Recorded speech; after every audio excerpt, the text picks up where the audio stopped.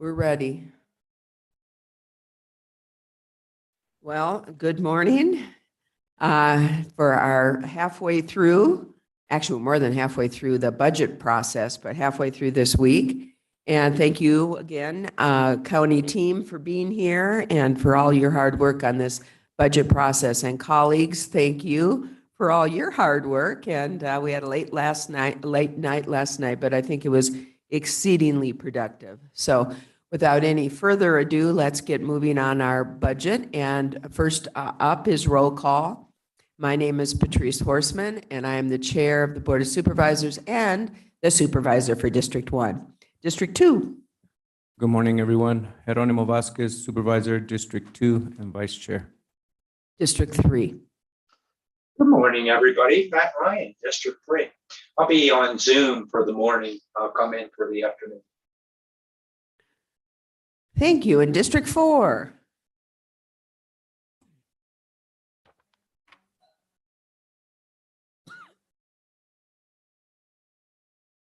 And District 5.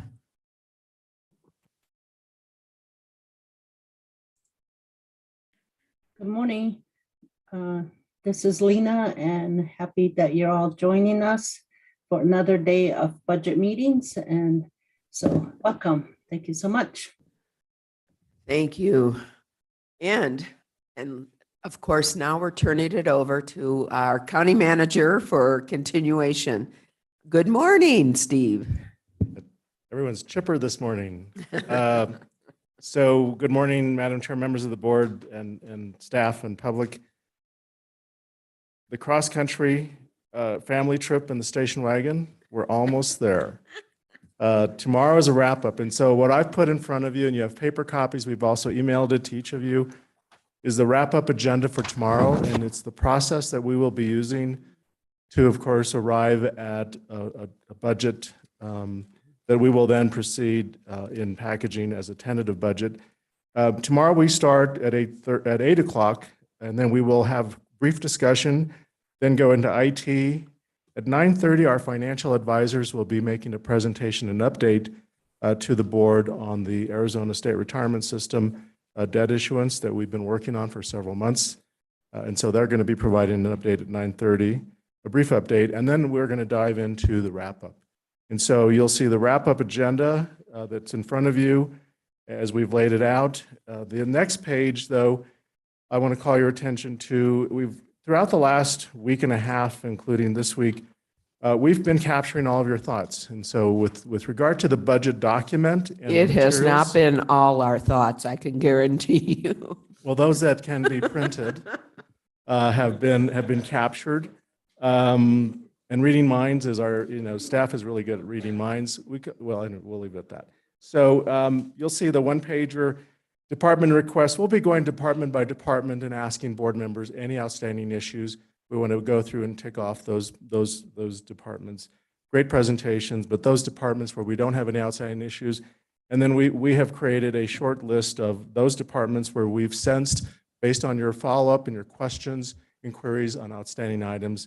And so you'll see that in the department requests. Then below that, there's other potential funding requests. Again, looking at themes that we've heard throughout the last week and a half are listed here. It's not exhaustive. And so, again, that's what we've captured so far. Probably the majority of the topics you'll see on the right-hand column are other discussions, work session items, policy discussions, white papers, you name it. These are a lot of different follow-ups that have come through the discussion of the board. While it had its beginning in budget, there are some, there's ongoing discussion with regard to each of these policy areas. And then one other area that's not listed here, but it's blank, is board members, we really would appreciate your ideas and thoughts on process improvement. When we look forward to next year's process, and this is going to happen at this time next year, what can we on the staff side do to examine the process? Process improvement is important work that we all do. But again, your thoughts and feedback on how the process might be modified, improved, would be greatly valuable. The final handout in that packet are the requests and the increment requests.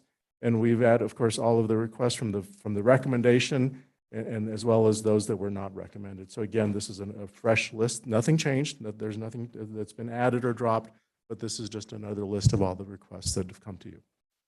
So Madam Chair, this is information for you to look at.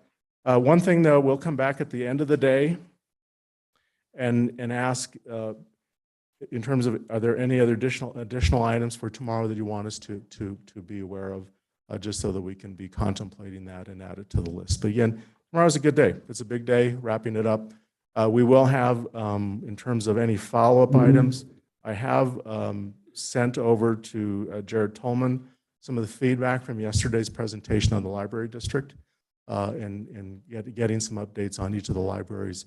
But we can look at bringing that back as a discussion item if the board chooses to on May 24th. So any questions or comments that I can respond to? Otherwise, I'll turn it back for presentations. And our first up is community development. So yeah, just a comment. First of all, I don't know how you have time to do this, but thank you. And second of all, for future discussion and work study session, can we add aggregate budget limits and override? Just as a future discussion. It's been added. You bet. Thank you. Any other questions, comments from members of the board? Supervisor Begay. Yes, I'm not sure when, good morning, I'm sorry. Everyone, all staff are here and others that are working out there. Thank you very much for all the hard work you do. I just wanted to know somewhere along the way that I would like to see if we can do an executive session for the budget, maybe get some legal advice on that. So that's what I want to do is somewhere along the way, we'd like to have that added in if possible. Thank you.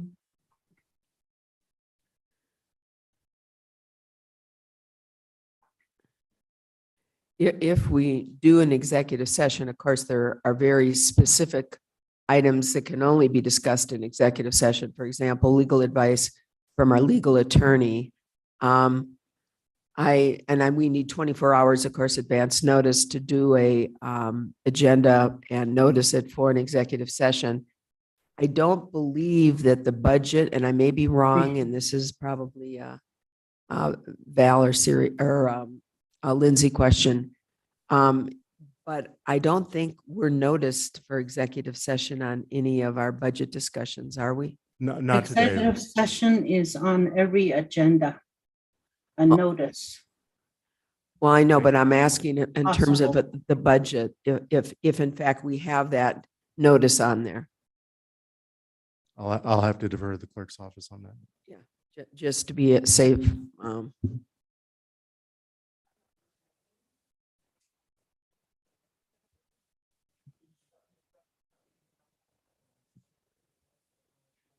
May I ask you a clarification, Supervisor Begay? Is that for a future executive session, or did you want to have an executive session on a topic today? And if so, we would need to know what the exact topic is so that we can see if it's exec session eligible. Well, I guess the use of fundings and certain funds that are out there, what can be used and what can't be used for before we really do go into deliberations, if we can. I'm not sure if Lena wants to add on anything here. Yeah, there's some information that needs to be discussed by the board in executive session regarding the budget. Madam Chair, I just need to know what that is so that I can have the determination if it can be discussed in exec session. It's not my call. It's the statute that makes that determination. I think that what I can do is, or what we can do is really have a discussion about what what would fit the legal term. So that's going to have to be something that comes up. But it can be added if you can just put a hold on or a placeholder on there. I think that would be really good. Is that something the board wishes to do today or tomorrow? if you need 24 hours, then tomorrow is good because that's when the wrap-up session is. Yes, We do have the disclaimer on the agenda Dynamite. posted that we can go into executive session. We would just have to state on the record what statute we're using to do it. absolutely. And I'm assuming what this is a request for advice from legal counsel. If that's not the case, then either Supervisor Fowler or Supervisor Begay need to make that clear. If it is advice from legal We are counsel, then, well excuse me, aware. just a moment. If it is advice from legal counsel, we need to make sure legal counsel will be available. Yes, and we're very aware of that. Okay, since everybody's aware, I guess you should check with legal counsel, see if they'd be available sometime tomorrow. I have nothing else, Madam Chair. With that, can we proceed? So first off is community development.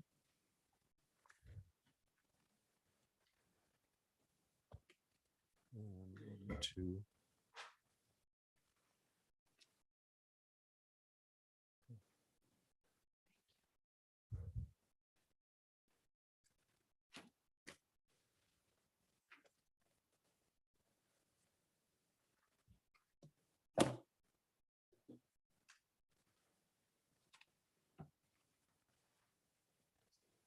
Just make sure this is right in front of you. Speak directly into- Otherwise, Sue Brown will be haunting you. About that.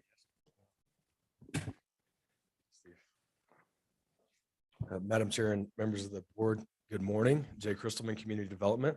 I would like to introduce our extraordinarily capable business manager, Rachel Davis, who's going to be assisting me with the budget presentation this morning.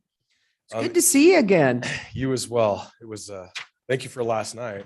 I'll get into that here momentarily. If I may, I'd like to start with a couple of accomplishments from the department this past year, and some of it has to do with the board's approval of the budget last year. So last night, obviously, this board approved the renewable Jay, energy ordinance. Jay, a little louder into the mic. Okay. Okay, thank you. So last night, the board approved the renewable energy ordinance, which was a requirement that came out of our comprehensive plan adoption from several years ago. And it was a 2.5-year opportunity to craft that ordinance. So thank you for that. Big success. The board also approved the floodplain management overlay ordinance as a standalone document with the required mapping revisions from Kachina Village area. So thank you for that. The building division created a program last year to have what we call self-issued permits for quite a number of options, including water heaters, fenestration, furnaces, wood stoves, things of that nature. It's essentially a permit by inspection program. So it saves our staff, our permit technicians, and our plan reviewers time and puts the onus on the inspectors when they're out in the field to make sure it was done properly. It's been quite a benefit for our customers. The department is completely digital, and we've been going that way for a little over 2 years now. And part of the benefit of that is this board, during last budget adoption, approved funds for a county-wide scanning operation for document management. And fortunately, community development has been chosen as a guinea pig for that process. And we're excited to work with IT. The RFP is pretty much complete so that we can get rid of the file cabinets in our building, which outnumber staff probably 3 to 1. So we're excited for that opportunity. Environmental quality, thank you for the board mid-year adjustment to hire a temporary term limited staffer to assist with our what used to be 16-week backlog is down to about 5 or 6 right now. So that has been a tremendous benefit as well. With that, I'll get started. A little bit about our agenda today. We'll go over our revenue and permit volume for the last year, or up to this half year anyway. We'll a little bit about our fund requests, and then I will finalize with military installation sustainability grant update that the department has been working on for some time. Oops. Okay, a little bit about our permit revenues for the last few years. You've heard me and others in the department say repeatedly how busy this department has been. Our entire region is experiencing unprecedented growth. We're projecting a $3 million revenue this year, which would exceed what our budget is, which is kind of what we've been working towards for the last few years with fee adjustments. This board approved a new fee study this last year. It went into effect in September. And we didn't really have all of the fees corrected until November due to software and how our permit tracking software automatically adjusts our fees. So we don't know if we'll quite hit that. That's just what our projection is. There's a graph with regards to how the revenues have looked since fiscal year 18 and what we've projected, where we actually are through the end of April. Excuse me, this is through the end of March. To the end of April, we're almost 2.38 million. So we are very close to what we permitted already last year, with a couple of months still to go in this fiscal year. Here's our permit volume. I personally do not think that we'll quite hit what we hit in fiscal year 21, just because we're not seeing quite the amount of remodels and additions that we did in that first year of COVID. What we had noticed, the trend, particularly in the outlying areas of the county, were people that were working remotely in their Forest Lakes homes, for example. You know, if you live in the East Valley, it's only an hour and 15-minute drive to get up there. And we saw just a tremendous amount of growth in that region with additions, remodels, people adding on an office to their home. We're not seeing quite that many remodels and additions as we were as last year. New homes are continuing to keep pace with they have been for the last couple of years, but it's the minor permits I don't think we'll see quite as many of. Again, trends that we use to sort of predict how the housing market is operating or advancing, I should say, is through site investigations. So environmental quality site investigations is the first step into somebody designing a wastewater system for a lot. And we are seeing a significant amount of site investigations still. So when there's a wastewater system being installed, there's going to be a home installed there. So that's what we are continuing to see. Renewable energy projects are moving forward at a rapid pace. The previous board had approved the Chevelon Butte Wind Farm, which is under construction. Actually, they will be constructing the towers later this fall, but they're doing earthwork right now for their laydown yard. The Babbitt Ranch Energy Center project was approved a few months back. They are anticipating construction in the spring of 2023. The Clenera project, which will be the largest solar project in the United States, at least at this point, is going to the Planning and Zoning Commission for their conditional use permit next month. So they also anticipate starting construction in spring of 23. So we have a significant amount of renewable energy projects coming forward. And again, that fee increase that the board approved went into effect in September, but we didn't have all of our fees properly loaded into the program until November. So we've only seen about 6 months of our actually fee increase. So we're looking forward to a full year of that to see how that shakes out. We are too. That's going to be interesting. Thank you. Yeah, that we, as the board knows, the department is trying to get as close to cost recovery as we can. It is, I believe this board's goal also, that development should pay for itself. And yes, thank you. And we like to obviously have our budget, have our revenues cover what our budget is. That's our goal. When we're busy, that's easier said than done, or it's easier to make that happen than when we're slow. So unless there's any questions, I'm happy to get into our funding requests for this fiscal year. Members of the board, any questions? Any questions out there? And Supervisor Ryan or Fowler? Otherwise, please continue. Thank you, Madam Chair. So one of the most requested items that we have been seeing in this past couple of years is for daily inspections in every area of the county. So a few years ago, the activity that we were seeing in Belmont, which was frankly just one builder, Capstone Homes, they asked, is there any way, with their volume of work, could we do daily inspections of Belmont? We arranged our inspector schedules so that we could do that. Well, since then, we've had a number of builders say, well, I want daily inspections too. We don't have the staff capacity to perform those daily inspections in every area of the county. So That said, we are requesting for a term limited up to 3-year hire for a building inspector. And additionally, the plans examiner. So we're falling behind in plan review. We have been behind in plan review for 2 years. We have an internal service target of 3 weeks with 1 week for resubmittals. So for a total of roughly 4 weeks of review time, we have been unable to maintain that level of service for a couple of years now. So we are also asking for a term limited up to 3-year plans examiner. We're going to look for somebody who can also do inspections. That's our goal, to have somebody who can do both plans examination and inspections. Number 3, some of these were removed. So the sustainable building program position reclassification was actually already done. So that's not applicable for our request anymore.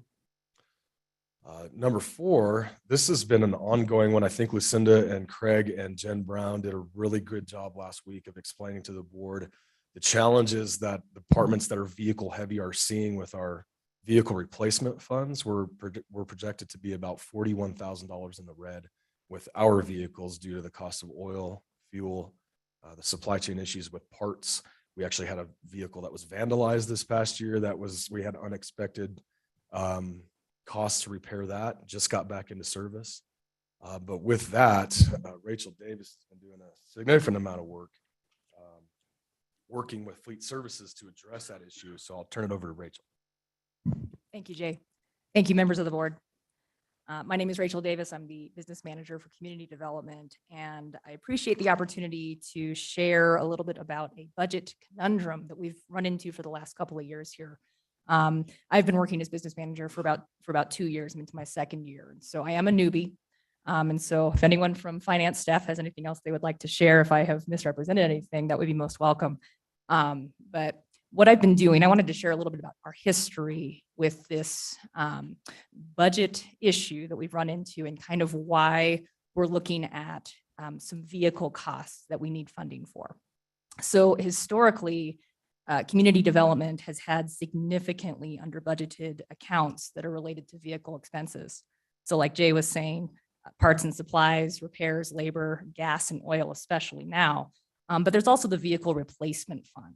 And so we discovered in FY21, the end of the year, we were under budgeted by roughly $24,000 in those accounts. And so that was pretty significant. And so unfortunately, with the timing of how central budget entry occurred for FY22, we didn't yet know about how far under budget we were, or under budgeted rather. So we put in our central budget entry and then ended up with the same numbers in FY22 as FY21. And so the trend continues, where again, we did not have enough budget to cover our vehicular expenses. So in the last fall, I went ahead and made a series of budget transfers. And this would have been from other department operating accounts to then fund the vehicle accounts. And so that was an attempt to adequately fund the vehicles. But in the meantime, our divisions, our staff, they agreed to sacrifice $24,000 of other operating budget. That's pretty significant for our department. I think it would be for any department. That means they went without updated equipment or professional development opportunities that they would have had access to otherwise. And so again, this was in an effort to keep our department out of the red and in the black. So by April, I learned that our fleet charges had already exceeded those projections. And so all those transfers that we made in the fall, unfortunately, it still wasn't enough. And so we're getting to the point where we're kind of hitting a budgetary wall. So right now we're on track to be over $40,000 in the red by the end of the year, despite already making all these other budget transfers. In fact, one of our divisions discovered recently, and I helped them discover this, that they were already in the red and they had travel planned and conferences. And so kind of a scramble to get more budget transferred to fund that. So looking ahead to fiscal year 23, we have the same budget. We have the same budget as FY22 and FY21. And so if my projections are correct, we're going to see a $60,000 deficit by the end of the year just to fund the vehicles we already have and that we're already using. And so when we look at this fund request, I know those are some big numbers, but I wanted to talk about kind of the why behind those numbers. First of all, this fund request includes 2 vehicles, one of which would be for the requested building inspector that Jay just mentioned. So without a vehicle, this inspector cannot perform inspections. So that those 2 are linked. And of course, if we purchase new vehicles, there would be their associated recurring costs every year. There's a vehicle replacement fund, gas and oil, et cetera. On top of that, in this fund request, we have included the recurring costs that from our existing fleet. So even if we don't get 2 new vehicles, we still have the recurring fleet costs that are really causing trouble for us and causing trouble for our budget. So knowing that our revenues have steadily increased over the last several years, and we also have significant salary savings from some vacancies that we don't see changing anytime soon, we're hoping that we can properly budget for our existing fleet at the very least, if not also fund 2 new vehicles and their recurring costs. The reality is, if we are not able to obtain this recurring funding, we are faced with a very uncomfortable decision, and that would be having to choose between customer service and financial responsibility. And so that is our reality. And we really do have a lot of impetus to keep everything in the black if we can. So if you look at our other operating accounts, you will see evidence of a very frugal staff who's made a lot of sacrifices. In FY23, we're realizing that there's really nothing left that we can cut. And so, especially now that we're close to being fully staffed. So I do have some supporting documents and spreadsheets if anyone wants to get into the weeds with me, but otherwise I appreciate your consideration of this and I'm happy to take any questions. I do have a question, and I understand the dilemma that community development it is in, because I know I call Jay at various times and ask him to please check on some complaints, and we want to make sure his inspectors can get out there and do that. My question is some of the expenses due to the increase in fuel costs? Yes, yes. And of course that fluctuates. And is there a breakdown? And you might have it in here, and then I apologize. But what's the breakdown between, just the operating expenses, which fuel cost is one, but breaking fuel costs out from there? Excellent question. Thank you, Madam Chair. So in one of the handouts that I gave to you, I think it's the Word document that it does break it down by account number. And if I could borrow someone so I don't have to pull it up on the screen, I'd appreciate that. Yes, ma'am, that is that one. Oh, thank you. So looking at the breakdown of those costs, let's see here. So really, gas and oil, we're looking at a shortfall. I'm just kind of doing some quick math. We have 3 different divisions that use vehicles. So just trying to go through gas and oil. Let's see, 12,000, 20,000. That would be the deficit just from existing fleet, and then anticipated gas and oil for the new fleet would be about $6,000. So that's that breakdown. The larger portion would actually be underfunded, the vehicle replacement fund. So that gets really tricky, especially in our planning and zoning division, where our budget is somewhere around $6,000 a year, and yet our actual charges for vehicle replacement is over $20,000. So that's a good example of just how this kind of snowballs into a larger budget problem. Does that answer your question, Madam Chair? It does. Thank you.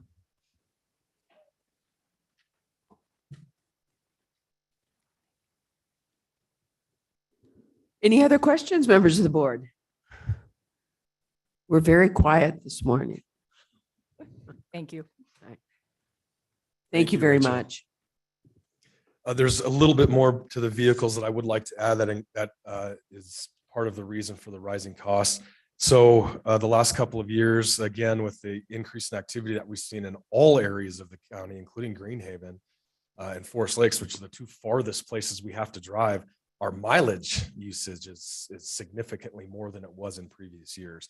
So the second vehicle that we're requesting with the term limited environmental quality staff member that this board allowed for us mid-year, that person took what used to be a floater vehicle. So we don't have a floater vehicle anymore. Our code enforcement staff of a whopping 2 people is fully staffed right now. there's only one vehicle assigned to code enforcement. So we have to find a floater vehicle to get the enforcement officer out into the field. So one's in the field and one's in the office, unless we have that floater vehicle. So that's where the other vehicle is being requested. It's really just to continue our level of service that we'd like to. The number 5 request is for third-party engineering review. This is something that the department has always had some funds for. They are currently depleted. We're asking for $75,000 in a one-time third-party review to continue our environmental quality wastewater reviews. We currently sub out several applications to a number of firms in town for third-party review to help us maintain our level of service. We also would like to continue the uses of our advisory group for our sustainable building program. We want to use some of that money to craft codes and ordinances for the building code to allow for alternative building materials and methods.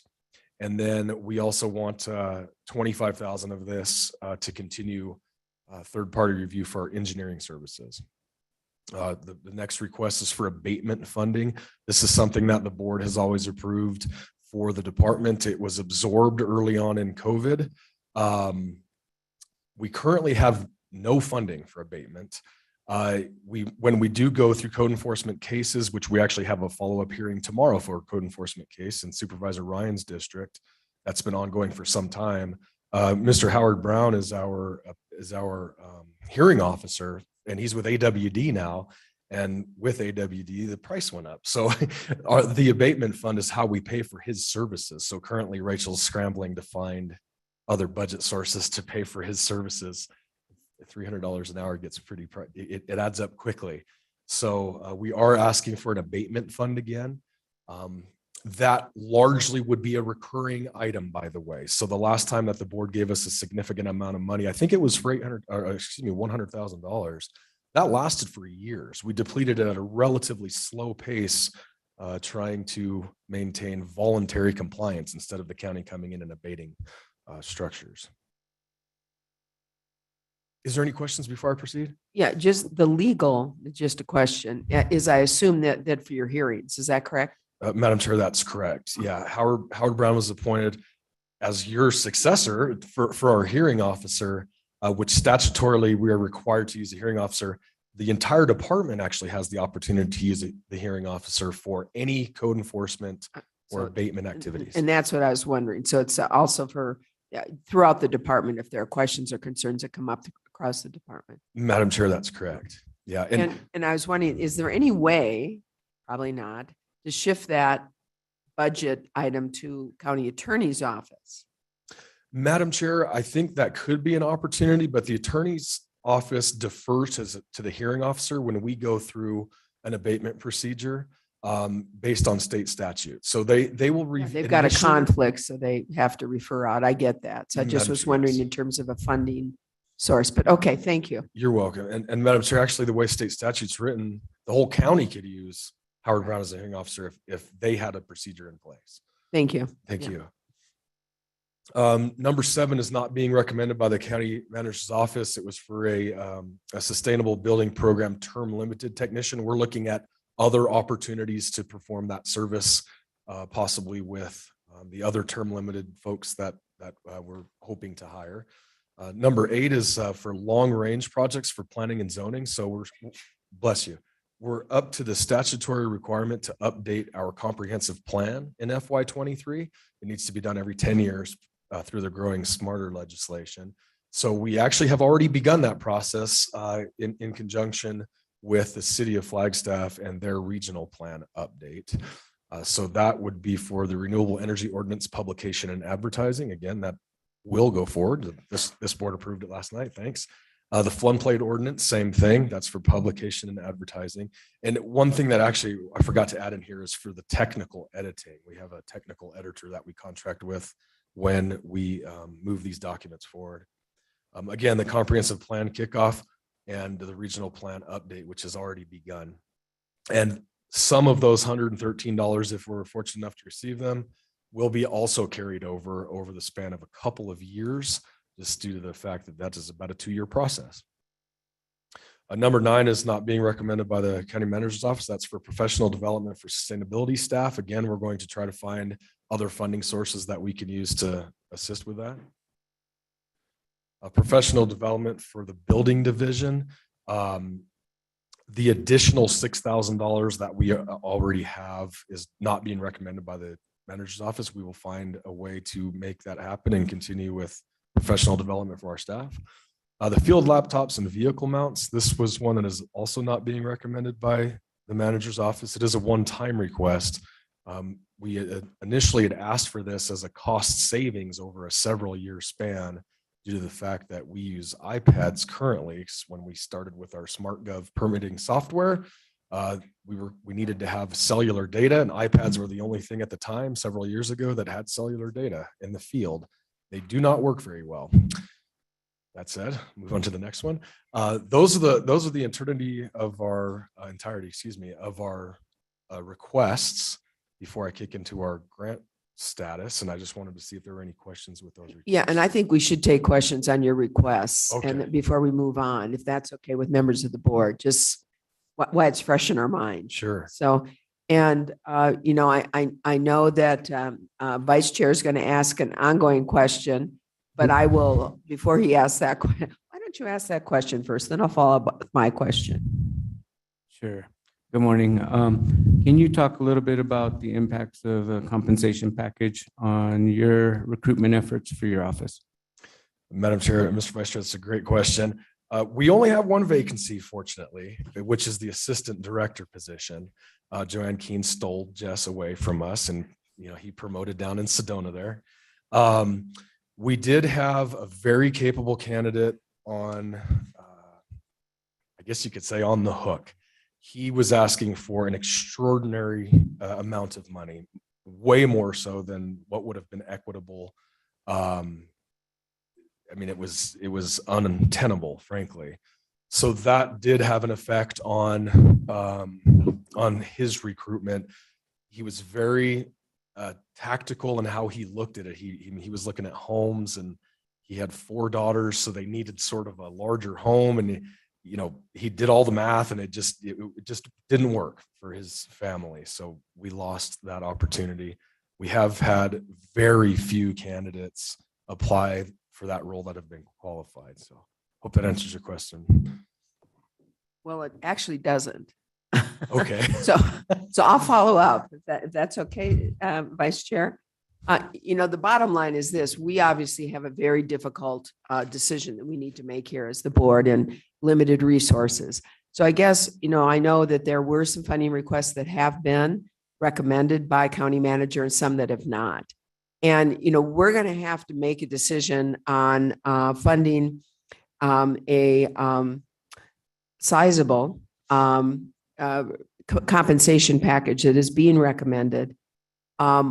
Or if there are needs beyond that need to be funded, then we aren't going to be able to fully fund that compensation package.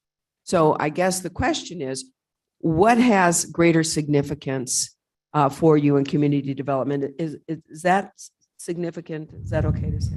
So which has, greater importance for you in community development? Madam Chair and Supervisor of the board, thank you for that. As far as providing our level of service, if that was superseded by, I don't want to say that compensation is not important, because it most definitely is. We don't have a problem with retention, luckily. We've had the same people in the positions for quite some time in most cases. But if the workload continued as it is, which we suspect it will for at least another year, and we were unable to provide a level of service, I don't know if that would usurp the compensation. I'm not giving a very finite answer, just because the level of service need out more than a year is unknown, I think. But we want to provide the best level of service that we can. All right, well, it's clearer. So Okay. I'll let you off the hook. I appreciate that. Go ahead. I'll ask a follow-up. So of all the different positions that you did request, the ones that were not recommended, or all the points that were not recommended by the manager's office, which would be your priority if you could only fund one? Madam Chair, Mr. Vice Chair, the number one priority as they are in numerical order is the term limited inspector. That is where we see the absolute most need. Plans examination second. And again, we hope that most plans examiners have field experience. So we want to be able to hire somebody that can do both and provide that level of service for our customers. That's the number one complaint that we've received is I can't get an inspection until such and such day, or my plans have been sitting in your shop for a month. So those are the two greatest needs that we feel. Supervisor Begay.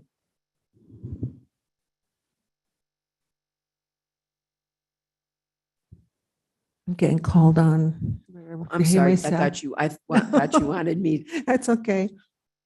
I just wanted to say thank you for all the work that you do also. And, I'm just really glad that, we have staff in there that are qualified to carry out duties and responsibilities in the community development. I was thinking in terms of the inspector and the examiner, possibly just like putting them together as far as doing that job. And I think it's important that we have that because you're limited on staff and, other people are being pulled out, to do those functions. The other one is your operating costs. I think we really need to look at the staff that actually travel out there a lot and, do their services out there. And abatement is really important. I've been overseeing over 20 some schools in the areas of facility management. And we had to do all of this, the reviews and all the abatements and you name it was done. So it's very important because it could cause health issues if not, if it's not abated, things like that. So I really feel that, we should take a look at that one there. And then on top of that, community development, I think, it's been out there and I see you bringing in a lot of revenues as far as your department. And as we were going through this process, I find that, a lot of programs are really they're operating on grants and also the general funds. So I just wanted to say, that I think in this area, we really need to kind of look at community development as a whole and really support it. And because I do see good things that are coming out of your department and, planning and things like that. So I know that you do plans and sometimes we don't go along with it, but that was time lost to you, to your department. So I just want to say that in this area of community development, I think we really need to look at a lot of things from all angles and also staff development and training. That's very important for the departments. Yesterday, we had a department that came and said that, they're updating and training their own staff in these areas. But if you're not in the field of abatement and you're a supervisor and you oversee all these departments, your hands-on, experience, or you don't have that, then how are you to get proper professional development or training for your staff? And I've been there and I know that too. So we really need to take a look at this community development as a whole and see, how we can make it very effective as it is almost there. But, I just feel that we need to really support community development. And it should be for all areas and the whole county as a whole, and even in our rural department areas. And that's what I always say, we say for all our constituents and we're kind of in the little areas that we serve, we're kind of just focusing on that. We really need to look at the whole overall county as a whole. So thank you for all the work you do. And Lucinda, thank you for assisting and, with that department. So thank you so much. Madam Chair, Supervisor Begay, thank you for that. Really appreciate it. I know Supervisor Begay also has bubbled up a couple of times, so go ahead, Lucinda, and then we'll ask Supervisor Begay or turn the mic to her. So I just wanted to bring a clarification. So in the county manager's recommended budget are the two positions. They're term limited, and the funding that you see is associated with 3 years of funding.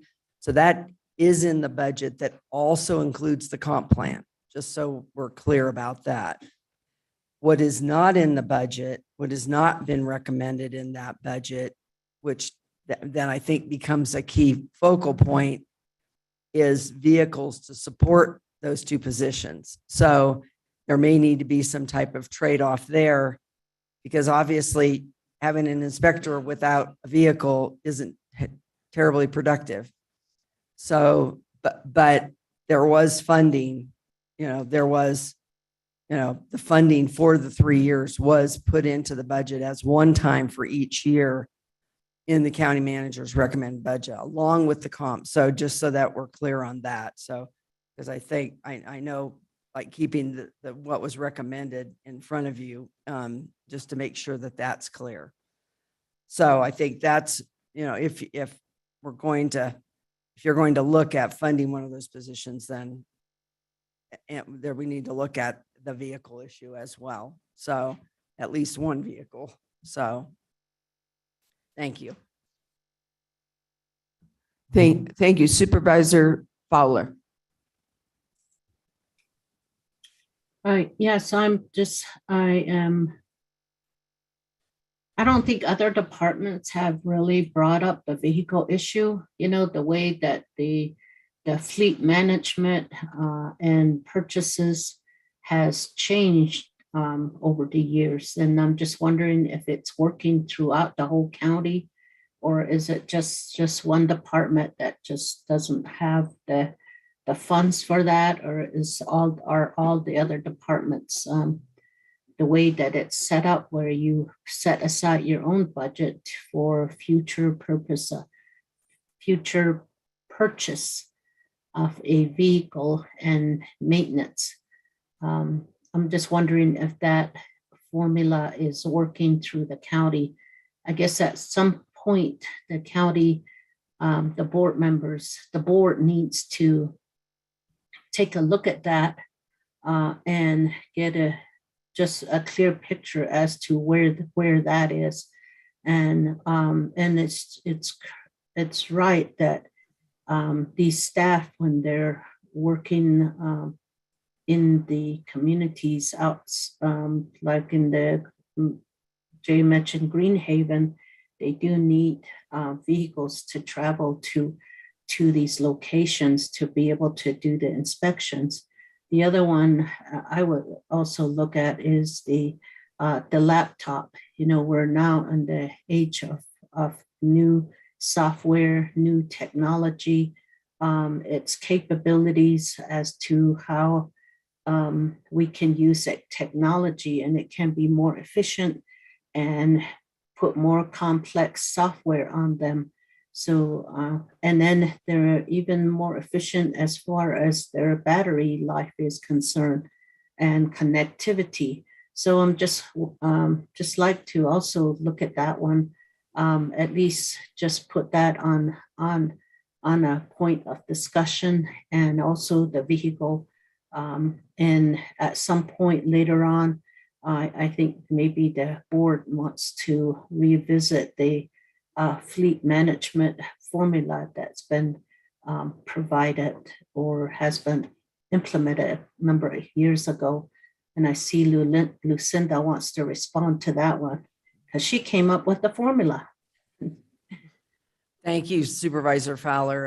And yes, it was now over a week ago that we presented relative to mechanical services.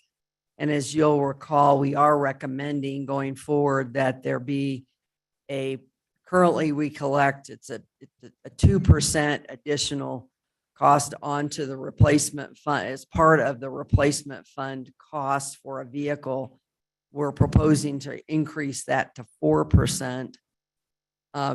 Because the cost of vehicles has gone up dramatically in the last year, as we're all aware of. I think we'll see some leveling. I just read a report this morning that in April, inflation leveled off, and they're expecting that that may continue and or decline going forward to some degree.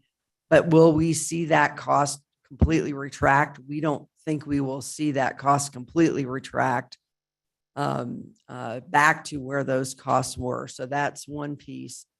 The second piece is that there was a fundamental issue that did not take place back in 24. It's in 21, as Rachel described, where their budget, it should have been increased at that time, the base budget, based on what they're expending within their department, because on the operations side, and because the board had approved several years prior to that, a 5-year increase in the operations costs to stop taking funds, frankly, out of the replacement fund to fund operations and mechanical services. So that's just a historical anomaly of something that didn't get resolved last year. On top of that, now we have the fuel issue, and I've asked Craig to run a report, so we'll have this for tomorrow or later today to look at what is happening with fuel costs. And the departments that are on the road a lot are spending more on fuel, just like we all are with our personal vehicles. Now, no, we spend what we pay per gallon is far less than what we all pay when we go to the pump, but it's still gone up, as was noted in that presentation. It's gone up 43%. And so there is that impact, and some departments are feeling it right now in this fiscal year. And of course, are anticipating there's going to be at least some level of impact into next fiscal year. So we've been tracking those numbers, and we'll bring forward those numbers as well. But obviously, community development is one of the ones that in particular does a lot of driving, and they're seeing that impact now, and we'll continue to see it, as is public works, as is some pieces of health department, likely, as well, that are out on the road a lot, traveling around the county. And they need vehicles for their inspectors too, not just fuel Correct. costs. They need a vehicle for. That's right. Right. They have to get to the site to conduct, and they've tried the video inspection, and some builders have moved to that, but very few. And, it's just a process. And then for some inspections, video can't accomplish that goal. Unfortunately, you can't use technology. So I think the department's tried to move, working with their builders into that direction, but it's not going to be in a replacement for someone on site. And again, as was noted, this does come back to public safety ultimately. So Supervisor Fowler, any follow-up? Thank you, Madam Chair. And, and that's that every year we have, not all departments need vehicles and not in the field all the time, but there are those that do. And when budgets are presented, they don't present, these departments don't say that we need additional increase in our budget because of our expense on vehicles or the cost of vehicle going up. So it's just, that's the reason why I'm thinking, from the report of the other day, and then with this coming up, I'm just thinking that maybe we need to go back, or the management just have them see where we are with vehicles throughout our departments, to make sure that they're not dipping into direct costs for a program that they're supposed to be delivering. Instead, they're taking out from there for their vehicles. And that sounds like that's what's happening. Well, they need a new vehicle. So, community development. So anyway, that's the reason why I'm bringing that up. But in addition to that, Jay, your department, your team yesterday, and then throughout the year, you're very busy with planning and zoning, with these new ordinances that have come through. It really shows the focus, your staff's focus, and then their work during the pandemic. It didn't slow down. It only increased with all of the permits going up, in addition to making sure that the ordinance are complete and they are vetted throughout the communities, all our stakeholders. That is a lot of work. So I just want to thank you and all of your staff throughout the whole county for being very focused and being on the front line. Basically, that's where you're at. So I just want to thank you for that, and please thank your staff for that. Thank you, And Supervisor Fowler. the planning and zoning and all the partners that, I mean, it's not just you really work with the, the committees that you put together, and you're even doing the area plan that you're working on. So it's just a lot of work that is taking place. Just want to thank you for that. Thank you, Supervisor Fowler. Appreciate it. And Supervisor Ryan. Thank you, Madam Chair. You pretty much were wrapping up Lena and Lucinda, the area I was starting to focus on. It does sound like there's a little hiccup or a miss associated with the catch up on the reimbursement costs. You know, we noted back then that we knew we were shifting a fleet around, and each department would need to start to carry that cost. And then the recognition of people understanding they're not just paying for fuel, they're also paying for replacement of the vehicle. So, my suggestion is this, the vehicle, this is a unique department in terms of where we are with growth. It's sort of like the assessor, similar idea of these positions make sense. And you can see the recommendations are there for personnel in this department because this is, we have tremendous growth going on right now. I think it makes sense that we, put it in the parking lot just to have this discussion related to vehicles, in this unique case associated with that. I like the recommendations. We have the personnel in there. The abatement thing, we definitely need that. We have those buildings out there, whether it's still, I think we covered most of the collapsed roofs in communities, but there's probably one or two still hanging out there, and the fund made sense. It was important that we do a replacement on that. The long-term planning, absolutely, we need to continue with it. We're just crawling, trying to get the communities done and do renewals associated with it, and yet you're working like crazy to get that done as well. I understand that. And so that's a piece, but I could also see in terms of planning, because of the regional impacts that we're starting to experience that are overwhelming us, that there may be a need to be looking at making sure that we have funding there to address issues on that. Whether this is enough or not, that's a question.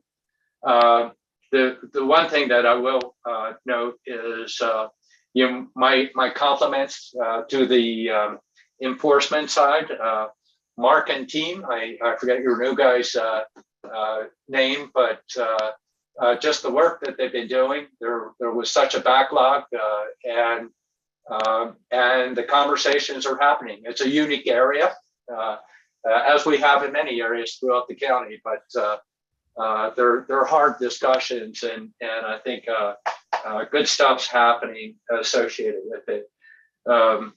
In terms of the department and everything that's going on there, we look at the growth that happened last year, which overwhelmed the year before, which is overwhelming the year before. So we know it's happening.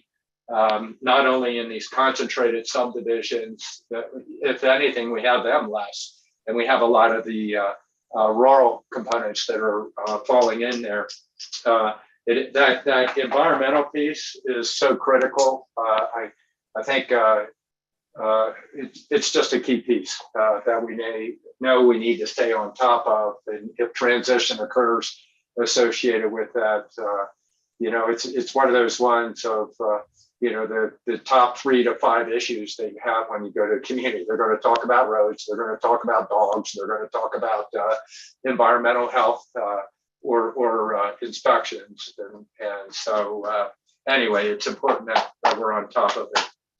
I don't have specific questions. I like the county manager's recommendations. I do think it is a unique department. It seems like something was missed there that maybe we can take a look at, and that's why I'm suggesting let's bring it back with the parking lot. Thanks, Madam Chair, and thanks, Jay, and that's it for me. Thank you, Supervisor Ryan. Appreciate that. Yeah. His name is Ryan Coons. It's Roberta's husband from the health district. Gosh, I have a hard time remembering people call me by Matt or Ryan, so it's all right. Thanks. Thank you, Supervisor Ryan. And just to follow up on some of Supervisor Ryan's comments and my comments to you as well. Obviously, I think we do need to take a look at the vehicles. You obviously need to have your inspectors having vehicles. And I also want to point out that, and I don't need to point this out to you, but just an acknowledgement and recognition that you all really are on the front line. And, especially with enforcement, we're complaint based here in Coconino County. So unfortunately, sometimes you get the community discontentment. And then sometimes you get the Board of Supervisors discontentment because we get the community discontentment. And I just want to thank you and your staff for the professionalism and the patience that you continually show to not only us, but to members of our community. And it does not go unrecognized by us. We see it, and we really want to thank you. And yes, you've got a huge job here. This is a huge county, and you do have a huge job to fill. And you all do it very, very well and with a lot of grace and patience. And so I really appreciate that. The comment I also want to make is that development needs to pay for itself. And we've talked about that. It's so many areas, I think we have some concern about fee-based. But when we're talking about community development, when we're talking about development, it really should be, paying for itself. This is an area where people are coming in to develop or for construction, and the county should not be paying for that. And so many times, how many times do you go out there for permit inspections? Over and over and over again. I think we do need to continually take a look at that. I'm going to be interested to see how our new fee schedule does and if that helps to cover some of this. So, and you obviously need vehicles. So anyway, with that, I have nothing further. Any other comments from members of the board?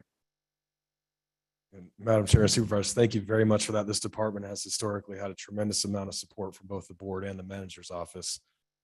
So specifically with Synod, so we really appreciate it. Oh, thanks. There we go. I do have one more slide. We're out of time. I'll just be as brief as we can. And I know you've got the grants. Please go ahead. This is the last slide. Thank you. So about 2 years ago, right in the beginning of COVID, actually, I was spending a tremendous amount of my time writing a follow-up grant for our joint land use study that was completed 3 years ago. And this is now called the Military Installation Sustainability Grant. The DoD is famous for changing acronyms every time something changes.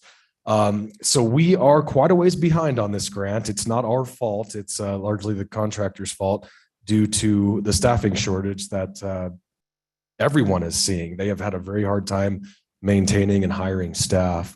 But we do expect to have this done in the fall or winter. The deliverables are really starting to come in for that grant. And it was almost $900,000, and the staff match for the grant is 10%. So we're a ways from meeting that yet, but we intend to do so as the deliverables continue to come in. With that, I'm happy to take any other questions. Supervisor Ryan, you want to follow up on any of that? There we go. A little slow and put my things on there. I really appreciate Jay mentioning that a lot going on with that activity, but the delay that they have, understand. But it does beg for there will be additional work and coordination happening with that once they can fill their positions and re-engage with the different efforts that are spinning out of it. On that one, it probably wouldn't hurt for just I'm always pestering you on this. We're waiting on advancement of the lighting ordinance because Flagstaff is primary in that. And could you just answer a question? How's that progressing? What's happening? Sure, Madam Chair and Supervisor Ryan, good question. Tiffany Antal with the City of Flagstaff sent the draft to me on Monday, so your timing is excellent. A big part of what Supervisor Ryan is discussing is revising the lighting code for both the county and the city so that we're operating off of essentially the same code. The big takeaway from the lighting code is obviously to protect dark skies much more so than we currently do. Well, we do, but in a more robust manner. And for those familiar with the lighting code, there's currently zones 1, 2, and 3 based on the circumference and distance from our local observatories. One of the most profound changes in the lighting code is eliminating phase 3 altogether and just having zone 1 and then everything else in the county, including the city, being zone 2. So it will affect the city more so than the county.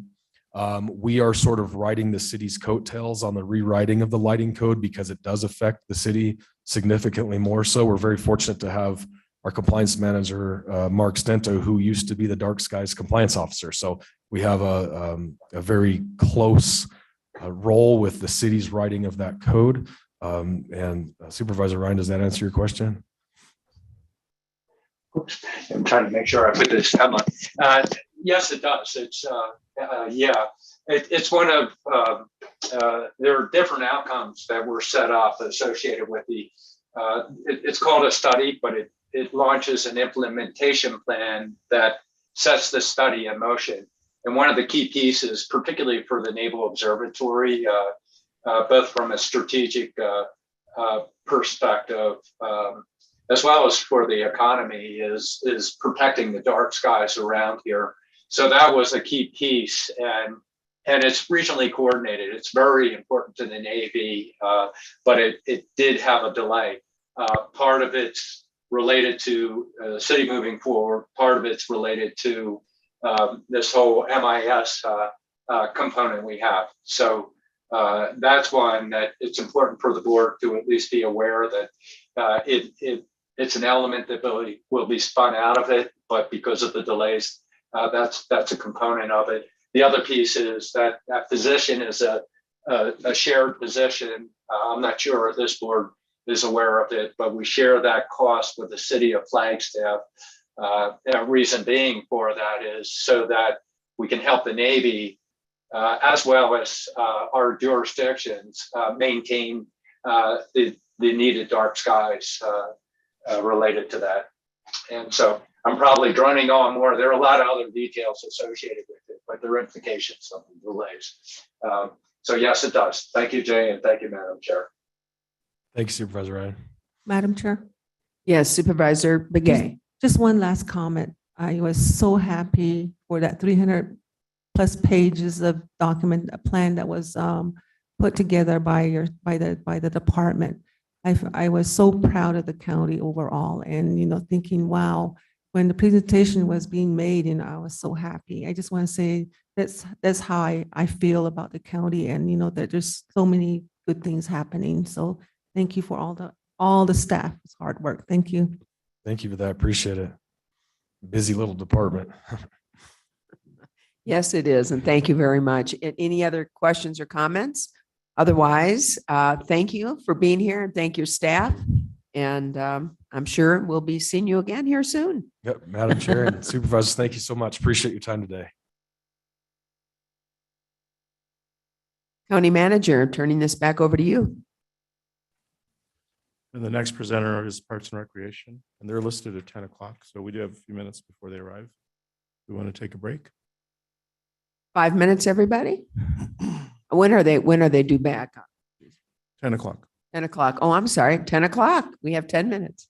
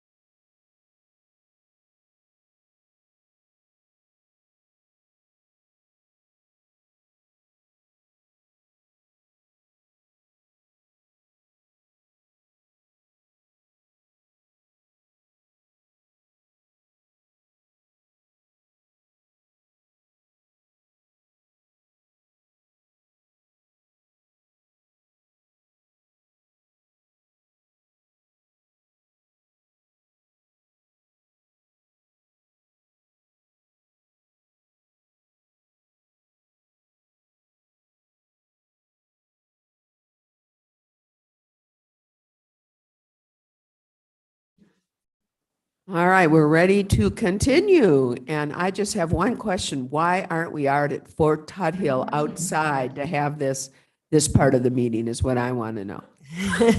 It's a beautiful day. At least, you know, this is silly to say, but at least it got us out of our park and out of our offices. So we're delighted to be here today. Well, we miss being over there. So, County Manager, I'm turning this back over to you. Thank you, Madam Chair. It's great to have Parks and Recreation today. And again, on your process improvement, you can also list location, location, location for board meeting next year. So if it's a nice day, we should do it outside. So introduction. So I'll turn it over to Cynthia. Thank you, County Manager Peru, Chairman or Chairwoman Hortzman, members of the board. It's always a delight to be here, and even more so finally in person. It's been wonderful seeing people face to face this morning. I always like to start off my budget presentation with the pillars of Parks and Recreation. It's always a really good reminder to all of us of the community benefits that Parks and Recreation services bring to a community. We bring economic benefits, environmental benefits, social benefits, and health benefits. When we think about what Parks and Recreation services contribute to an economy, we think about the value of home sales next to parks, for example, the attraction of businesses to a location that has a robust Parks and Recreation system. In terms of environmental benefits, our parks, the green spaces that we are stewards of, promote clean air. They help reduce pollution. They also allow for the recharging of underwater ground supplies, stormwater management, if you think about certain types of basin parks, and then wildlife habitats and the promotion of diversity. So tremendous environmental benefits that a good Parks and Recreation system brings to a community. Socially, we provide spaces for people to gather, whether that be in a ramada that friends and families can convene. It could also be events that are produced or facilitated through a Parks and Recreation department. And then also there's a strong link between the reduction of juvenile delinquency and crime when you have a robust recreation programs and places for people to recreate in a healthful way. And speaking of health, Parks and Recreation services and facilities help decrease health costs by providing places where people can reduce their stress and anxiety, be physically active at low or no cost whatsoever. And then also, you know, if you think about our outdoor spaces, our playgrounds, and those things are just really, really beneficial and critical to youth and child development. So now to get into the meats and bones of our budget presentation, I'd like to start with a department overview and touch on a few trends that we've been noticing. The department is comprised of 18.5 full-time equivalents. About 5 of those are in what we call our administration division, and that includes our, you know, our financial staff, the directors. Programs and services is the area where our special events program is housed, and our recreation services are housed there as well. And there's 3 individuals that oversee and operate all of those programs. We're all involved in the county fair. And when we look at our operations and maintenance divisions, there are 7.25 full-time equivalents. 3 of them are in Tuba City. The rest of them are here in the Flagstaff area. And then in our natural resources division is comprised of 3.25 equivalent staff, and they operate all of our open spaces and our trails. And then just to kind of hone in a little bit on the numbers, last year we facilitated and had conversations with people, 87 groups who were interested in having special events out at mostly Fort Tuthill, but we also talked to folks that might want to use other parks for special events, such as Raymond Park and Peaks View. We maintain 41 miles of trails, 953 acres of main developed park spaces, over 2,300 acres of open spaces, and we also maintain a 185,000, over 185,000 square feet of facilities. Now, these are hard structured facilities with walls. This does not account for ramadas and things like that. Some of the trends that we're noticing within the department and the industry, generally speaking, is an increased demand for frontiery. We are booked almost every weekend now for weddings, receptions, you name it. We're also seeing the growth and demand in the sport of pickleball and the desire for pickleball courts. Just about a month ago, we lined out yet another pickleball court in at Raymond County Park. We're also seeing, this is more of an industry-wide trend, we're seeing a greater number of electric adapted vehicles that are utilizing trails. The one that is becoming more prominent is this kind of this very large skateboard with a large fat wheel in the middle, and you see people using them on single track trails and things like that. So, and we all are very familiar now with the electric bike, the e-bike. Climate change is also a trend that is impacting parks and recreation agencies across the nation. And what that means for us is with the open spaces that we maintain is a greater need to manage our forest and our forest health in order to prevent wildfires. And then also, greater drought, more drought means the need for more utilities, water utilities, to maintain the few pieces of, of lawn, the areas of lawn that we have. And then we're also going to see an increase in cost of water and utility or sewer utilities when it comes to the new restroom. And we are looking to build out yet another restroom at the regional park, Fort Tuthill. So that will be, that'll affect the general fund. This is a snapshot of where the county parks and open spaces are. Those are in the yellow kind of bubbled out areas. There's a concentration in the Flagstaff, Williams areas, Donny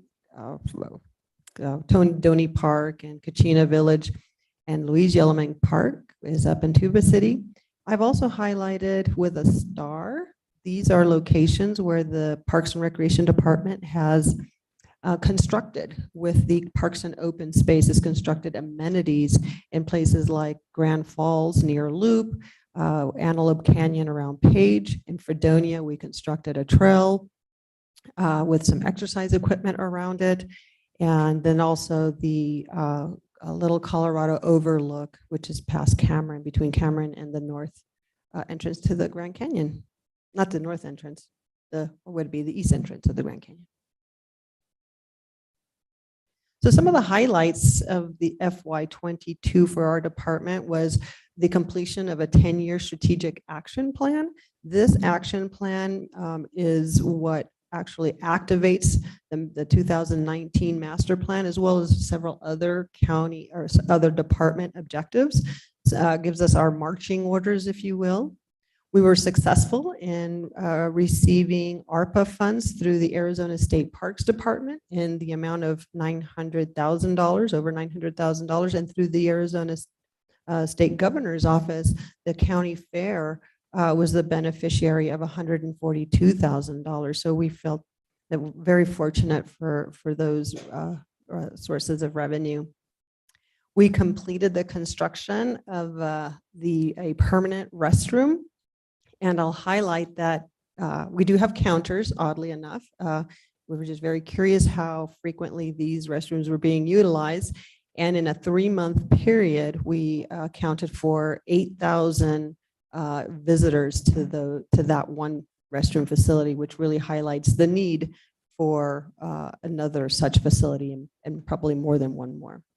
We also completed and installed a very unique storybook trail at Sawmill County Park. Features a children's book, which is authored by a local children's author, and you can read it in both English and Spanish, but you can also hear it in English, Spanish, and Navajo. And it is our hope to soon have it also translated into Hopi.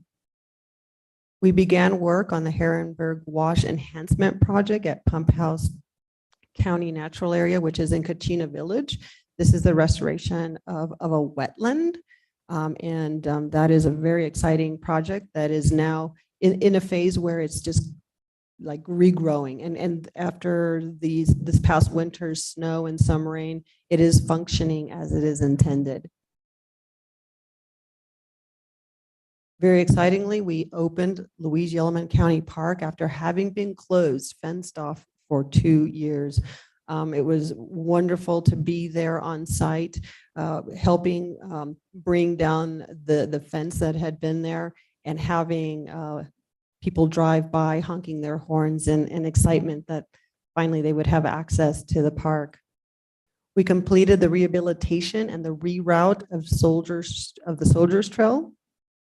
And we facilitated 87 special events, which I touched on earlier. We also provided facilities and services for the fire Raphael suppression effort. And for the county fair, we launched a new percentage-based fee assessment for county food vendors, whereas before we were charging them a square footage charge. And now we have tried, well, what we implemented was a percentage base. So based on their revenue, we collect a percentage of that. And this has resulted in an additional increase in revenue for that, for the county fair itself. And also for the county fair, for the first time, we offered an opportunity for people to prepay for their parking. And we also gave them the option to pay by credit card for parking, which we had not done before. Now I'd like to switch gears and focus on the department's 2 to 5 year vision. And what I've done is I've broken it down by 4 of our main divisions. So you can kind of see where each manager and responsible for that division will be focusing on. So in terms of the administration division, we're going to be, we've already kind of started this conversation, but exploring pay-to-play potential models for Fort Tuthill County Park, and utilizing these funds as a way to increase our capital funding options for deferred maintenance and future improvements, and not necessarily maybe at Fort Tuthill, but elsewhere. We're trying to be creative. And this wouldn't necessarily be all year round. It could be something we would implement seasonally. Anyway, it's something to explore, some information that we would bring to the Board of Supervisors for your consideration, and just something to keep on the radar. We also constantly have the development that's happening, being planned north of Fort Tuthill on the back of our mind. And we need to stay vigilant on what opportunities there are to capitalize with the Northern Arizona Health expansion north of Fort Tuthill. And then we also want to re-engage the Winter Advisory Committee. Fort Tuthill County Park has been highly utilized, highly promoted as the place to go for snow play. And we really would like to engage a broader conversation with more community members of how can we disperse some of that. We also want to identify funding solutions for the historic quad water and sewer replacement. And in talking with staff, Trey, we're hopeful that we might hear some news about that. So anyway, that remains on our radar, as also identifying funding solutions for the implementation of our 10-year capital improvement plan, which is something that is one of our planning tools.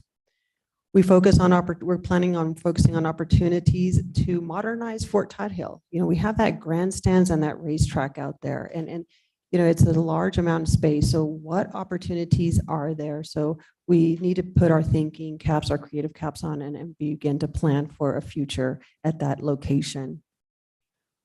With regard to recreation programs and services, it is our vision and goal and intent really to offer programming in multiple locations throughout the county, utilizing partnerships. And one way would be to implement a Rec on Wheels program, which I'm happy to say we recently received a grant to implement this Rec on Wheels program, which would take recreation services out to outlying areas. And we hope to potentially partner with other county agencies and maybe take additional complementary services to outlying areas. With the county fair, we want to implement a study to review our fees and our revenue and expenses and begin to plan for growth and then the sustainability of the county fair, as well as this kind of also just addressing maintenance and improvements of fair buildings. So, how can we utilize them not only for the fair, but maybe there's more year-round opportunities to utilize some of these buildings that frankly sit vacant for the exception of 4 days a year. So next year, we want to focus on outreach to rural communities, just to stay connected with them after the tremendous work that we employed for the master plan, and let them know that we're still here to partner with them, to be there for them as a resource. We want to finalize our cost recovery analysis and fee update. We want to increase the awareness and impact of our Friends of Coconino County Parks. They are, I will say, working on a fundraising disc golf tournament that will hopefully take place later this summer or early fall. We also intend on initiating the planning and design of a second restroom building. We want to complete the Fort Tuthill land management plan, which actually you'll see the first draft of it in June. We also want to complete the parking lot improvements project that we've been talking about for a long time. And the pond at Sawmill County Park is going to receive a much needed facelift. And we also plan on developing a new kind of focal point trailhead at Fort Tuthill County Park for that entire system. It will complement the bike park, the restroom, and it will be a place for folks to launch their biking or hiking adventure out at this particular park. We also want to complete the O'Neill Springs Trail in Kachina Village. And also launch that Rec on Wheels program that I mentioned, and that is on target for this coming fiscal year. And also very exciting for our department is to conduct a retreat for the fair. We've never really sat down and had and dedicated some time to just focus on what our vision is for the next 3 to 5 years for this important community event. So this year, this department submitted 7 funding requests. Our first priority funding request was for prescribed burns at Rogers Lake. This was a general fund request. It would have, and I say would have, well, if approved by the board, it's not a funding request that is being recommended by the county manager budget this go around, would address 100 acres per year of controlled burns, both at Fort Tuthill and Rogers Lake. And this would have been a $20,000 reoccurring. We do have $12,000 that we're carrying over from last year. So that, that would be the funds that are available for fiscal year 23. But moving forward, we would be submitting another funding request to address additional treatment. Our second funding request was as a general fund request. We had broken it down between reoccurring and one time, and this request was for the Fort Tuthill County Park winter snow play operations, where we would have purchased equipment, we would hire temporary staff, engage pay for public safety officers, and put out signage so people know where to park and where not to park. And this request is being recommended as a in full, both amounts, but as a one-time instead of a reoccurring and a one-time. We've also asked as a third priority for 2 additional maintenance workers to help maintain our park system, maintain the restrooms that are coming on board, the one that is existing and one is not. And another thing that we just feel that these 2 employees would have provided great benefit to us is to maintain our offices. We we pay for janitorial services, which has always, in the history that I've been with the department, has always been very, very lackluster. And, I feel like the department, the staff deserves a higher standard of workspace or cleanliness in our departments, in our buildings. And that would have been a $118,000 reoccurring ask, and this is not being recommended by at this point. We also asked for a one-time general requests, our general fund requests for $30,000 to maintain investments, parking lot investments at the Yavapai Ramada, the Raymond Park parking lot. I said Yavapai Ramada. It's a park. There's a parking lot there. These are all for parking lots, and then the amphitheater parking lot. And this would have addressed just filling in cracks that are starting to show in these parking spaces, and this is not being recommended. Our fifth priority and ask was to develop a new fund for the amphitheater, and this would have been a special fund that revenues generated by the amphitheater would have gone into this fund to then later be utilized for repairs, replacements, capital improvements, those types of things for the amphitheater. This is not being recommended. So asks of this nature would then now have to come from, we'd have to compete for these asks from the general fund. Now it shows as if it might be a reoccurring $100,000 subtraction from the general fund, but what it is it's the, I guess, an opportunity loss to the general fund of $100,000. The sixth, our sixth ask, our sixth priority, was not a general fund request. This comes from a special fund, what's called a green fund, and this is being recommended. We're taking the massive Loyal Observatory tank that is housed in the infield of the grandstands, and we want to convert it into a wildlife drinker, because otherwise it's just sitting there. It is a tremendous eyesore, and we have very talented staff who can utilize part of that. It wouldn't be all of it, but utilize part of it and convert it into a wildlife drinker. And eventually we envision some sort of a blind area, a blind site where people can maybe view wildlife, birds and critters, take a drink there.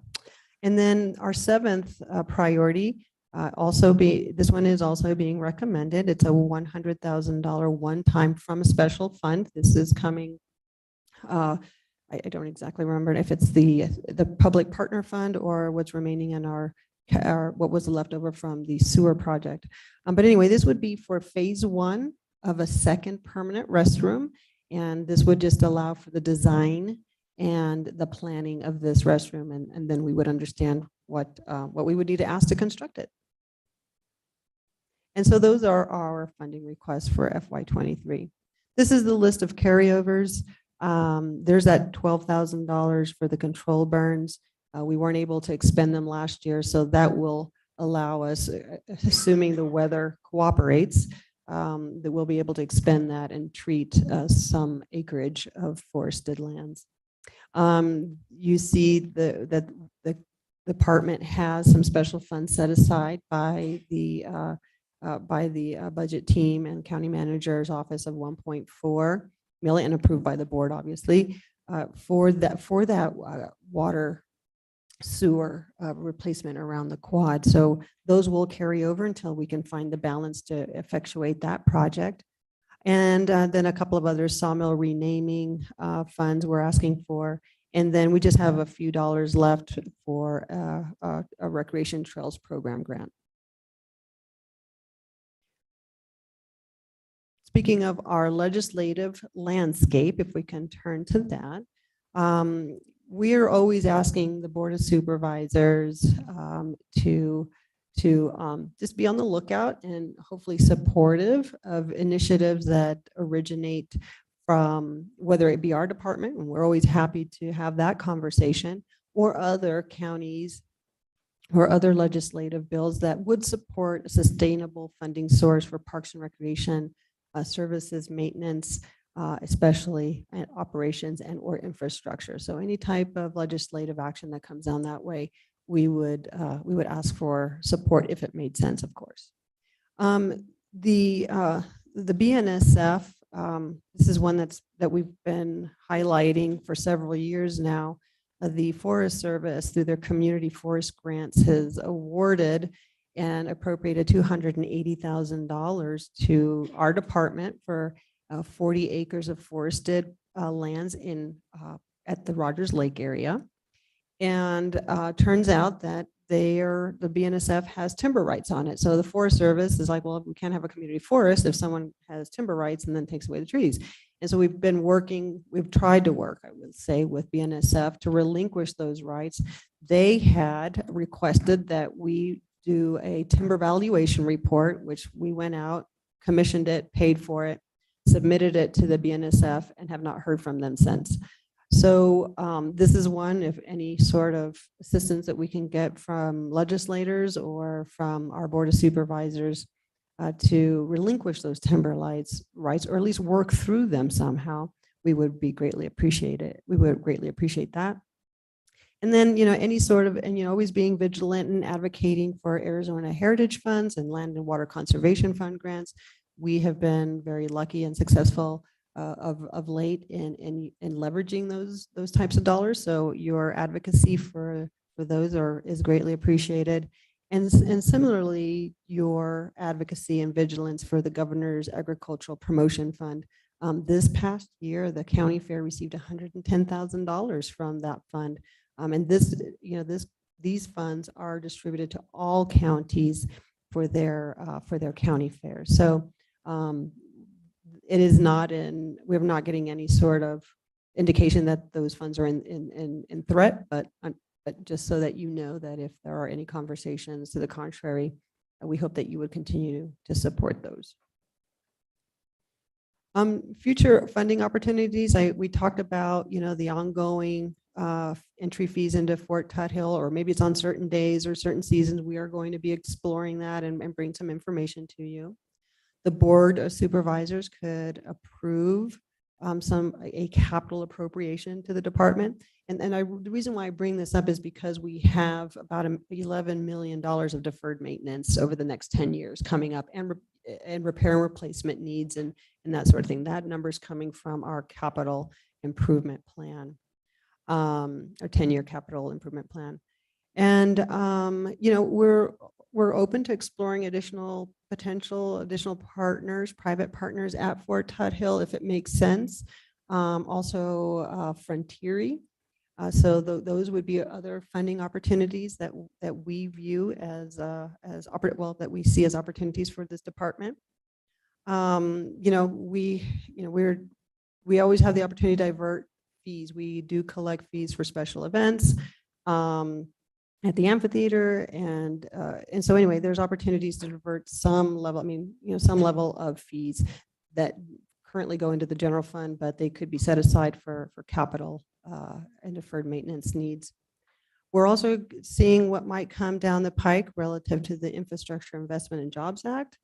And then we also have grants. We've been very fortunate and lucky, much thanks to Liz and the team that she leads in writing a lot of those grants. We've been very lucky leveraging some of the funds that we do have available with grants to get some great projects accomplished. So in conclusion, I just want to highlight that, much of what you heard me talk about and what you see in your packets relative to our 2 to 5 year vision are really are recommendations that come from that 2019 master plan. I want to assure you that the investment that the board at the time and members of the board that were present then, that investment is not sitting idle on a shelf. We are actually effectuating those recommendations. Also of note that last year we received approval for $1.1 million for that sewer parking lot improvement project. And those funds are going, for the most part, unspent because instead we were able to receive grants for those from, as you know, the ARPA grant from the state parks. And then also we got a LSRP grant for that. So you're going to see a certain percentage of unspent funds in our account, but a large part it has to do with that. And then also we'll continue to focus on the increased demand and use of Fort Tuthill and making sure that that this park and this space, as well as any others, that they receive the commensurate amount of investment in term relative to the impact that it's receiving. And then, as we have often talked about in our department, I just want to leave you with this thought that, you know, this department is focused on the future. And what we say is that we're not really turning the page onto a new chapter. We're really writing a new book for Coconino County Parks and Recreation. And with that, I just want to recognize Assistant Director Liz Krug, who's here with me today. I have Operations and Maintenance Manager Rob Wilson, who is on Zoom with us. Ricky Conway, our Recreation and Fair Manager, who's on a very well-deserved vacation. And Gretchen Polson, who was our former business manager. All of these individuals were instrumental in our budget process this year. So thank you very much, and I'm happy to answer any questions.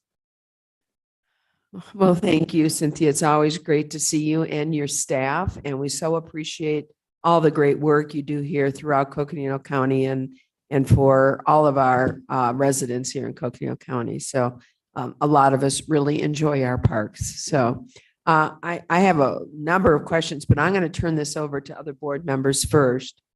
Vice Chair. Good morning. Thank you for the presentation. Thank you for the work with the parks. I've always appreciated working with the County Parks Department. My question is about compensation versus FTEs. As you know, we're going through that. You could talk a little bit about both how the need for FTEs, if you have them, and the compensation package and how that would impact your department. Thank you.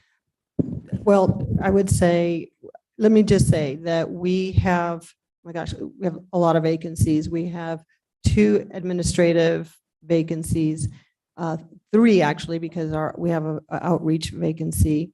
And then in our operations and maintenance division, we have about 3 vacancies there. And we're also struggling to even hire seasonal staff, which we rely on heavily in the summertime. And understand that a lot of those positions, especially in the operations and maintenance division, we struggle to maintain people there because they're like grade 7s and 8s. We struggle to keep those positions filled. We struggle to keep the people in Flagstaff. We recently hired a person as a trades 1, which is actually a little higher than, no, actually that is a grade 8, I'm pretty sure. He was here for about a month and couldn't find housing. His wife couldn't find the licensing that she needed for her type of work. And so they left. So we invested in onboarding someone who lasted about a month. So if that gives you any indication. So yes, the compensation package, especially at those introductory levels, those entry level positions, is tremendous. Would be a tremendous help to help retain people that we bring in and attract, because we struggle just even to attract people. We have an administrative position we've been trying to hire for, a specialist.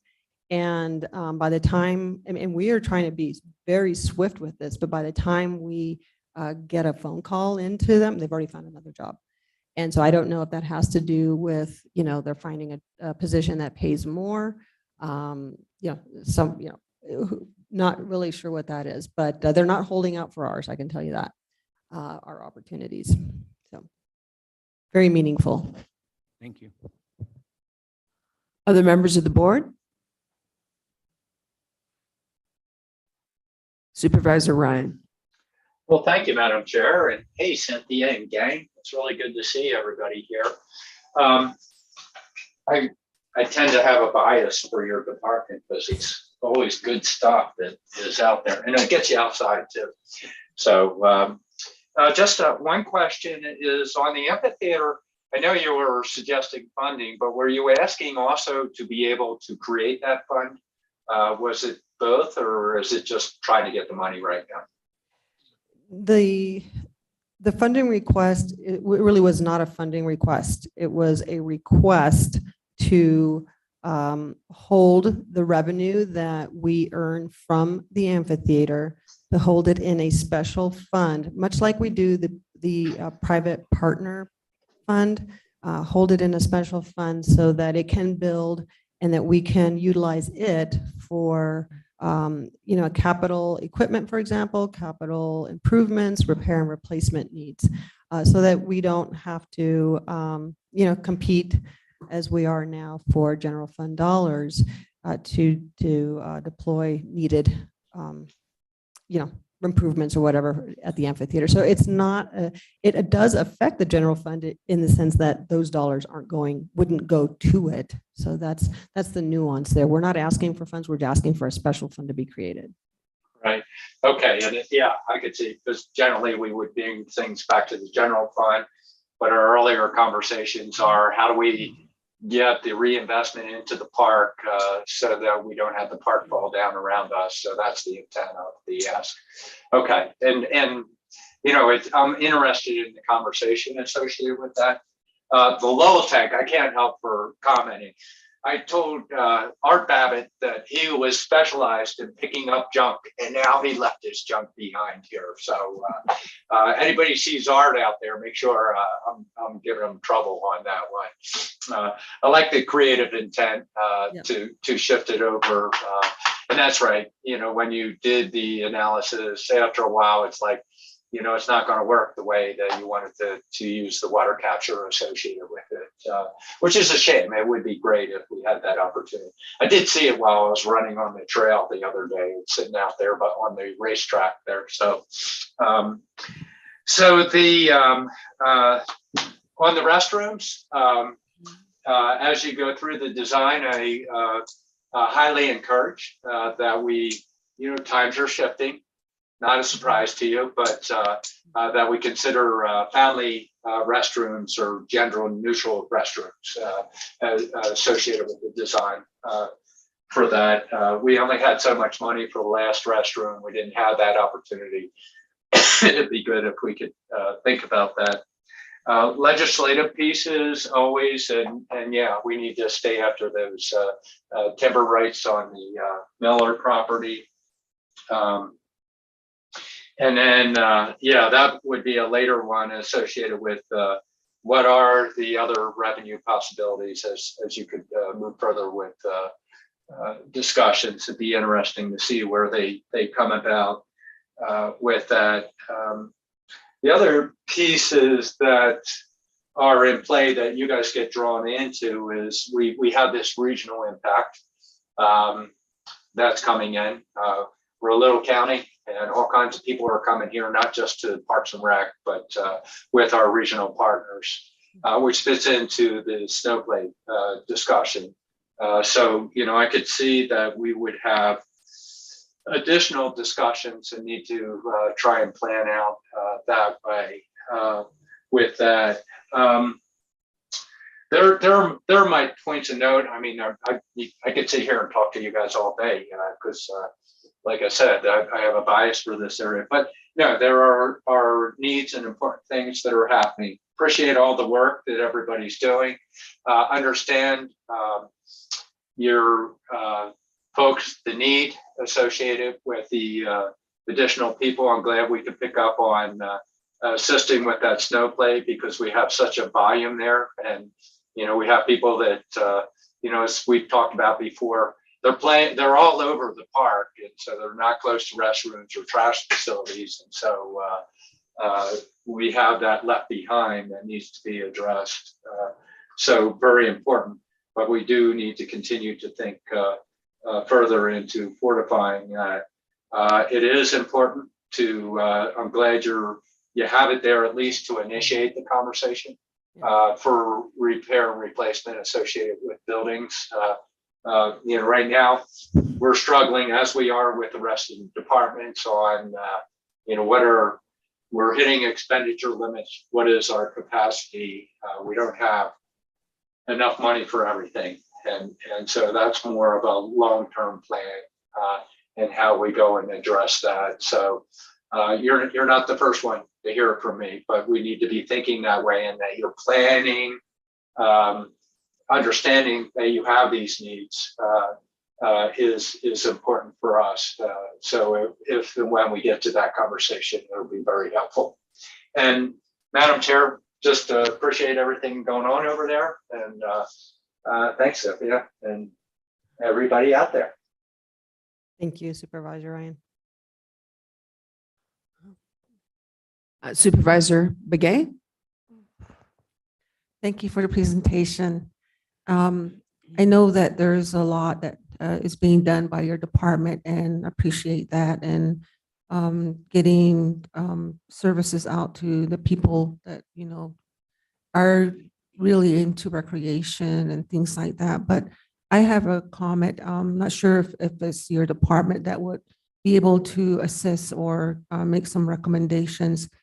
As you know, rural communities, let's say maybe for Loop, Talani Lake, and Bird Springs area.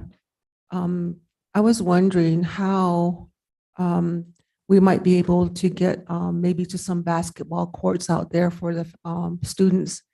And as far as, you know, just putting up maybe a court, and then just putting up basketballs, maybe in 4, 2 at each end.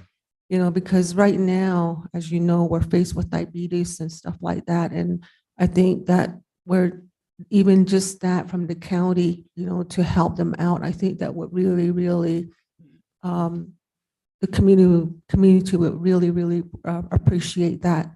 So I'm just kind of thinking, you know, that a lot of rural communities are kind of left to the side. And so I'm thinking, how can we help, you know, in even just a small, simple token of some type, you know, and we Navajos or Native Americans, we appreciate any and all help. And we're always not there to really ask for help, because we're told that, you know, you do things on your own. If you want something, go after it. So it really puts us in a bind when we're elected into these positions, and then not, you know, we're the voice for the people. And so it just, sometimes, you know, it's hard, but, you know, it takes a lot for someone like me to come before and say, hey, what about the people within all the county? How are we going to help them? And so I sit here thinking about that. So I just want to say that's just a thought that, you know, and I know that you have that Louisiana court, I almost said trailer court, the park there. You know, what are some of the possibilities that something could happen in this area that I'm talking about? Just anything, you know, I think that would really help the communities. And then also we do have Cameron, and then we also do have Talani Lake, Tonalea, and Cow Springs area the same way. And all the schools, they don't have the community members utilizing anything, and they have gates, you know, locked up and stuff. So that would really, really go a long ways. And I just want to say thank you for all you do. But this is just something that I'm thinking about, and I did talk to the previous county manager regarding that. How can we do that? I think it's doable, you know, and just a slab, concrete slab, and 2 poles, 4 poles, and then putting the basketball courts up. And I know that the chapter will really be open to that. And the land is not an issue, because we have the vast land out there, you know, that can be utilized. So thank you very much. Madam Chair, Supervisor Begay, I mean, you hit on something that is that's important to me and our department. You know, we're Coconino County Parks and Recreation, and when you read the master plan, it speaks of us being providing a much broader service. Now, it's not a service of building facility, you know, parks and swimming pools and things like that, but we can be of service to the broader community. And that is my expectation and my deep desire is to be a county Parks and Recreation Director and help communities such as the ones that you just mentioned. And the way that we can do that is by providing them information, for example.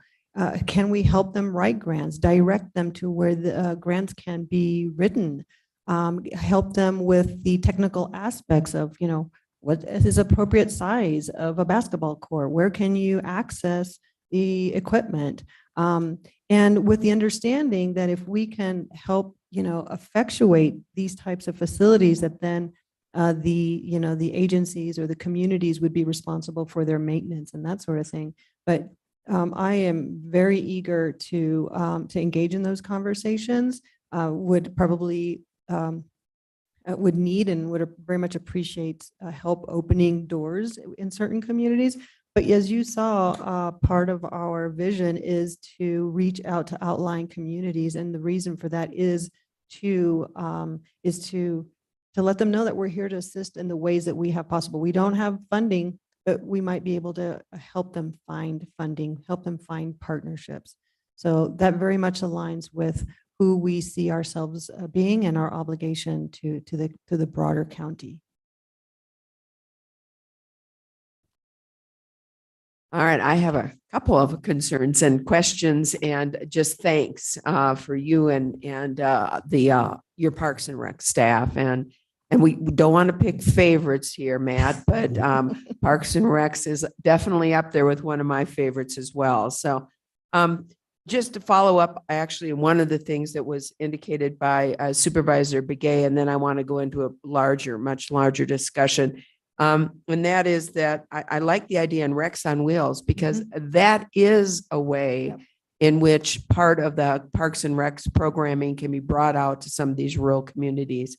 And, work together, hopefully maybe with, for example, superintendent of schools to be able to provide these out in the schools, out in some of these very rural areas where, quite frankly, the schools are the community centers too. So when I was in high school and went through school, undergraduate school, I actually was one of the people who led the Rec on Wheels program for my county back in Hennepin County and back in Minnesota. So it's a really wonderful opportunity to get some of this out into some of our rural areas. So I like that. That's a great idea. So, and hopefully you can really expand on that for our rural communities. On a broader sense, I think that there is so much that can be done with Parks and Recs, and especially with Fort Tuthill. And I think that for a long time, we have tended to undervalue our assets. Obviously, we are here for our public. We want our public to come and utilize these for all the reasons you've already outlined at the very beginning. And it's so important that we all get out and get our kids out and we get to play. But also there is an economic benefit. I mean, when we were talking about, economic opportunities, and we need to develop economic opportunities. And I think that our Parks and Rec can be a driver in that area, especially when we have commercial enterprises that want to come and use our assets. And when these commercial enterprises come to use our assets, we need to make sure that we are valuing them at a commercial rate. And I'm not sure that has been the case. And I know that's something you're looking at, Cynthia, as well. And then these assets need to go back to build up these, and I'm looking at the amphitheater.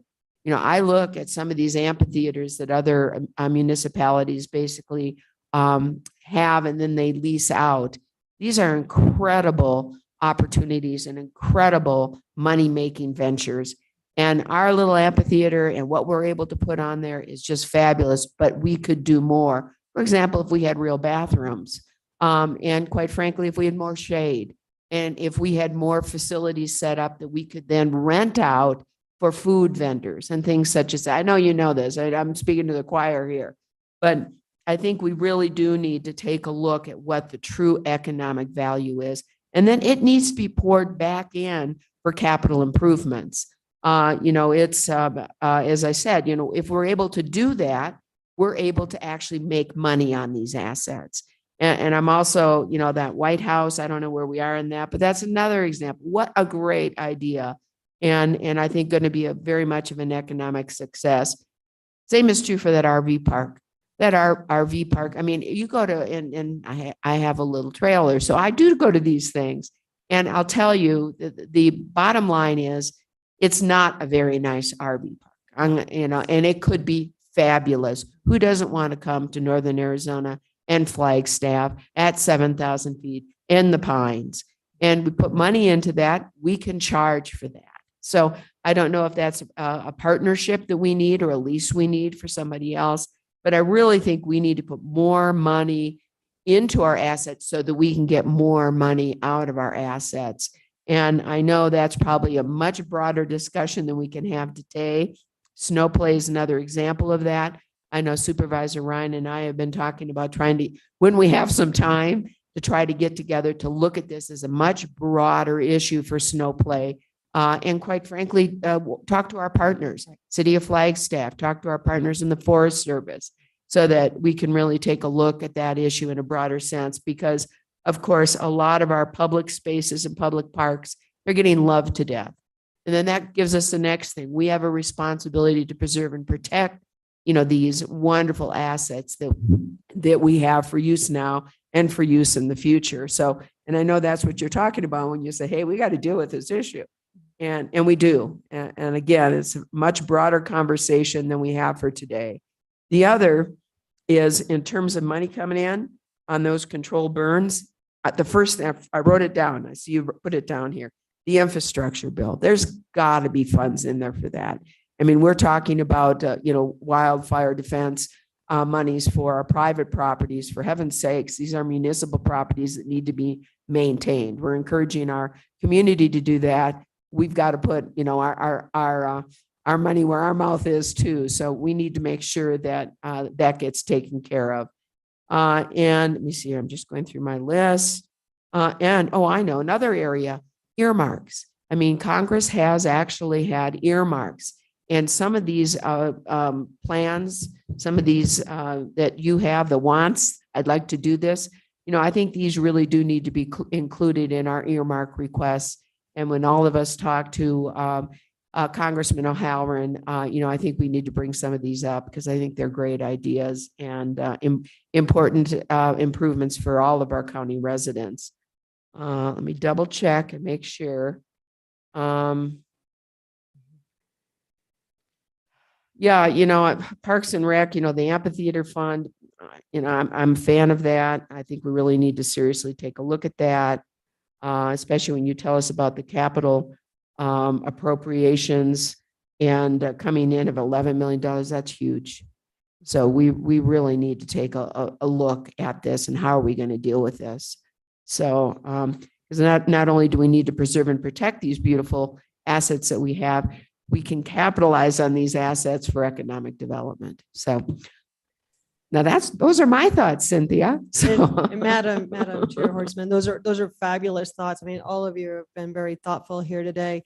Know that we are in the process of conducting some research and working with a commercial realtor to better understand the value of county assets, park assets. So we hope to come to you in August with information of what we have learned. And the White House, I will say, as of yesterday, is a bit on hold because of this, because we want to evaluate the true value and not cut ourselves short. So that project is on hold. The vendor is also willing to take a pause on this until we have a better understanding of where we stand in terms of our negotiation points. Relative to earmarked appropriations, we're keeping our fingers crossed that we're going to get some good news maybe by the end of this week. I spoke earlier with Trey Williams, and so anyway, we're all kind of sitting on the edge of our seat. There may be some good news coming down the pike for the department relative to that. But all in all, agree with all of you. I'm glad that we're all aligned with what you envision and where we stand as a department, where our direction is headed. Excellent. And I see Supervisor Fowler has also bubbled up, and Lucinda's left her seat. So I don't know if Lucinda, you want to talk first or we should hear for Supervisor Fowler. Cynthia covered that. I just wanted to ensure that you understood that we are in a process to really look at the true value of the Fort Tuthill asset. And let's not forget that we're going to have 3,000 to 5,000 employees just down the street who will want to access this park for many different opportunities to recreate, to go have a beer after work, whatever it may be. And you're right. And the RV park, they're off the charts across the country right now, being developed here and other places. So all those opportunities exist. And right now we are giving away that asset. We are collecting virtually nothing from our partners. And it doesn't matter which partner it is, we are virtually collecting nothing, and we're collecting nothing toward the infrastructure investment. So this is a dynamic that has to change going forward. So thank you. Thank you. And I know Supervisor Fowler is also bubbled up, so I'm going to turn this over to her and then we'll turn it back to you, Cynthia. Thank you. Thank you, Cynthia. And thanks to your team. I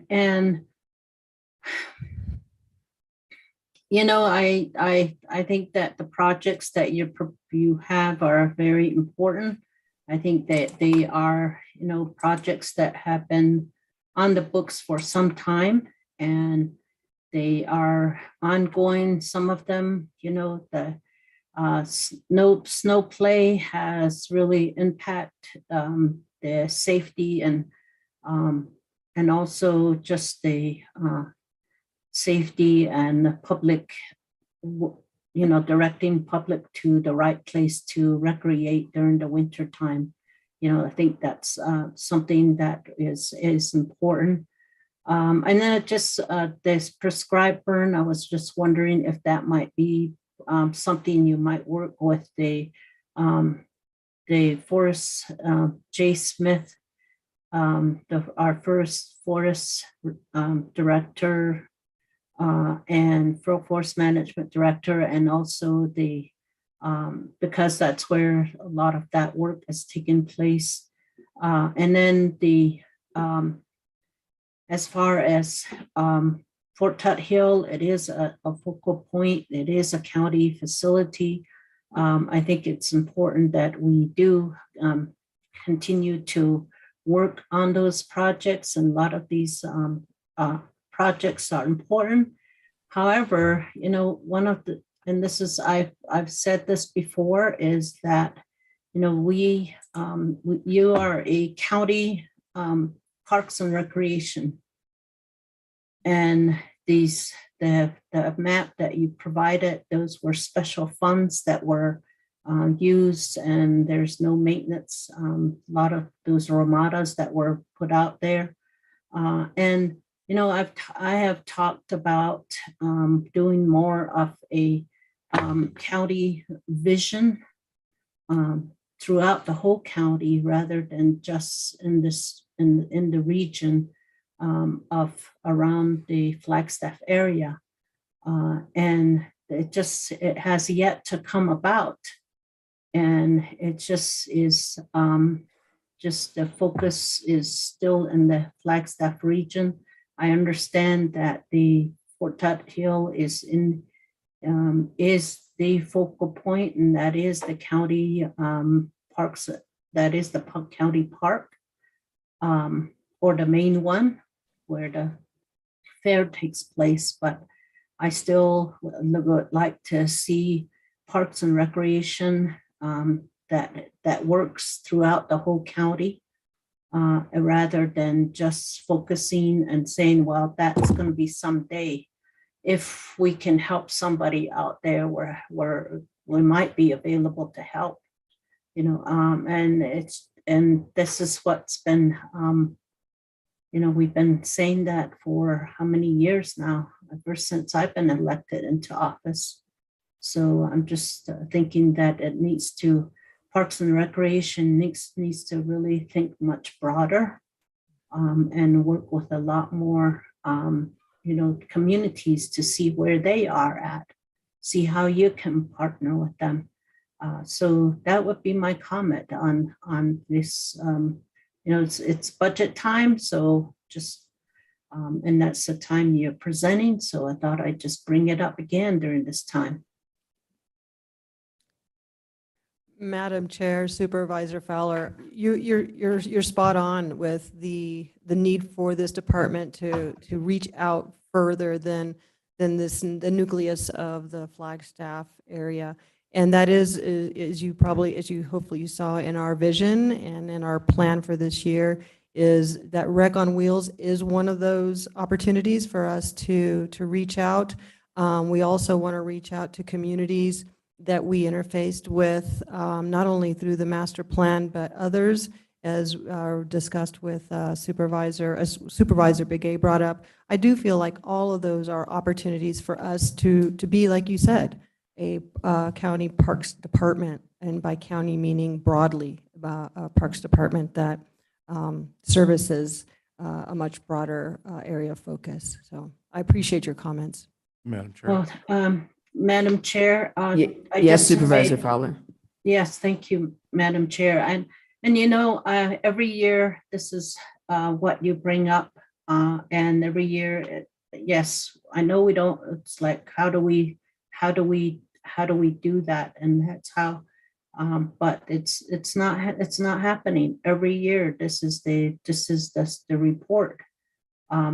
We have, this is what we accomplished in the year. First objective is rural communities, but all of your report is in the same region.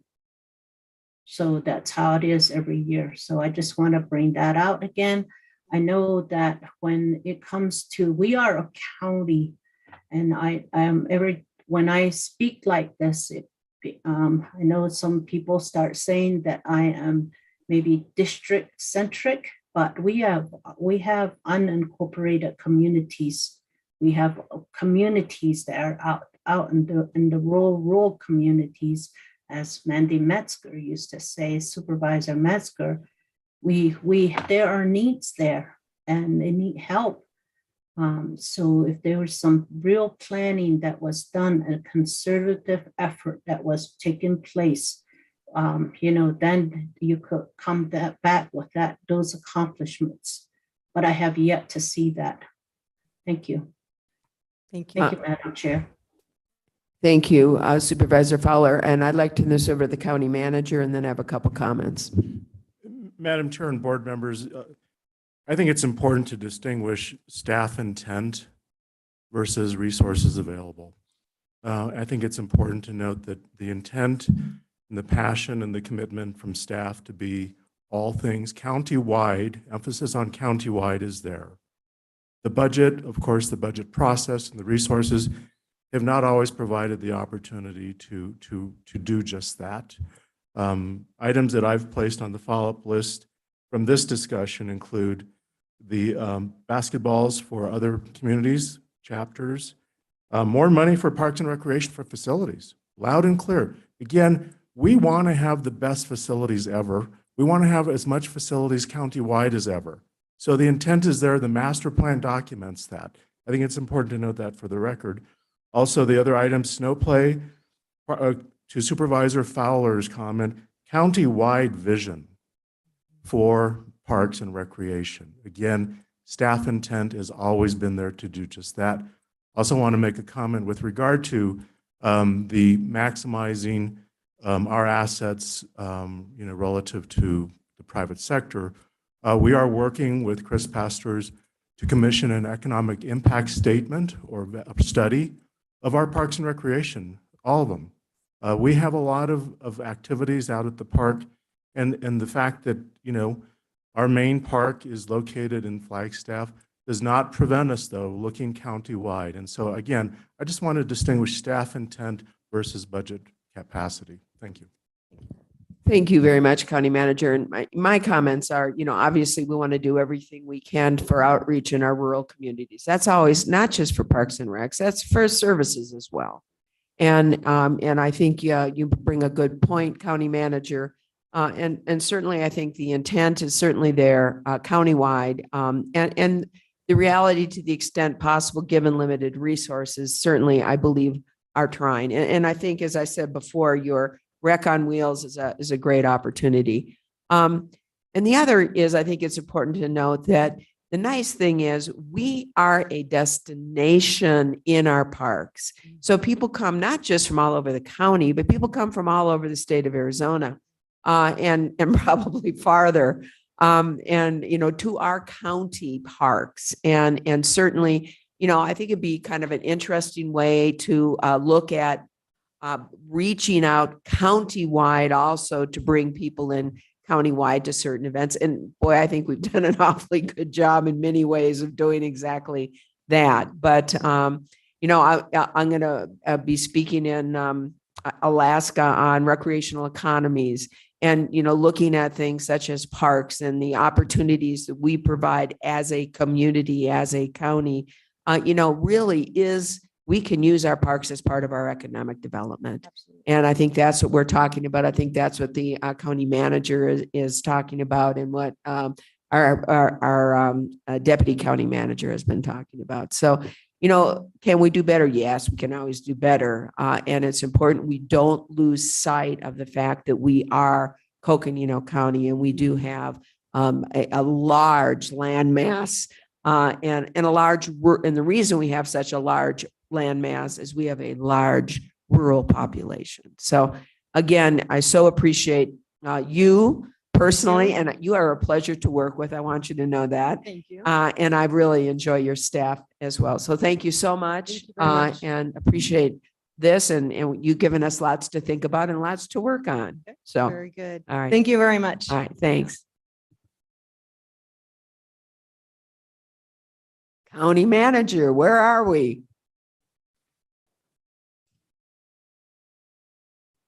Madam Chair, the schedule now, which is in my pile somewhere, can you tell me? ARPA. So this is an ARPA update, and this is for the ARPA funding that has gone through investing into the organization, mental health, criminal justice, COVID impacts. And so we're going to pull that up on the screen if you can give us a moment. Sure. So we're doing, just so everybody, thank you again, you all. So we're going to be doing ARPA update, and then we'll break for lunch. Is that correct? That is correct. Yeah. So we've been promised Olive Garden, so we're really anxious about that. So Madam Chair, we're ready to present Siri Mullany, also Kristen from Finance, who's been assigned to this project of tracking the investments and the reporting to the Department of Treasury. And so we'll be walking through that. And we also have we may have other members of the task force in the group that we may need to call up. But again, if we do, we'll let Lindsay know that we need to pull someone up if the board has a question on a specific investment. So with that, I'll turn it over to Siri and Kristen. All right. Thank you. Hi, Siri. Good morning, Madam Chair and members of the board. So Kristen, Curtis, and I are probably going to tag team this a little bit. She'll do most of the talking, but sometimes I can't help but jump in, as she knows. So the first thing that we have, this was a slide we showed during last year's budget process. So we brought it back up because this was sort of what we committed to when we were talking about the budget process and the American Rescue Plan Act funds. So where we were last year, I'll try to use the mouse here, is during the budget development, we were talking about general fund dollars and one-time allocations and ARPA money. And that, as a reminder to the board, then we had some recurring, at the time, SIRs or funding requests increments that remained in the budget. And so the sort of the UR here is the second box in the FY23 budget. So where we are today is that bottom bullet, ARPA update and reallocation discussion. And really, this was something that we had discussed with the board last year because of the concern about the timeline on the money, making sure that we were getting, the full benefit of the allocation, if you will, and not leaving any dollars on the table. So where we are today is just to give you a status update on the projects. One reminder is that many of these dollars weren't allocated for internal projects until around November. I believe it was late November of 2021. So we're very early in many of the projects, which will be reflected in some of the status update. But we did just want to give you an opportunity to take a look at where things stand. We will also plan to do probably a mid-year update. So in another 6 months or so to keep on track. And then, of course, as you look at the slide, during FY24 budget, there'll be another update for potential reallocation, if it is felt like it's necessary based on just sort of where we are on the spending patterns. So with that, I'm going to turn it over to Kristen. Thank you, Madam Chair Horseman and members of the board. Thank you, Siri, as well. I just wanted to take a moment to introduce myself. I'm Kristen Curtis, and I'm the new ARPA program manager. I have previously worked for Coconino County at the Health and Human Services, and then I moved on to NACOG for a short bit and working in the aging department there. And I am very excited in my new role with Coconino County. These slides are intended to give you an overview and a status update of the ARPA funds. As you may recall, Coconino County received $27.8 million in state and local fiscal recovery funds under the American Rescue Plan Act. Throughout the presentation, I will refer to this funding as ARPA. The Treasury has split the funds into two payments called tranches. We received the first half of the tranche in May of 2021, and we are expected to receive the second tranche May of 2022.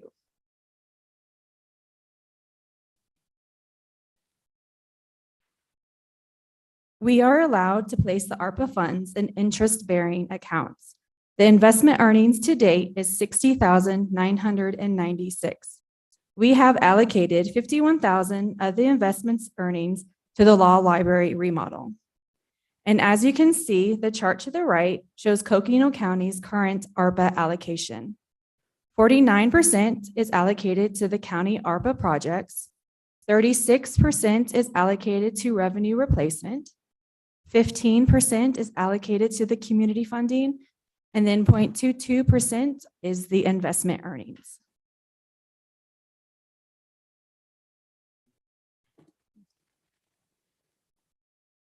And then moving on to the ARPA summary slide, this shows the breakdown of how the funds are being allocated. At the top, you can see we are receiving the $27.8 million in ARPA funds, and the investment earnings brings our total to $27.9 million.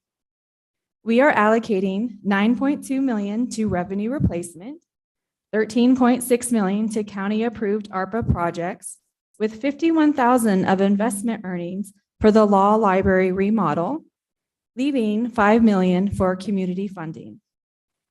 And the rest of the time, we are going to go into more detail of the $13.6 million allocated to county-approved ARPA projects.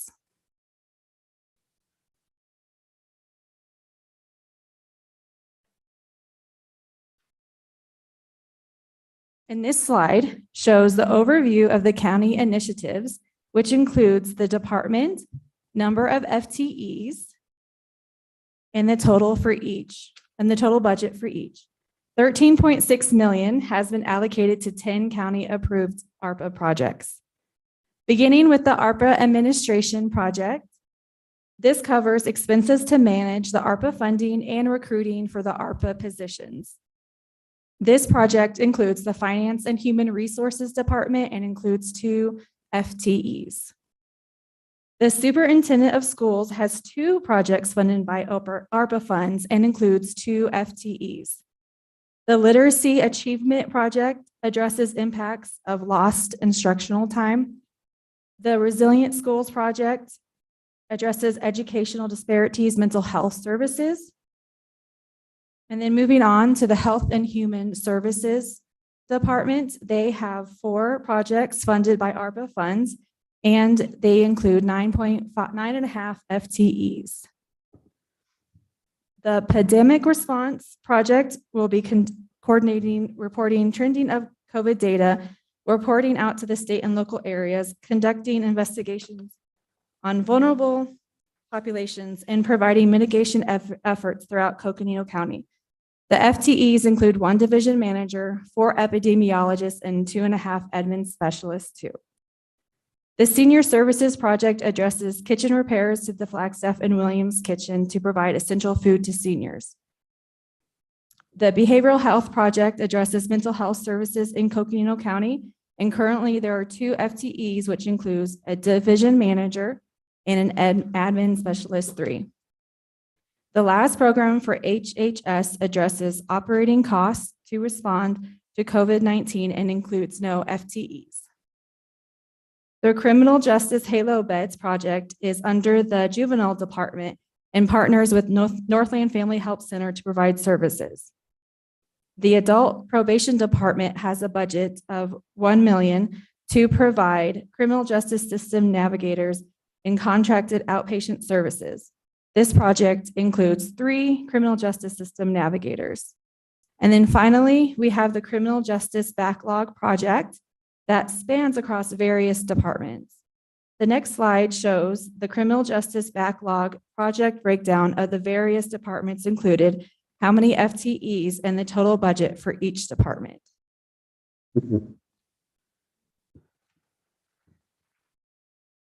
The Criminal Justice Backlog Project addresses the backlog of cases resulting from the COVID-19 pandemic. The project is allotted $4.5 million of ARPA funds and has created 24.5 number of FTEs. This project spans across many different departments. These departments include Clerk of Superior Court, the Superior Court, Flagstaff Justice Court, Public Defender, County Attorney, Adult Probation, and Facilities, each with their own budget.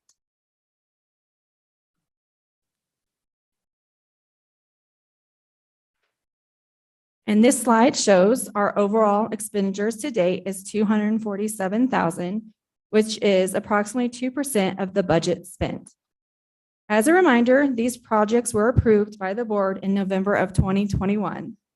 All the departments are moving forward with their projects, and I meet frequently with the department leads to receive updates on the progress.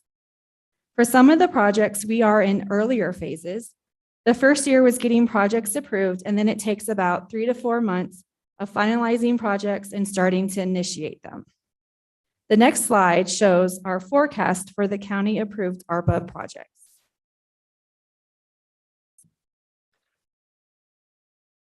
As you can see on the left-hand side, we are projecting to be at 8% completed for fiscal year 22. This is not unexpected due to implementing new projects to see fiscal year 22 at a low rate of completion. But we expect by fiscal year 23 to be at 51% completion, with fiscal year 25 being 100% completed. We are constantly monitoring the progress of the projects and will continue to provide updates.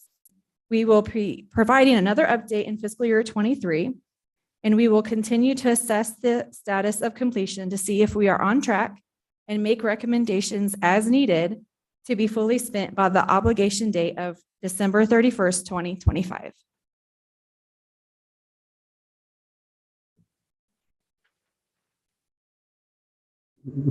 And then this slide shows our quarterly report and expenditure report timeline. All recipients are required to submit project and expenditure reports. Coconino County is required to submit quarterly project and expenditure reports. The red circle on the slide indicates where we are currently at the reporting timeline. We just submitted our second report, which was due on April 30th, 2022. We will have a project and expenditure report due quarterly, with the last report due on January 31st, 2025, as shown by the red line on the slide. To date, we have had 1 interim report and 2 project and expenditure reports due, which all have been turned in on time. And we continue to receive further guidance from Treasury regarding reporting compliance, and we follow updated guidance as we receive them.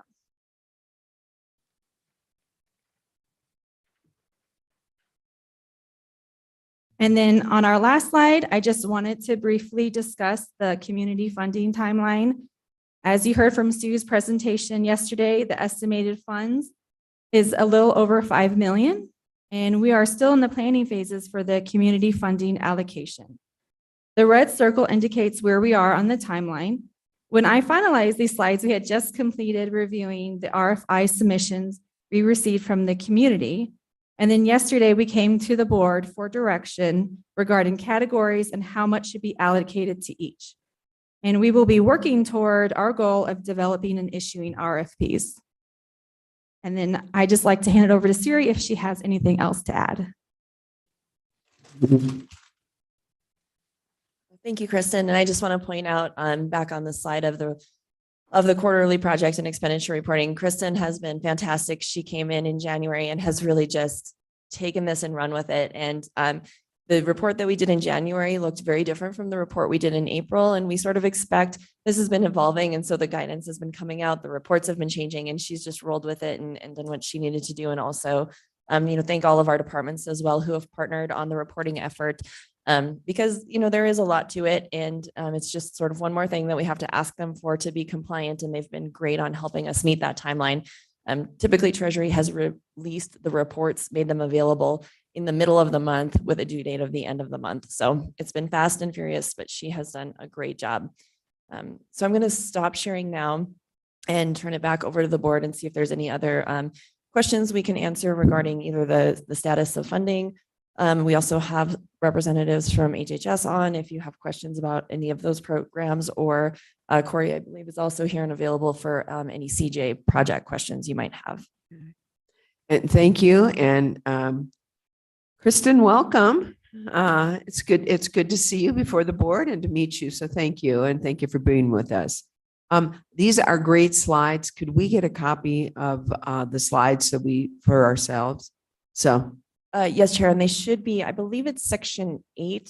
Oh, we already have it? I love the slides. I'm sorry, I didn't see it. So thank you. Perfect. And I know that part of the problem.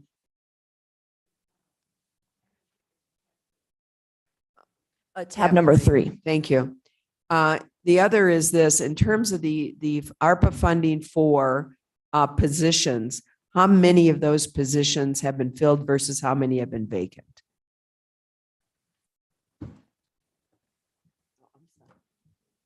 You can ask them. You know what? I don't have the slides. I got it here. I've looked at this. It just isn't in my book. So I don't know what happened. I did look at tab 3 though. I believe, Chair Horseman, it was one of the days you were remote that we handed it out. So we will get you another. Yeah, I don't So have thank it. So. Madam Chair. In the original proposal, there was, that was for just the criminal justice, there were 24 positions. 24 positions were identified in just that one area. I think when we look at just recruitments and successful recruitments, probably less than 5. One of the big challenges we're having, like we have with other positions, is recruiting. The recruiting field is not there, which has been tied to compensation. And so, 20 some positions have been allocated for the investment, but again, we're just not able to get the recruiting done because of compensation issues. And let me make sure I understood. So there are 5 positions that are ARPA. We have through ARPA alone, we had identified 24 positions to be filled in just the criminal justice area. Right. Of those, we've probably have filled less than 5. And the reason that we're having that problem is because of recruiting challenges that are focused on our compensation. Thank you. I didn't hear the filled part, so I wasn't sure what that was. Thank you. And thank you, Chair. If we can, we also have, Kristen is keeping detailed records on all of this, and so she can email that as a follow-up across all programs. Great. And if you wouldn't mind providing me the handout. So I thought it was very informative slide. So thank you very much. So I have a follow-up question. Yes, you do. About the compensation package, do you feel that if we were to implement this compensation package, it would help with ARPA recruitment?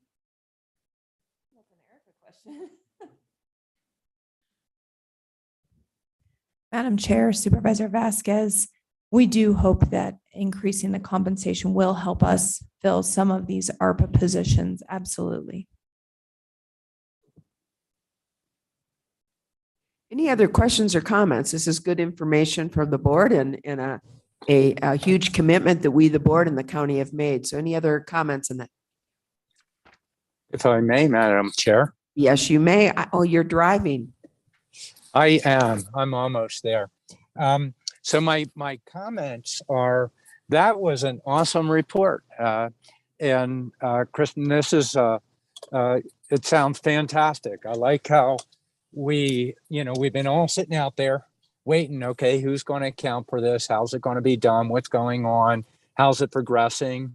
And so I really appreciate it.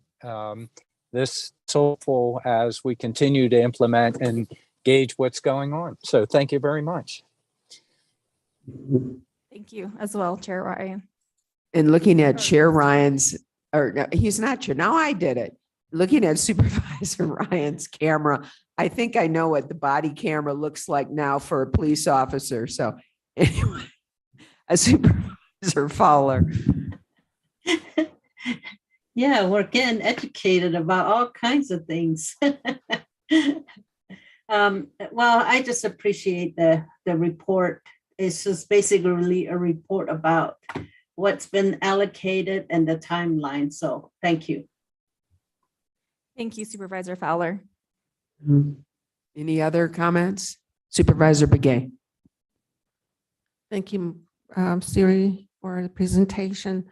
It's good to know that, in each of the departments that were presented, what the statuses are and what they're looking for, what your plans are. It's really nice to share that with the board and update it here and there. And so we have a lot to think about. And, I've slept, I didn't sleep for like 2 hours, only because I'm trying to process everything that was given to us, all even from last week to this week. So, but I appreciate all your presentations, and that, I know that every county employee is working, and that there are results that are being seen. So I just want to say thank you on behalf of the board again. Thank you. Any other comments, members of the board? Oh, there he is, direct from the road. Any other comments that you'd like to make, or members of the staff? Otherwise, it was an excellent report, and thank you for the update. And we look forward to continuing updates as we move forward. We have a tremendous opportunity with this money, and we want to make sure it is used to the max. So really appreciate you keeping us informed on this. Thank you. Thank you.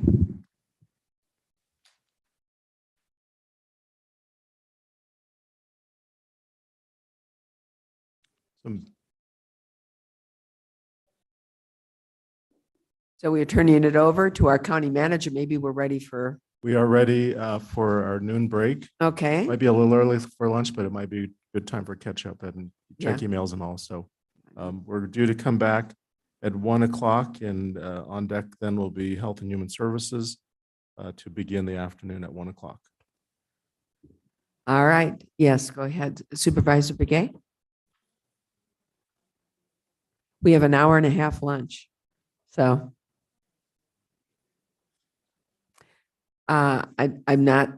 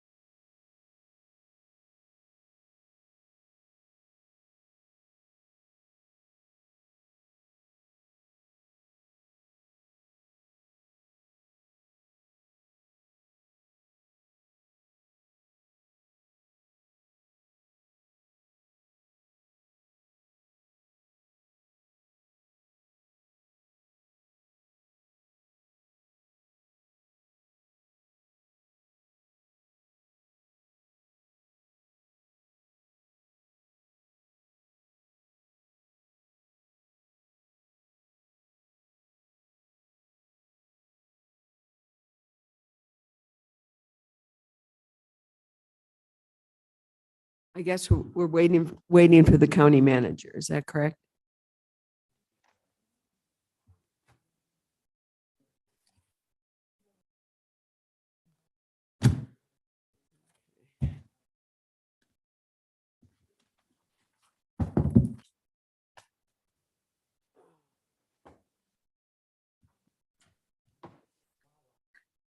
Madam Chair, I'm here, just so you know, Lena. Lena, are you coming down? No, I'm not, thanks.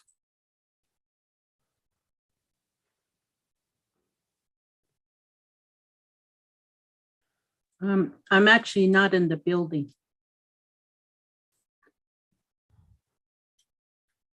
Okay, and we're just waiting for the county manager at this point, who I think is in the building.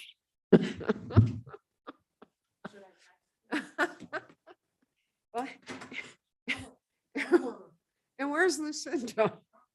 Yeah. Yeah, that was pretty incredible. That was incredible. Yeah.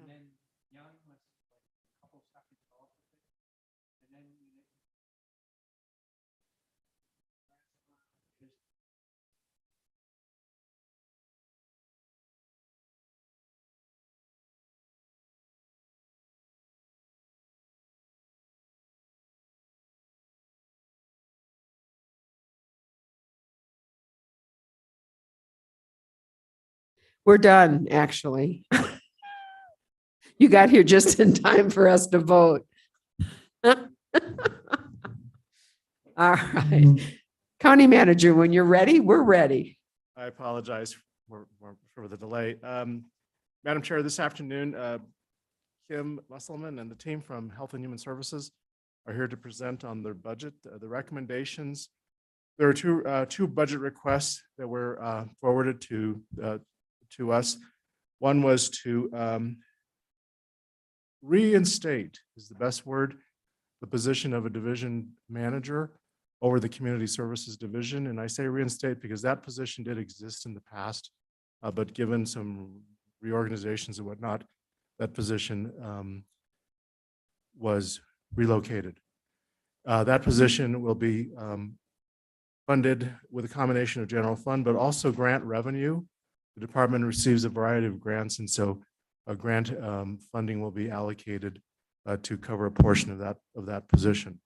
The other request was to provide the opportunity for the department to retain indirect cost allocations that typically come from grants that are received, and those indirect funds go to support the general fund for central services that are provided to departments, and that is not recommended. So again, the division manager position is recommended. However, the indirect cost process is not recommended. So with that, Madam Chair, I'll turn it over to Kim to go through her budget presentation. Good afternoon, Kim. Good afternoon, Chair. Thank you for And- joining us. We're usually here, you're usually here keeping us up to speed on a different matter, and which we have so appreciated, and I'm sure our community has as well. So it's great to see you wearing your hat as the HHS director and here with us on budget. So thanks for being with us. Thank you, Chair Horseman, Supervisors. It's great to be here this afternoon, and it's great to be in person. It was Old Home Week, giving hugs and other things to those that I haven't seen for quite some time.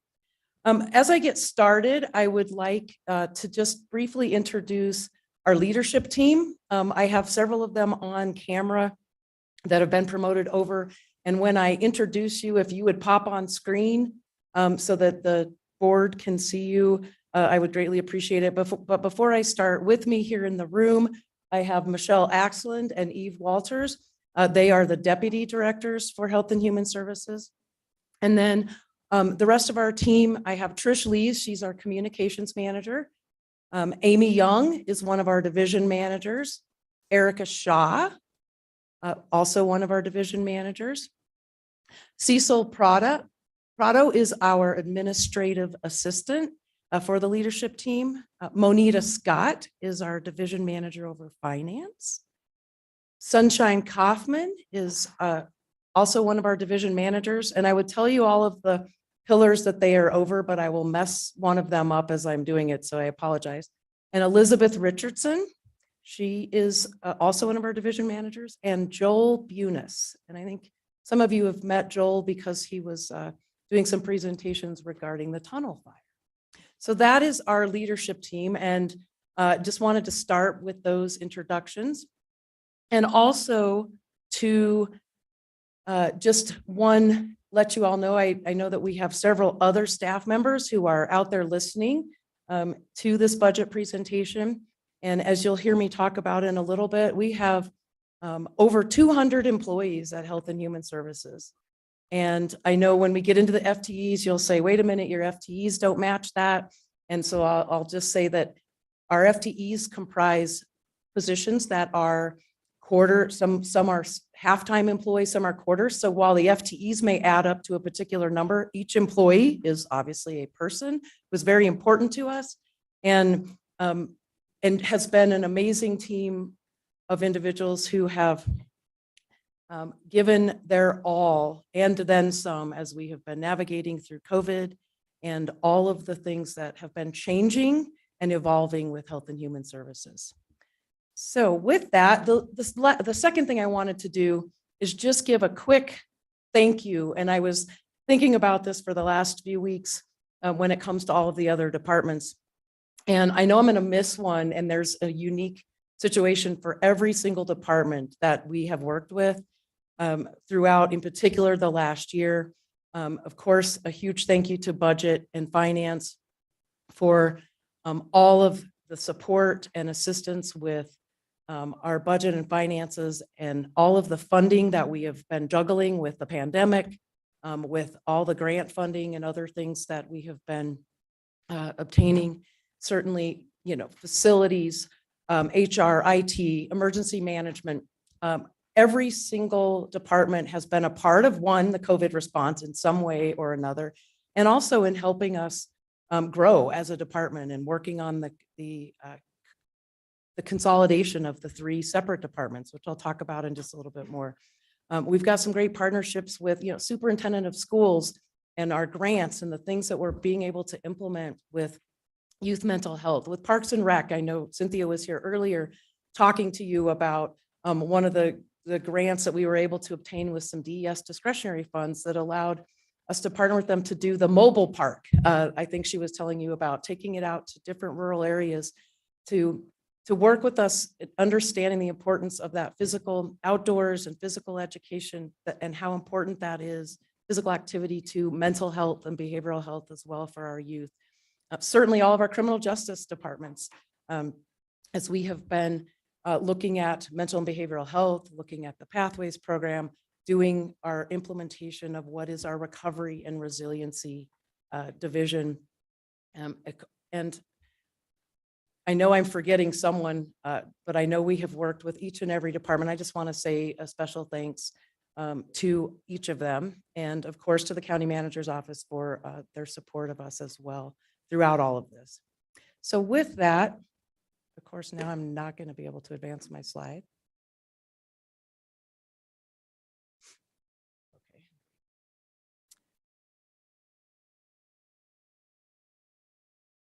The mission of Health and Human Services is really our focus on empowering people, confronting inequities, influencing policy, so that ultimately we are bettering lives. Hopefully, as I go through this presentation today, that will be very evident that we are living and breathing our mission at HHS. Next slide, please. So last year, I know when we came and presented, we talked a lot about the social determinants of health. And you all know that you can't be healthy if you're experiencing hunger or homelessness. And we approach health equity and economic stability by focusing on community health and community well-being. And that focus is incorporated into each and every one of our programs, and which even then correlates to our chart of accounts with finance, our staff, and how we build programs to ultimately reduce barriers for our residents of Coconino County. This framework really is the focus of everything that we do. Next slide, please. So before I get into great detail, we wanted to start off with a little video about why we do what we do. So we're going to play here in just a moment a short video that shows the interconnection and why we are focused on the whole person as we strive to improve our community health and well-being, and ultimately to move the needle to address social determinants of health and better our Coconino County and all of our communities. So with that, we will play this video. When people ask me what Coconino County Health and Human Services does, I take a deep breath. To truly capture the breadth and depth of the services CCHHS provides could take hours to fully articulate. The programs we offer touch the lives of our community every day. Our services provide a deep and lasting impact and strive to improve quality of life, helping individuals, families, and communities to thrive. Asking what CCHHS does is only half of the picture. It misses the why we do what we do. One of my favorite quotes was said by Melinda Gates, and it touches on our why. Deep human connection is the purpose and the result of a meaningful life. So today, rather than exploring the expansive organizational chart full of programs that matter and the people who work tirelessly to operate them, I am going to share stories of our why, our connection to people, and our commitment to addressing the social determinants of health to build resilient communities across our vast county. So Zoe's 4. We've been with the program since Zoe was born. We have an awesome relationship with our family support specialist. She is amazing. She's very easy to talk to. She's like instantly become a part of our family. She's helped me find the resources I need. She's helped me learn different ways to raise my family, different ways to go about incorporating family time and bringing fun to my kids. That I had to put the time into it, but at the same time, I wouldn't have had anywhere to start without the program. So my name is James Lurch. I'm a teacher at Fallout Flagstaff Arts and Leadership Academy. Students are gaining a great deal of scientifically accurate knowledge and socially important knowledge that they would not otherwise get. And I think at a minimum, it's going to help them make better choices if and when they decide to become sexually active, or if they are sexually active, they'll make better choices there too. The stowaways were discovered when the car's owner, who came from Dilcon on the Navajo Nation, went in for an oil change in Flagstaff. When the hood was opened, the car's owner and the techs heard whimpering. They called for help. Paula Swensky, Animal Management Officer for Coconino County, came to the rescue. Two were huddled together safely on top of the skid plate. The one I named Otto must have crawled her way up through the engine. So it's a miracle that she survived. Yes, Swensky named the pups Otto, Sparky, and Turbo, and handed them off to High Country Humane. Connie Weber, Arizona News Radio. When I first spoke with Mark, I'll call him Mark, he was feeling stuck and in need and direction in his life. He called Coconino Health and Human Services, Career Services, so he could find a good paying job to help his family. And together we made a plan, enrolling him into commercial driver's license training, getting a license, and finding a job with benefits. I saw Mark go from stuck to feeling empowered. He was successful in getting his CDL, and we helped him get and prepare for an interview with Shamrock Foods. He was thrilled when he got his job, and so was I. Now I see Mark setting his own goals, like pursuing his GED to continue to grow in his career. The difference between the Mark I met on day one and the Mark I see today is amazing. Career Services and Arizona at Work are making a huge difference in Coconino County. The Circle of Page Food Pantry, led by Crystal Phillips, is a nonprofit food pantry that makes food available to residents of Page and surrounding communities in Coconino County. Recently, Coconino County Health and Human Services Health Disparities Program awarded Circle of Page Food Pantry with a $30,000 grant to be used to purchase food, and basic essential items, as well as delivery and staff expenses. When asked how these health disparity funds were making a difference in her community, Crystal responded by saying this: "The food that you provide is making a huge difference in our community. I walk up to the cars on each distribution day and ask how each family is doing. Oh my gosh, the stories I hear are heartbreaking. With so many in our community out of work, they tell me they can't afford food for their children. They have no food at home, no healthy food. Some people are homeless and the only food they have is what I give them. They are all so very grateful. I get letters thanking me. They hug me and say, 'God bless you.'"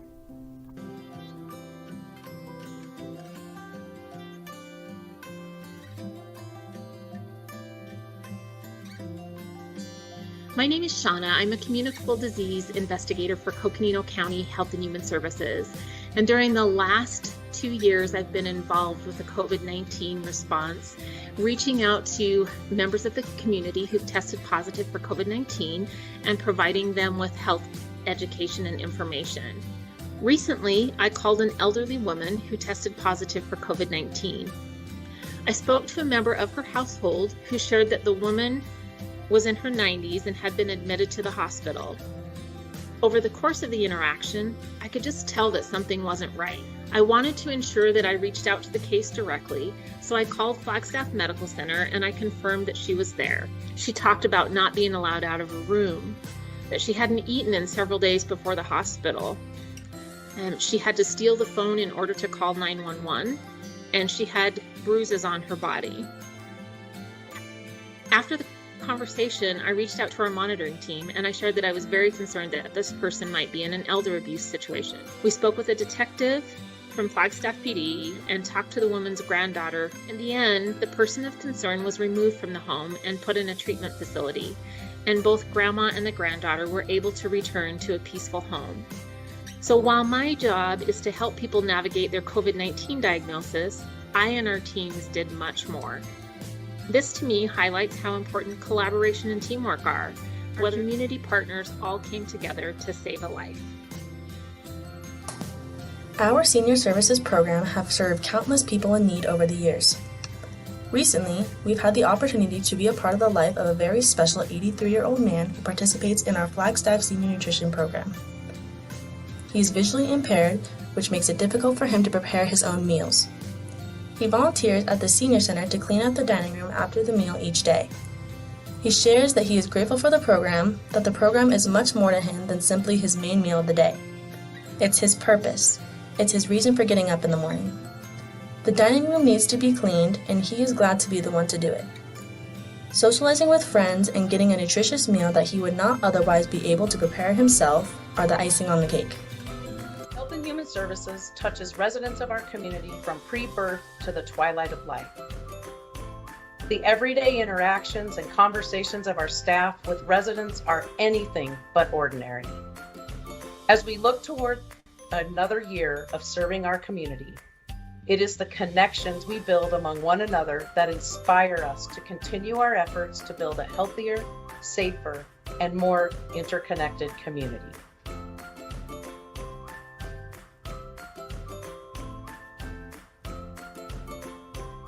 Have a great day.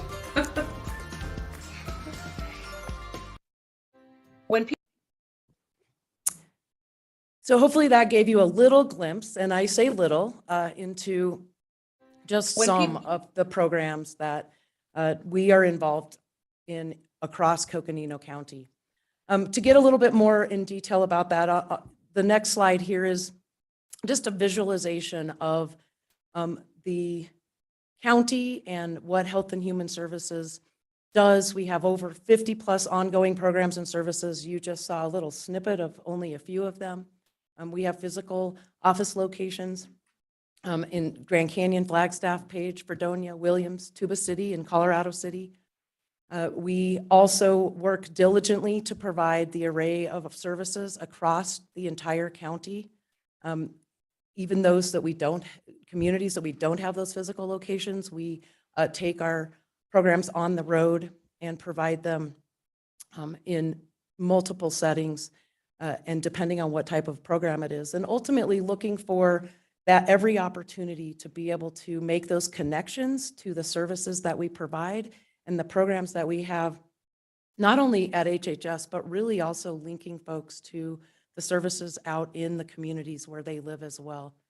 Let's see, certainly as you saw in there, and I in terms of some examples of things in some of our other communities, we have the farmers markets that our food programs have been able to expand. We go out to Loop and work with the schools. We are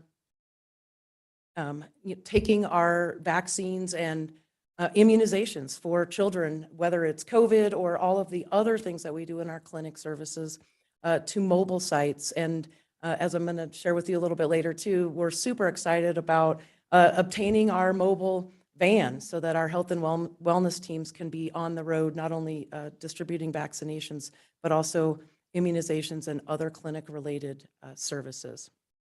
Next slide, please. So just a few highlights, and I say just a few because we have multiple pages, but I wanted to highlight a few things with respect to COVID in particular. Certainly one of the big things that we have been able to advance is our public communication and using social media, our websites, and all of those things to continually push out prevention and mitigation efforts. Certainly also our partnerships with our entire county community, whether it's the schools, our other health partners, relationships that didn't necessarily exist before COVID have been strengthened and advanced to the point of we are all picking up the phone and calling and getting folks to interact on whatever the situation may be. Certainly our COVID vaccines, at the time of publishing of this, we have provided over 35,000 of COVID vaccines. Our countywide rapid test distribution, as I mentioned, our mobile vaccine vehicle.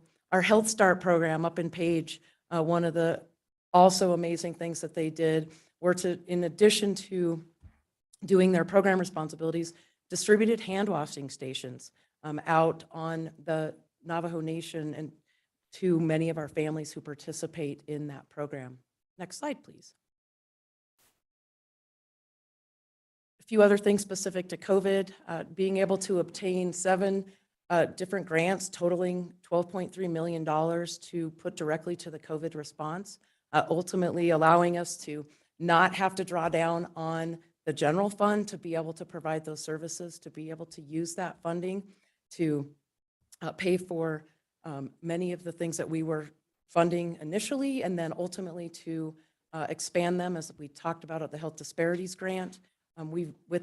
That was almost a $5 million grant in and of itself. We've been able to place 9 different navigators into different agencies across the county.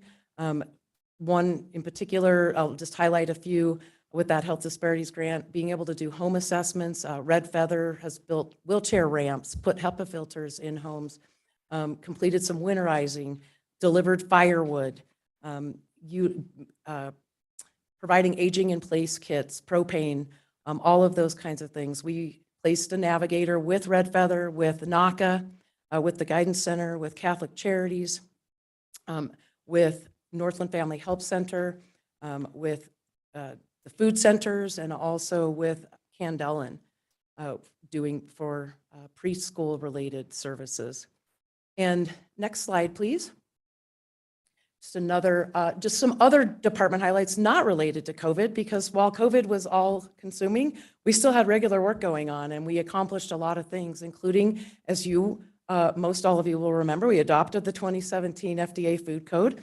That was a big, huge, heavy lift, and our environmental health team has done an amazing job helping educate and getting our restaurants and others the support that they need so that they can be successful and we can keep our community safe. Our medical examiner's office, I don't get a lot of opportunity to talk about them. They are a division in and of itself of the Health and Human Services, and they obtained their name accreditation, the National Association for Medical Examiners. And this is a really impressive accomplishment. And Dr. Zarnicki and his team worked for a handful of years after a couple of years after moving into the new building to make this happen. And we are one of only 70 medical examiners' offices across the entire country to have this accreditation. And it really raises that bar of the professionalism. You know, we have contracts now with the Navajo Nation for medical examiner services. Of course, with Navajo County, we do the federal FBI cases and have been asked on more than one occasion to assist other counties. And we have a great team there that has been really taxed as well over COVID. They're processing in the last 2 years over 1,000 cases, and not all of them are related to COVID. I mean, we have suicides that have increased. We have accidents that are happening in vehicles and young people and youth. We also were able to obtain funding and implement the new water assistance program. So in addition to providing rental and utility assistance, we were also able to provide assistance to help assist with paying people's water bills. That was a huge undertaking and really added a much needed service for our community. Under our First Things First program and the early childhood centers, they were able to bring on 14 new centers, even over the course of COVID, in terms of working with this program and helping them get their childcare providers the training they needed and supports to provide much needed childcare services in our communities. WIC, our Women, Infant, and Children program, received the Breastfeeding Performance Award, higher than any other county in all of Arizona. And lastly, that I'll talk a little bit more about, we have been realigning our organizational structure. Next slide, please. As some of you will recall, and some of you board members being new, but I know we had talked about this last year, is in 2019, the decision had been made to combine what was 3 departments into one Health and Human Services department. And in 2019, that work was being undertaken. A director had been hired over Health and Human Services, and things were in motion to make that happen. And then COVID hit. And one of the silver linings of COVID was it kind of just thrust that gelling of all 3 departments almost instantaneously, where everyone had to all work for the same common goal, whether they were from health, or community service programs, or career service programs. And while we have been in the midst of COVID, we have also been working very diligently to complete the organizational structure and put it in to a framework that we can support and provide the things that our community needs. And so you're seeing on the screen a snapshot of our organizational chart. And I know it's very small, the print, and you can't read all of it. But this kind of leads me into our discussion, as Steve had mentioned, with what one of our requests for budget are, is to get a division manager over that community action pillar that you see on that far left of the org chart there, and really wanting to support all of the employees that we have in providing those services throughout the county. And of course, as we've been organizing this organizational chart and the structure, that includes some of the ARPA funded positions, which allowed us to make what is our Recovery and Resiliency Division. And I'll be talking about that a little bit more when I talk about our ARPA, and also how we're going to sustain what we are doing in still this pandemic phase and moving into endemic, and the things that we need to do to be prepared and to hopefully not have the level of loss and illness that we experienced in particular in our county as a result of COVID. Next slide, please. So how do we frame and make what is our vision, and how do we work with all of our divisions, our program managers, our staff, what is the focus of the things that we do? And what we do is we tie our vision to our community's priorities. So we just, and I shouldn't say just, but we did a community needs assessment at the end of 2020, and then into 2021 did our community health assessment. And what came out of those assessments were what our communities identified as the key priorities. And there were lots of them. These were the ones that rose to the top. And they are housing as number one. And I know that's not the first time you've heard that. And that's housing for those who have no housing, and that is workforce housing and housing affordability and all of anything you want to wrap with housing. Of course, mental health, big area. And then some other areas that we have put all encompassed under economic security. And that was childcare, transportation, food security, and income and high-paying jobs. So with these priorities, what we're doing with them now is we are working on what is called our Community Health Improvement Plan. So we have multiple community partners from all over the county who are participating in our Community Health Improvement Plan.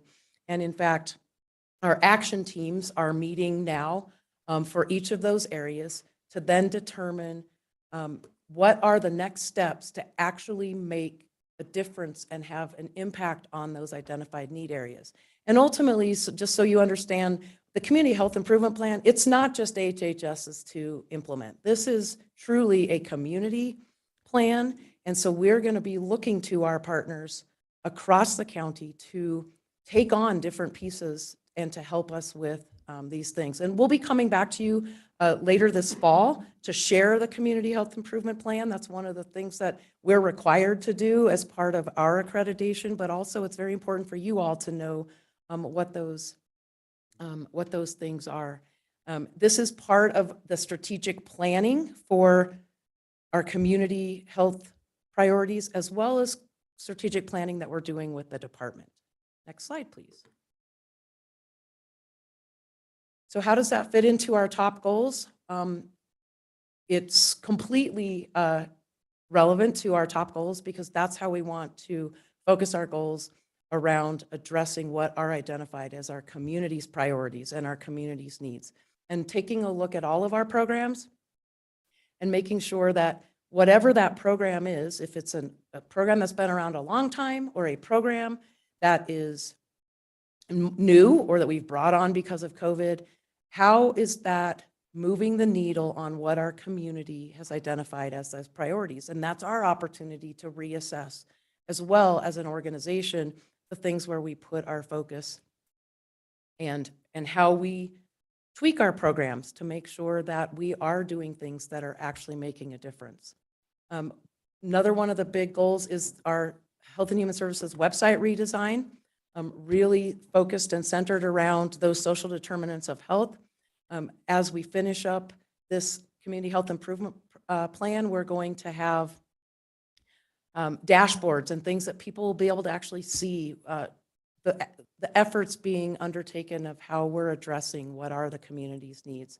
Certainly, as I was mentioning, the strategic plan, and that's organizationally and under our health improvement plan, but also our strategic planning that we are undertaking as Health and Human Services. That's really the next big piece that we are working on here in the next 2 months. We actually already have meetings with our consultant to complete the strategic plan. And I'm really excited about that. And the team has been working really hard on that because this is kind of the part to put it all together and create that picture. It also allows us to maintain our accreditations. That's one of the things we have to do to maintain accreditation. And accreditation to all of us is more than just, saying we have this stamp of excellence. It's really how are we living and implementing that continuous quality improvement, which is what we strive for. Next slide, please. So one of our other top goals, of course, is to implement our ARPA-funded program. So I want to spend a few minutes talking to you about those and giving you some updates. I know you had kind of a general update at 11 o'clock today, but I want to get specific about Health and Human Services and the funding and where we're at with those things. As I had mentioned, And you all will recall that part of that ARPA funding was so that we could create a recovery and resiliency division. And that allowed us to have staff to be able to be a part of that division. Erica Shaw happens to be the division manager over that division. And then one of the other key pieces and the funding specific to this was a youth mental health component. And in fact, that was the majority of the funding to go towards a youth behavioral health pilot project. And I'm happy to report that we have done a lot of work. The team has been meeting with all sorts of community members and stakeholders up in the Page area. We have decided that we wanted to start a pilot project in a community where we could see some results and ultimately, hopefully be able to then replicate that after having success in a pilot in one of our smaller communities that we can then take and move throughout all of the county. With that, so as I said, that project's going to be located in Page. Our team has met with the key stakeholders up there, conducted many focus interviews to identify the gaps and needs, and really the overarching themes that are going to be addressed with this project are substance use, depression, and trauma in early adolescence. Based on the feedback, a youth peer mental health program housed within the Page Unified School System is what is planned. It will include direct linkages to a youth behavioral health clinician on campus. We will be partnering and funding through this money a clinician position with the local behavioral health entity up there so that they can ultimately, our plan is we're trying to set this up so that it can be sustainable. So when the ARPA money goes away, what things are being built in place to be able to sustain this?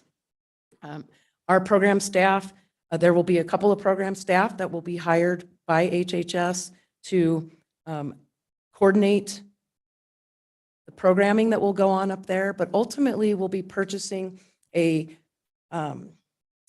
mental health curriculum model, a peer support model that will be a part of the school, be supported as part for the school, and be able to be placed in the high schools, but also have summer programming that will take place this summer to go across all of the different age ranges of kiddos in school to build hopefully sustainability of that program as well as to start interest in that.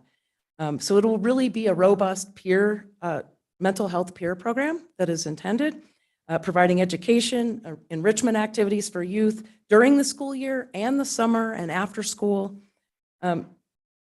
And will include things like pet therapy, other well-being, life skills, all of those things that you can imagine would go into that package.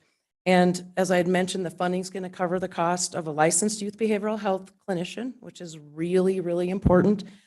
Certainly knowing that they do not have much access at all to that in the Page area. And then ultimately have the youth being able to be referred via the school referral pathway so that they can then have a behavioral health clinician that they can reach out to. It is also, this program is going to work in tandem with the Coconino Superintendent of Schools, with Cheryl and her programs, and she's been getting other grants and funding, and we have had multiple meetings about how do we help enhance each other's funding streams to be able to make this viable and viable for the long haul. The staff is going to be meeting, Erica and Michelle will be meeting with Dr. Anderson, the superintendent of the Page Unified School District, here next week or the week after to obtain his final approval, but we've had multiple meetings with all of them, and we're really excited to get this launched and going. The other piece I want to talk about is the Outbreak Response and Public Health Emergency Preparedness Division. That was another key section that received significant funding for the staff working on monitoring, surveillance, and reporting COVID-19. And the team's also focusing in between ebbs and flows of case numbers Developing community education materials, really providing that guidance and direction to establishments and our schools, and the support to our daycare facilities and those that are calling with questions and concerns regarding implementing mitigation measures. Then the last big section that I know was covered was about the Senior Service Center renovations. And we're super excited. We just had some communication with facilities yesterday, and work has begun on the Flagstaff kitchen remodel. They have the ice machine, and the sink is going to be installed by the end of this month. The larger project in Williams, and I say larger because there's a lot more renovations that need to be done to that building, is on track. The facilities department has issued a proposal for on-call architects that's due May 18th. So we're expecting to see what that's going to bring so that we can get the contractors to be able to do the work that's needed there. Next slide, please. So what are our challenges and opportunities? I like to believe that all challenges are, in fact, also opportunities. And we have, despite COVID being obviously a challenge, don't have to state that, but that has allowed us to actually enhance our department integration efforts. And we really have a great understanding across all of the things that we do. It's so exciting to hear staff say, oh, for example, our nurse practitioner was commenting about, oh, having someone in for teen clinic and being able to say, oh, and did you know you can get this, this, and this, and get help with these things, and looking for jobs, whatever that may be, and that they have all made those connections now to be able to rely on one another and the multitude of services that we provide across the spectrum. Continuing to look at delivery model changes. We were able to implement a lot of great things throughout COVID in terms of making platforms where clients could obtain the services they needed online, or we have met clients where they are, literally and figuratively, going to laundromats to bring and to obtain notes that need to go to their landlords, for example. Really being available to our community and those in need and meeting them where they're at. I'd already mentioned partnerships in our communities. That cannot be understated. And really, from a challenging perspective, probably the biggest challenge that we have had with respect to hiring is our medical staff. We've worked really closely with HR and Erica in particular in terms of how we have gone about recruiting and looking at ways to be able to bring in the medical staff that we need. We have a great team now. We're still have a couple of vacancies. Basically, well, I guess one vacancy now because we had a retirement that allowed us to make a full FTE, what had been a couple of part-times. And so I think that will be a lot easier to recruit. And then lastly, the big one being that lack of affordable housing for staff. And that is playing out not just in Flagstaff, that is playing out in Page as well. We've had multiple people apply for positions, accept them, and then decline them because there's nowhere to obtain affordable housing. And I know that that is the case across our county. Next slide, please. So now I'll just kind of transition, if that's okay, to our budget requests. I know Steve had mentioned we had two different requests specific to HHS, and I want to start by saying that compensation is absolutely our number one, as our asset is our employees. And as I was talking about housing and being able to recruit and retain, obviously being able to pay and have high-paying jobs is not only our staff's priority, but it's our community's priority, as you saw in our needs assessments.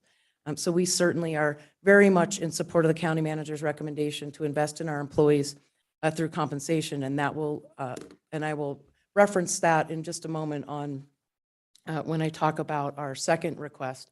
Next slide, please.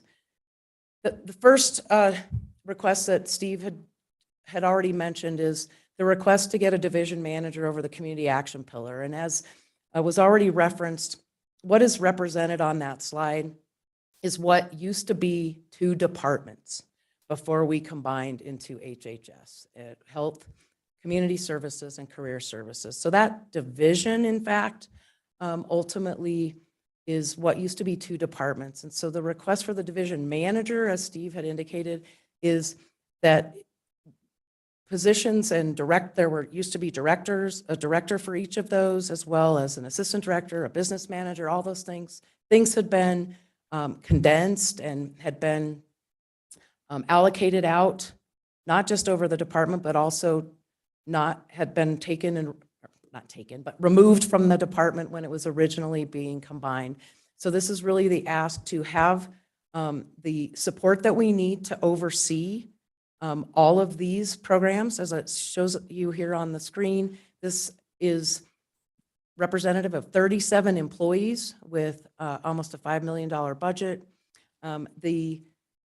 It's really about having appropriate span of control and assistance and supervision, and really allow us, which I have committed to you in past meetings, to be able to utilize both Michelle as the deputy director, who has continued to oversee this division while we've been reorganizing, but to allow us to then go after that sustainable funding, to keep the things that we have in place and to be able to have the funding to support it. So that is what this request is. It's for a division manager, and as Steve had referenced, it is partially being asked to be covered by the general fund, but then also because career services, social services, and senior services have funding through different grants, we will be able to utilize a small percentage of those grants without compromising any direct service. I want to be very clear about that this is not about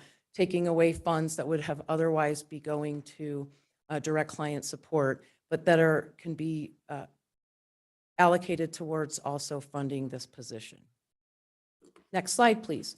And this is the other request that we had originally put in regarding retention, asking for the retention of our indirect charges that are recouped from our Health and Human Services grants. And the reason for this ask was to be able to build capacity, program capacity, for what we all know the Public Health Services District isn't able to, it doesn't grow with the formula that we are stuck with as a county. And this was an ask to do that. But once we knew that we were looking at the compensation package that has been brought forward by the county manager's office, we have asked to defer this because we need the support and the support of the county and the general fund to be able to implement a compensation package is even more vital to Health and Human Services. And I say that because we are such a heavily grant-funded department that our grants can't keep up with what the county is committed to having our compensation be equitable across all of our employees, so that just because you're funded out of a grant and your grant can't afford to give you a compensation increase, that we don't treat our employees differently. They're all our county family and all our county employees.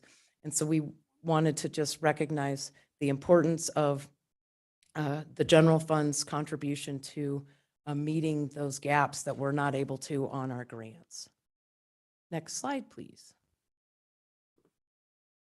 So, Chair Horstman, I will pause for a moment. The last piece I have to cover talks about our legislative landscape and the things that we need assistance with for advocacy. So I don't know if you want me to go ahead and do that, and then, okay. Let's check and see before we get too far ahead, because I know there's a lot of material. You've provided a lot of material. We don't want people to forget. So members of the board, any comments or questions?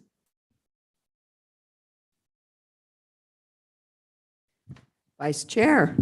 First off, I really appreciate your presentation and definitely appreciate all the work that your department does. Health and Human Services has been awesome, especially dealing with COVID and all the other, and still maintaining a level of service across the county in so many different areas. And I appreciate the comments about compensation. And so I had two questions. One was, and maybe this had been mentioned and I just missed it, but how many FTEs that you currently have that you need filled? Yeah, and I hadn't mentioned that. Thank you, Vice Chair and Chair Horstman, Supervisors. I know when Erica was giving her presentation early on at the beginning, that it was indicated that we had 62 vacancies. And we're working with HR and with position control because that's not completely accurate for lots of reasons. But one of them is that just some positions that hadn't been deactivated as we have been restructuring and reorganizing, really looking at what it is we're firming up. So ultimately we have what on the books is 33 positions that are open for recruitment. But I want to clarify what I mean by that with respect to open for recruitment.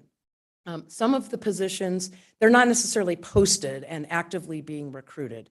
They are vacant right now. And some of those we are very intentionally holding vacant. Some of them because the grants that pay for those positions can't fund them. And so we are waiting till the next fiscal year and seeing where the funding plays out. So some of those we are saying, we know we can't keep funding them, and we can't fill them, so we're not posting them.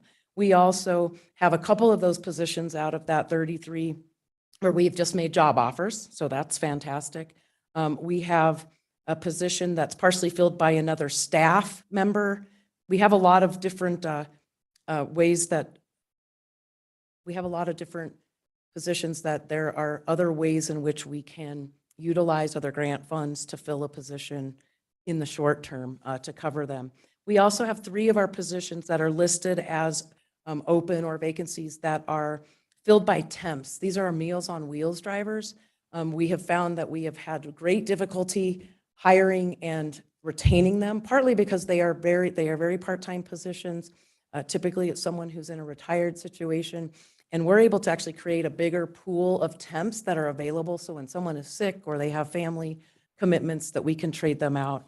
And then we have 8 of those positions are marked as unfunded by the grants right now. So our actual, what we're looking to hire, I will say we have 8 positions, and Erica had mentioned about, somebody had asked, maybe you did, Vice Chair, about positions that have been open over a year. And so I wanted to maybe it was you, Chair.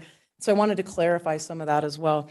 And these aren't necessarily open and meaning like they're actively being recruited on the county HR site, but these are positions that have been open. And just to give you a sense around that, 3 of those are those community aids that we're utilizing the temps for the Meals on Wheels. We have our tobacco program. We had done some in part of our reconfiguration of the department. We were waiting to fill it until the schools got back into regular kinds of activities so that we could bring on a new person. And Candace is getting ready to actually post for that position. We've been holding our Public Health Emergency Preparedness Program Manager 3 position open intentionally as we brought on Joel and under our Outbreak and Public Health Emergency Division. And so really the only position that we have open that has been ongoing hard to fill is our community health nurse. And that's that clinical position I was speaking about earlier. So did I answer all of your questions, Vice Chair? You did, and I did have a follow-up question. I was just curious. This division manager, originally, until I looked at the notes and noticed that that position is recommended by the county manager. If you're funded with that position, do you anticipate filling it quickly? That is the hope, that we would start recruiting as soon as we have the final budget, and that we could get somebody on as soon as the new fiscal year starts, which is when it would be, if approved, when it would be effective. So that is absolutely the intent, to get someone in and get that filled right away. Great, thank you. Thank you. Any other questions? I have a few, but again, I'm going to go to the other supervisors. Any other comments or questions? Supervisor Begay. Thank you, Kim, for making the presentation and all your staff. I'm looking at this whole organizational chart and gosh, it's from A to Z, the way I see it. And I'm kind of wondering if some of these positions are elsewhere within the organization, like job seeker services, maybe housing. That's kind of what I was thinking. I'm not sure, like we have that WIOA type of things here in the division, I mean, in the organization. So I was just kind of wondering about that. And then senior services meals, those type of things. So I'm kind of wondering if any of those positions are just within their own departments and doing the same thing, that type of thing. So I can see the clinical administration, mobile vaccinations, all of that, health disparities, I think is another one, working with the community as far as getting, the services out there. I just kind of wonder, when have you ever updated this organizational chart? Oh, 11722 is the one we have, right? I guess my question overall is, are there any services that are being provided within the organization that may be able to are doing like services, and we're not duplicating any services, from the health side, from the health department versus, with another organization? That's the question I have. Then I have a couple more questions. Thank you, Supervisor Begay, Chair Horstman. So I guess I want to just clarify, if I may, your question. Are you asking if there are any of the things that are being provided in HHS that are also being provided by another county department? Okay, so Yes. my absolute answer is no, there are not any services that are being provided by another county department. I do want to speak to your question about workforce and WIOA. What career services and under Health and Human Services, what we do under the WIOA workforce is we are a contractor. We provide the Title 1B services through a grant from WIOA. So all of that program is funded through WIOA grant, and as a contractor, those positions, there's 4 of them, that we do workforce specific, workforce Innovation Act, Opportunity Act, I got that all backward, work as a contractor. So we actually have, that's one of our grants. And so that funds those positions. So hopefully that clarifies that question. You had mentioned senior services, I think, meal services. We provide the meal services for Flagstaff for the Meals on Wheels program, and also for Williams, the city of Williams. In other areas around the county, that service is provided by the cities. So for example, the city of Page, they have their own Meals on Wheels program that they provide in partnership with NACOG. So we only do that program in those 2 communities because we have the responsibility and the NACOG contract to provide those Meals on Wheels services. It's something that if the city of Flagstaff or the city of Williams ever wanted to take over, they absolutely could. I have not had my door knocked down asking to do that, but it is certainly something that they could do. So for example, the city of Fredonia, they also provide their own Meals on Wheels service through their city. And I'm sorry, was there another specific example, Supervisor? I'd be happy to try to answer. Yes. Let's see.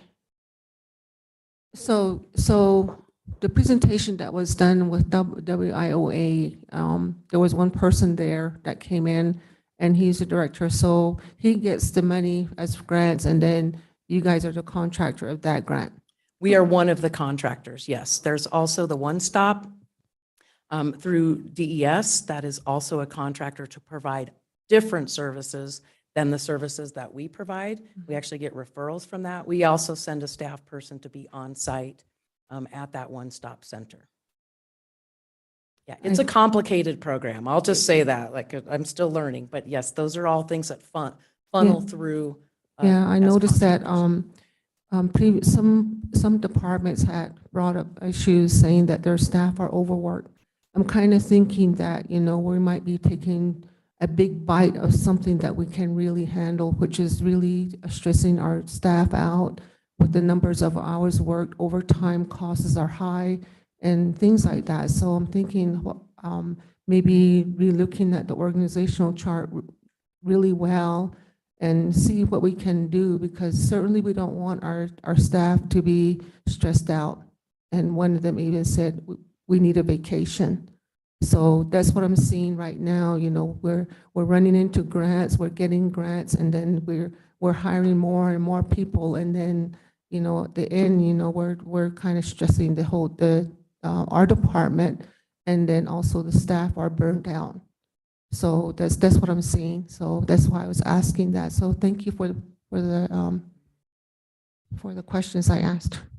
Thank you, Supervisor. And I will just say we have been working diligently on putting that organizational chart together, and it's really just come fully together in the early months, the final months of 2021 and the early months of 2022, and in the framework that you're seeing. And I agree completely the importance of being able to have work-life balance, and that has been, you can ask any of my staff, they have worked their tails off, but they also understand that there's not one of us who is completely indispensable, and that we expect, and I personally expect, that they are taking time off, that they are doing the things that they need to for themselves, that we have a great team of folks with all of our employees that are there to help cover and make sure that our community is receiving the services that they need. But I absolutely hear you, and I appreciate the concern for our employees' well-being. That's I would be remiss if that wasn't key for Health and Human Services. We have to practice what we preach. Sorry. The last question I have is, through these presentations, we're being presented with some organizational charts, and in there, I don't see a position for some type of interpreter, because a lot of times, even interpreters mean a lot, especially to the Native Americans. I know this because they're being referred from hospitals, they're being referred to organizations, departments, they're being referred for services and things like that. And I think it's really critical that we have an interpreter in at least one of the departments. And I know we have Native American employees, but they can't be running from one department to the other just to do that. And I'm not sure how that's being handled right now. As I may think it's working, is that we call upon staff that are literate in their native language, and we're using them to do interpretations. But I think a lot of times, we need that in the languages. So and I hope that we really take a look at the position in the county office, regarding tribal liaison that might be able to help us in that area, because I think that's really needed too. And tribal meaning any tribes that's within Coconino County. Thank you. Thank you. Did you want to? Otherwise, I will. Well, he's Supervisor Ryan. He's had his coffee, so be careful. Okay, thank you for the warning. I'm back. All right. Actually, Kim, you could probably answer a little bit of that question in terms of, or I don't see Erica here. She's on the screen. Yes. Oh, she is. Yeah, I mean, somewhere in there. She's driving the slides for me, actually. On that, in terms of how we handle additional pay, interpretation, depending upon, we don't always have it there, but yeah. Yes, you meant that Erica behind me. Yes. I think she's still, oh, she left. So she Yeah. was behind me earlier. So thank you, Chair Horstman, Supervisor Ryan, and Supervisor Judy for that question. We are constantly working with HR and with Erica about how do we do that in a manner to be able to equitably compensate someone who is being utilized as an interpreter. We are very fortunate and have many, quite a diverse staff that are fluent in several different native languages. And so we definitely call on them, but we also utilize other tools, language line, other things that we have to be able to have access to the things that we need when we are talking with those that English is not their first language. But we are still working with HR, and I know that that has been something that the county has looked at, and I don't know that we've ever made it over that hurdle in terms of that compensation for those who are fluent in languages. And I think that there's some complexities to that that also go to how fluent are they in some of the specific subject matters that we are often talking about, and feel comfortable being able to interpret for, let's say, a clinical nurse trying to explain something as an example. And then, let's see. Well, actually, really appreciate this. I'm thinking about, you went from COVID, where nobody was getting any sleep or time off, to we have ARPA coming in that is providing the opportunity just momentarily almost to allow you that flexibility or that opportunity, which is really good to hear for the department. And really appreciate how the merger really came about. I think you guys did a really great job and really challenging. But Michelle's doing great handling two different areas. So you must want personal time too, huh? Yeah, just a little bit. But it makes sense, to have that, seeing it with Steve's recommendations, right time. And now that you've been able to grow together, I think it would be smooth. It really seems to make sense with that. I'm curious to continue to watch how ARPA plays out. You guys have been able to take advantage of that, and then seeing the dynamics. Also appreciate the discussion of, you're not going to be able to hang on to all of them. So how do you create the backfill of, if you created that expectation, can you sustain it, and how? So that's really appreciated. Very important piece. I don't have much more beyond that. You got a lot going on, and then it's nice just to see y'all breathe, and thank you for everything, all your people, what they did through the past couple of years and what we had to work through. Thank you. Thank you.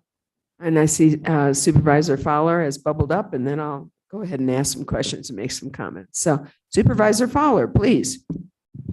I am just bubbling. So thank you, Madam Chair. Thank you, Kim, and thank you to your staff.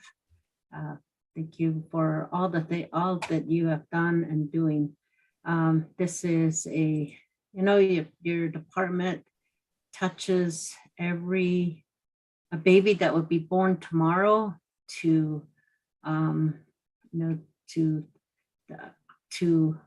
the elderly. And when you think about it, and it's all through food, and it's even through education, and really looking at the well-being of an individual and a family, all encompassing one, with all these different facets from different areas, which is really what it is, we're at a time of a great situation that we're in right now, which is situational poverty. That's what we're hearing. We just heard from the treasurer saying that there's more foreclosures. So now foreclosures, we have bankruptcy that is escalating. Those are all situational, to me anyway, situation poverty. In your situation, there are quite a few. The schools have fallen into that. So you have that wraparound service. Then that is adding on to the already intergenerational and the generational poverty that's already there, that we as a county, we provide that wraparound service so that we can bring them out of that situation. So, so what the model that you have painted in my head is just that wraparound service for families, from children, so that they can eat, be fed, and have their needs met, so that their brains can develop. They can think in school, have a proper education. Now the behavioral health has been brought in.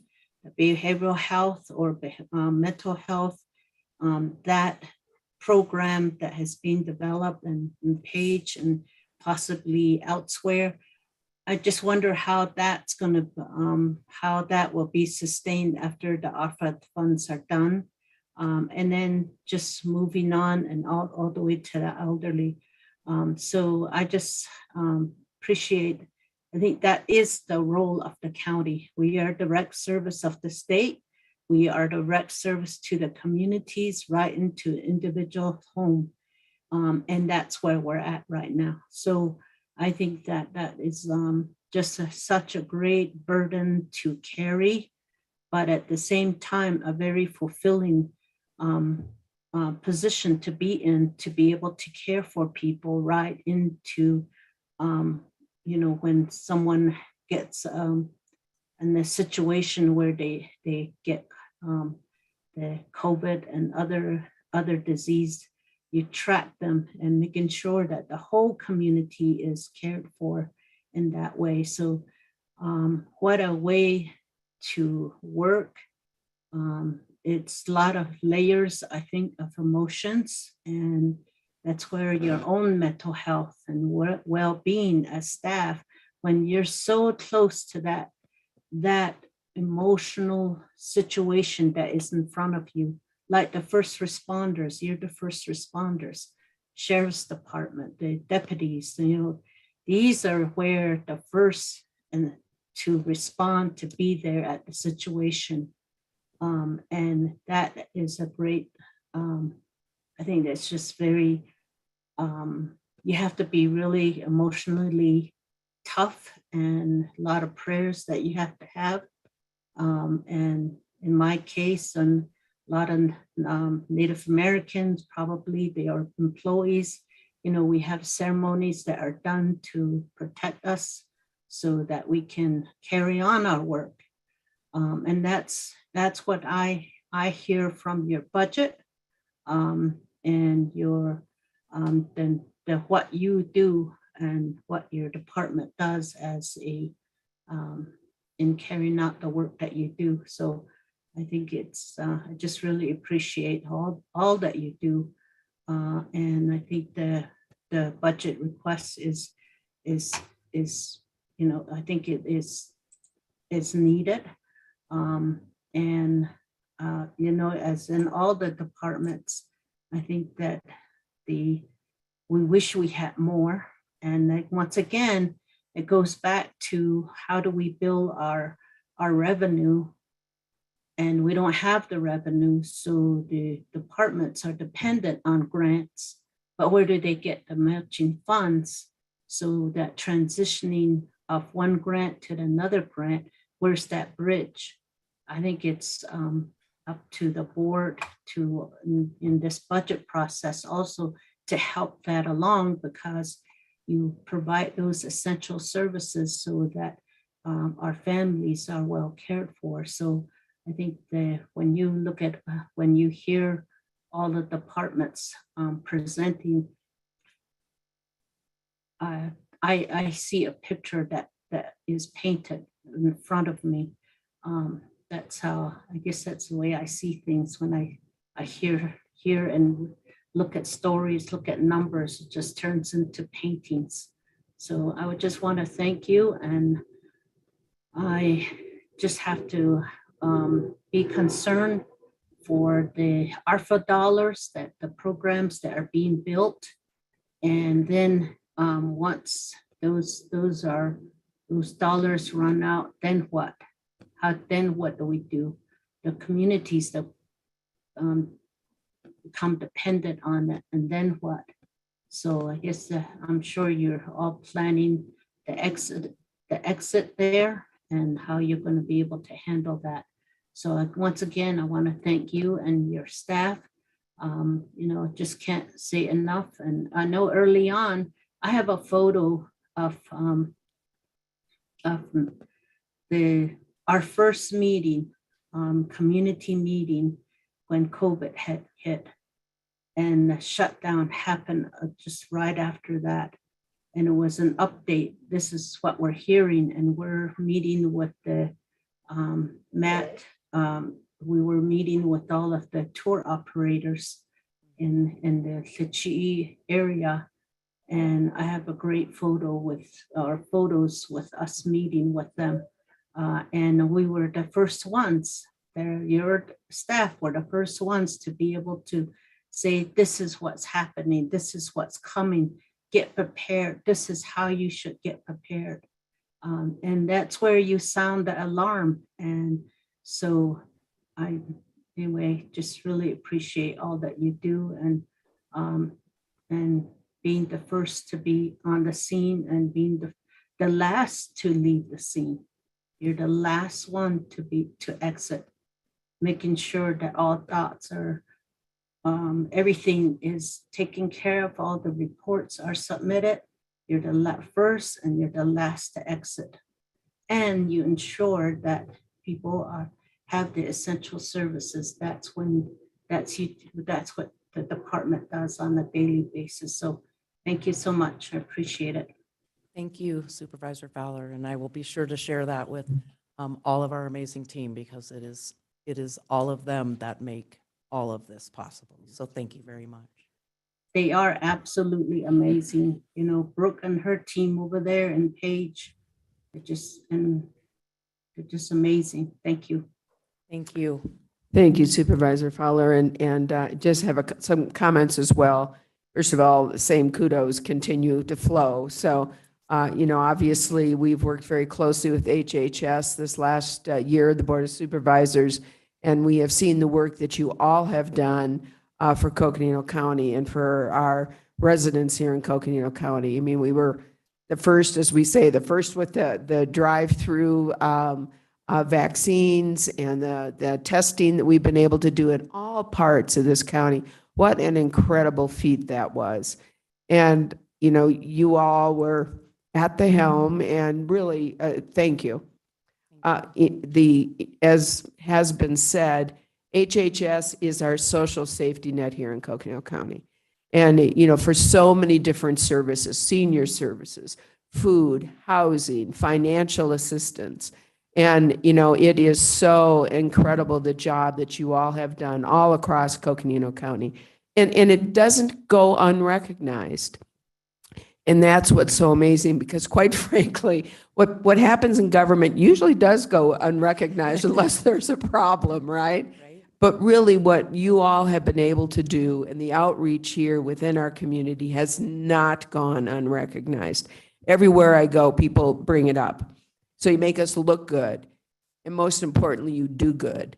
And we really, really appreciate the work that's been done here by you all in Coconino County. And I also want to say the cooperation and collaboration you are talking about with our superintendent of public instruction, for example, when you are talking about working with other mental and behavioral health programs, that's exactly what we wanted to see happen with these ARPA funds.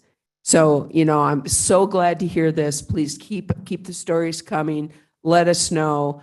We want to find out where we are 6 weeks from now, but we do want, regular, just let us know what's going on there.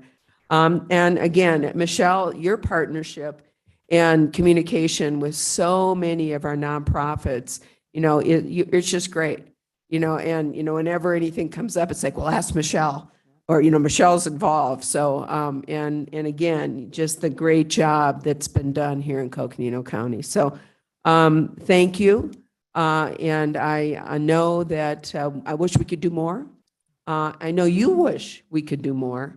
But I can tell you that I think you are making our assets and making the outreach and extending the assets as great as you could extend them, really to help the people in need and the most vulnerable people here in Coconino County. So a big thank you.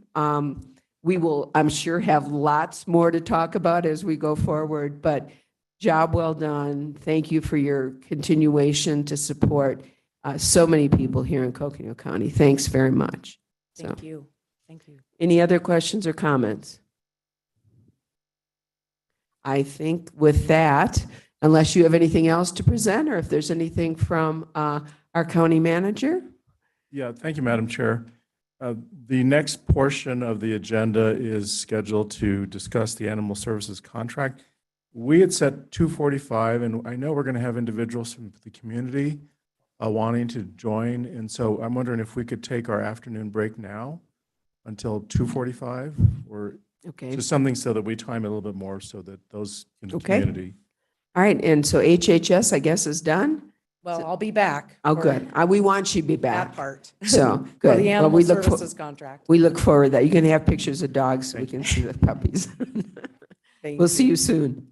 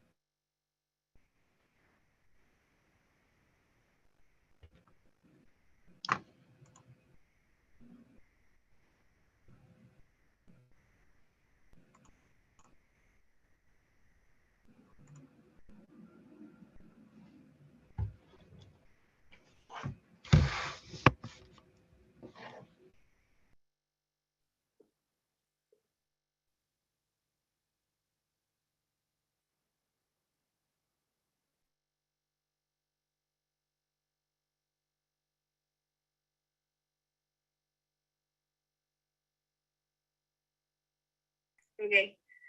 Mandy, what are you doing here? We were just talking about you. Because I missed you and I wanted to see if you were really working. How are you, Supervisor?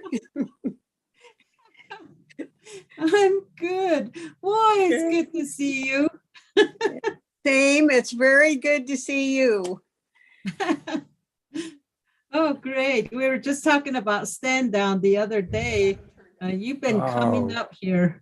And you don't want to see this other guy that just popped up over there. He doesn't say good things about you. Is that He's not hearing me. He's ignoring you. I think so. Yeah. No, I hear the stand down is going to be the 20th. I wish I was going to be there for it. It'll be great, I'm sure. Oh, I'm sure it will be. Yeah. Yeah. Wow, what a surprise. I'm going to sit here and be very quiet, except, if I can hassle you in any way. Yeah, there you go. I'll go back to mute. Okay. Hi, Mandy. Is that Sandy? It's Sandy. The recording has stopped. This meeting is being recorded. That's good news, I guess. So, well, we see some familiar faces up there, and on behalf of High Country Humane, which is always wonderful. And I know that Kim is going to present on behalf of High Country Humane, and I'm sure she'll introduce the board members who are also with us here this afternoon. So, County Manager, do I turn it back over to Kim? Well, this is a little bit like a homecoming moment. So it's good to see everybody. But yes, Kim is here to present and to guide the conversation. We do have members of the High Country Board of Directors on the Zoom as well. If questions come up, arise that may need to be directed in that area. So again, it's good to see everybody. And back to Kim.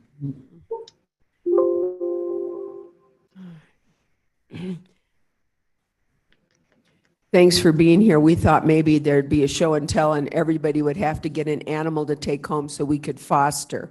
Oh, there's one. All right, Liz.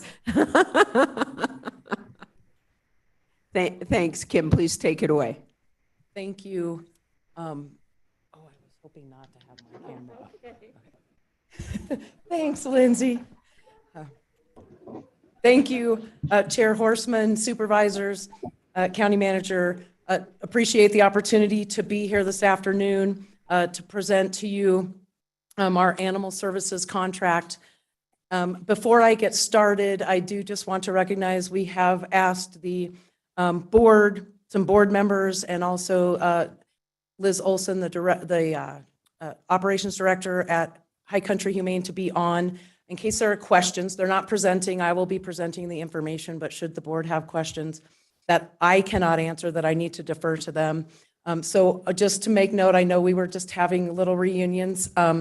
Former Supervisor Mandy Metzger is on there representing the board. Liz Bulkey is also on the Zoom, as is Sam Wheeler. And have I missed anyone? Did Ken come on or no? Okay, I think that is everyone from High Country.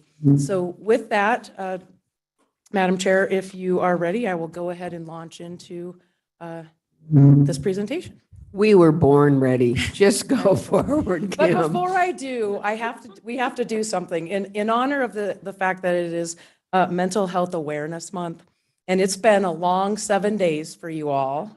I thought that we would take just a moment to have a mindfulness moment. So if everyone will indulge me for just 30 seconds, you can close your eyes, take a great big deep breath in through your nose, out through your mouth, and one more.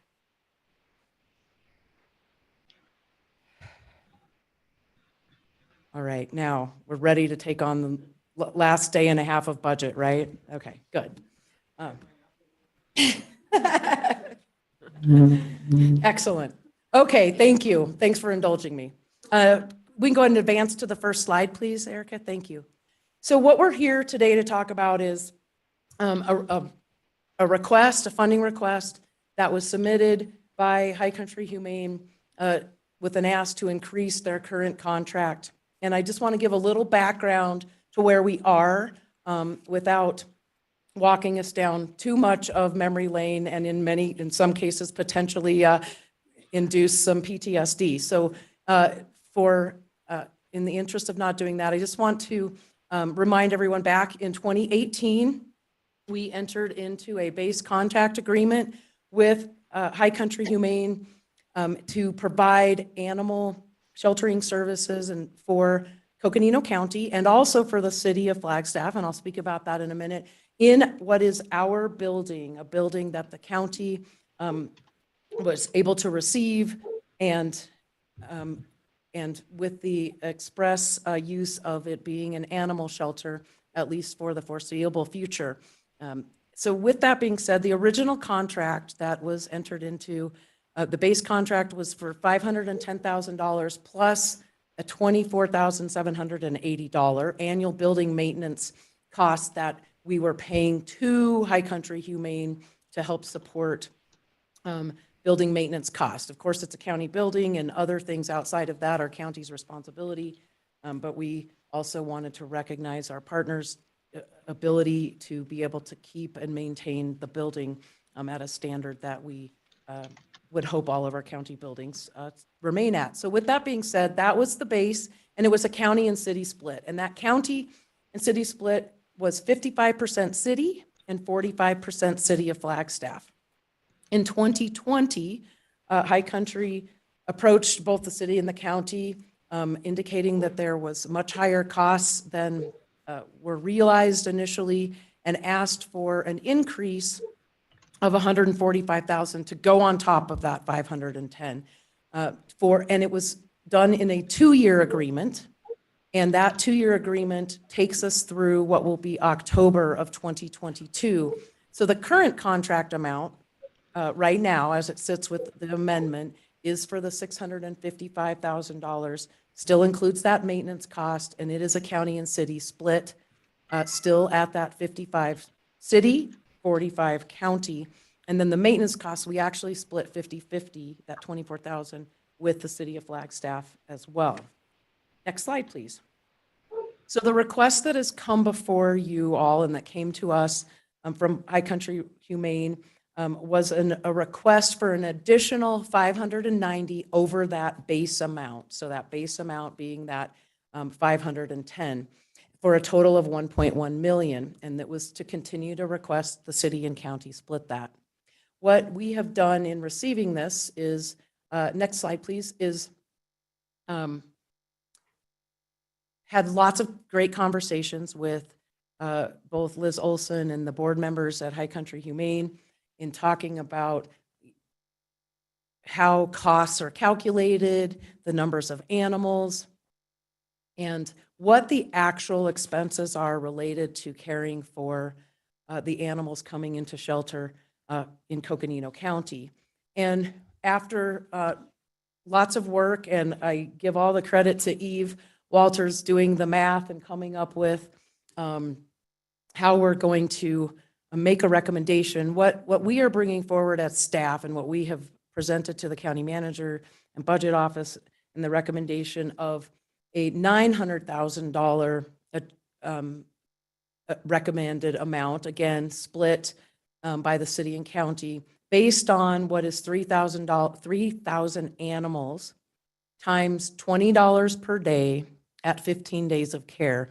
And I just, to not get bogged down in this was really looking at what they brought forward about their actual expenditures, looking at how many days animals, both cats and dogs, stay in care, and coming up with something that we believe is a solid recommendation, also being good stewards of our taxpayers' money, and recognizing that, you know, the cost of providing care to an animal is about $300 per animal.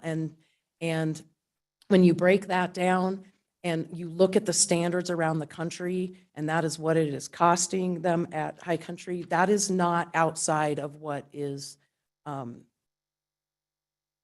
being experienced in other places. So this is not just some amount that is being asked for specific to Coconino County. It is in line with what is the industry standard across the country. With that being said, with this recommendation, the county portion for that above recommendation would be $495,000, which is $265,500 above the original contract. So you'll remember on that previous slide, I said the original contract was the $510,000 amount. And then, of course, in the 2020 amendment, we had increased that by $145,000, which we were splitting with the city. So it's basically a difference of an additional, if you look at the current amendment, $193,000 on the counties, for the county's side of the contract and the ask. And what we have put together, just so the board is fully aware of this, is looking at the numbers and the animals that have been brought into High Country Humane and looking at the locations that they have come from. It is actually now kind of reversed from where the city was at that 55% and the county was at 45% of the animals or in responsibility. It's actually flipped, and the county is at that 55%. And the city is at that 45%. So when we calculated this, we have done so using that county's responsibility of 55% of that yearly cost based on the number of animals that have been brought in from specific county zip codes separate from what is considered the city of Flagstaff proper. If the board approves this recommendation, then what staff is proposing is that we would, the current contract actually has 2 more years on the original contract. The amendment is due to expire in October of this year. What staff is recommending, if all things are funded in a way that is workable, is that we propose actually initiating another addendum or a new contract, whichever procurement tells us and legal is the way we should go, for a 5-year contract extension plus an additional 5-year extension beyond June 30 of 2024.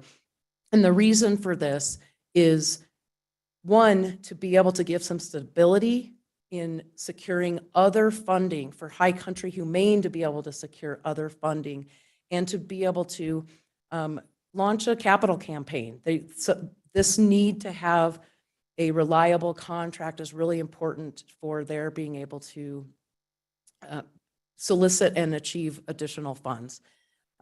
We would propose in our contract that if this is what is accepted, that no contract increases above a CPI increase annually, which we have asked and put that in our ask that happen based on the current rate for animal care, that CPI would automatically be a part of each annual increase and no additional contract increases being asked for the first 5 years. And then, as I had indicated before, that the county would be responsible for 55% of the yearly cost based on that number of animals. So with that, I'm going to pause there. This is the county and county staff's recommendation. You'll all recall that we have a joint contract with the city of Flagstaff, a joint IGA. It's an intergovernmental agreement. And so the same ask has gone to the city of Flagstaff. And our last update from the city and from their budget process and their budget director was that it was not recommended for the city to increase above the original contracted amount. I do understand there's been some additional conversations, and I don't want to speak on behalf of the board members from High Country present. There's been some additional conversations with the city. I'm not sure where those are, not sure if they know where they are yet, but I'll give them a moment in just a minute. I'll turn it to them. But ultimately, just like all of you, the city's budget is not final until June when they adopt the final budget, or at least their tentative budget, which I'm not sure if the city does it the same way we do. But either way, they're not doing that till June. But if they do not increase or agree to be part of what our recommendation is and those percentages and be in this jointly, then we will need to look at what, both hearing from High Country as well as from the county perspective, look at what kind of contractual agreements need to be entered for us to remain receiving services by High Country Humane, should that be possible with them. So with that, I'm going to pause and ask if there's any questions that you have of me, and then any questions, maybe if I'm not able to answer them, I will gladly defer to some of the board members from High Country.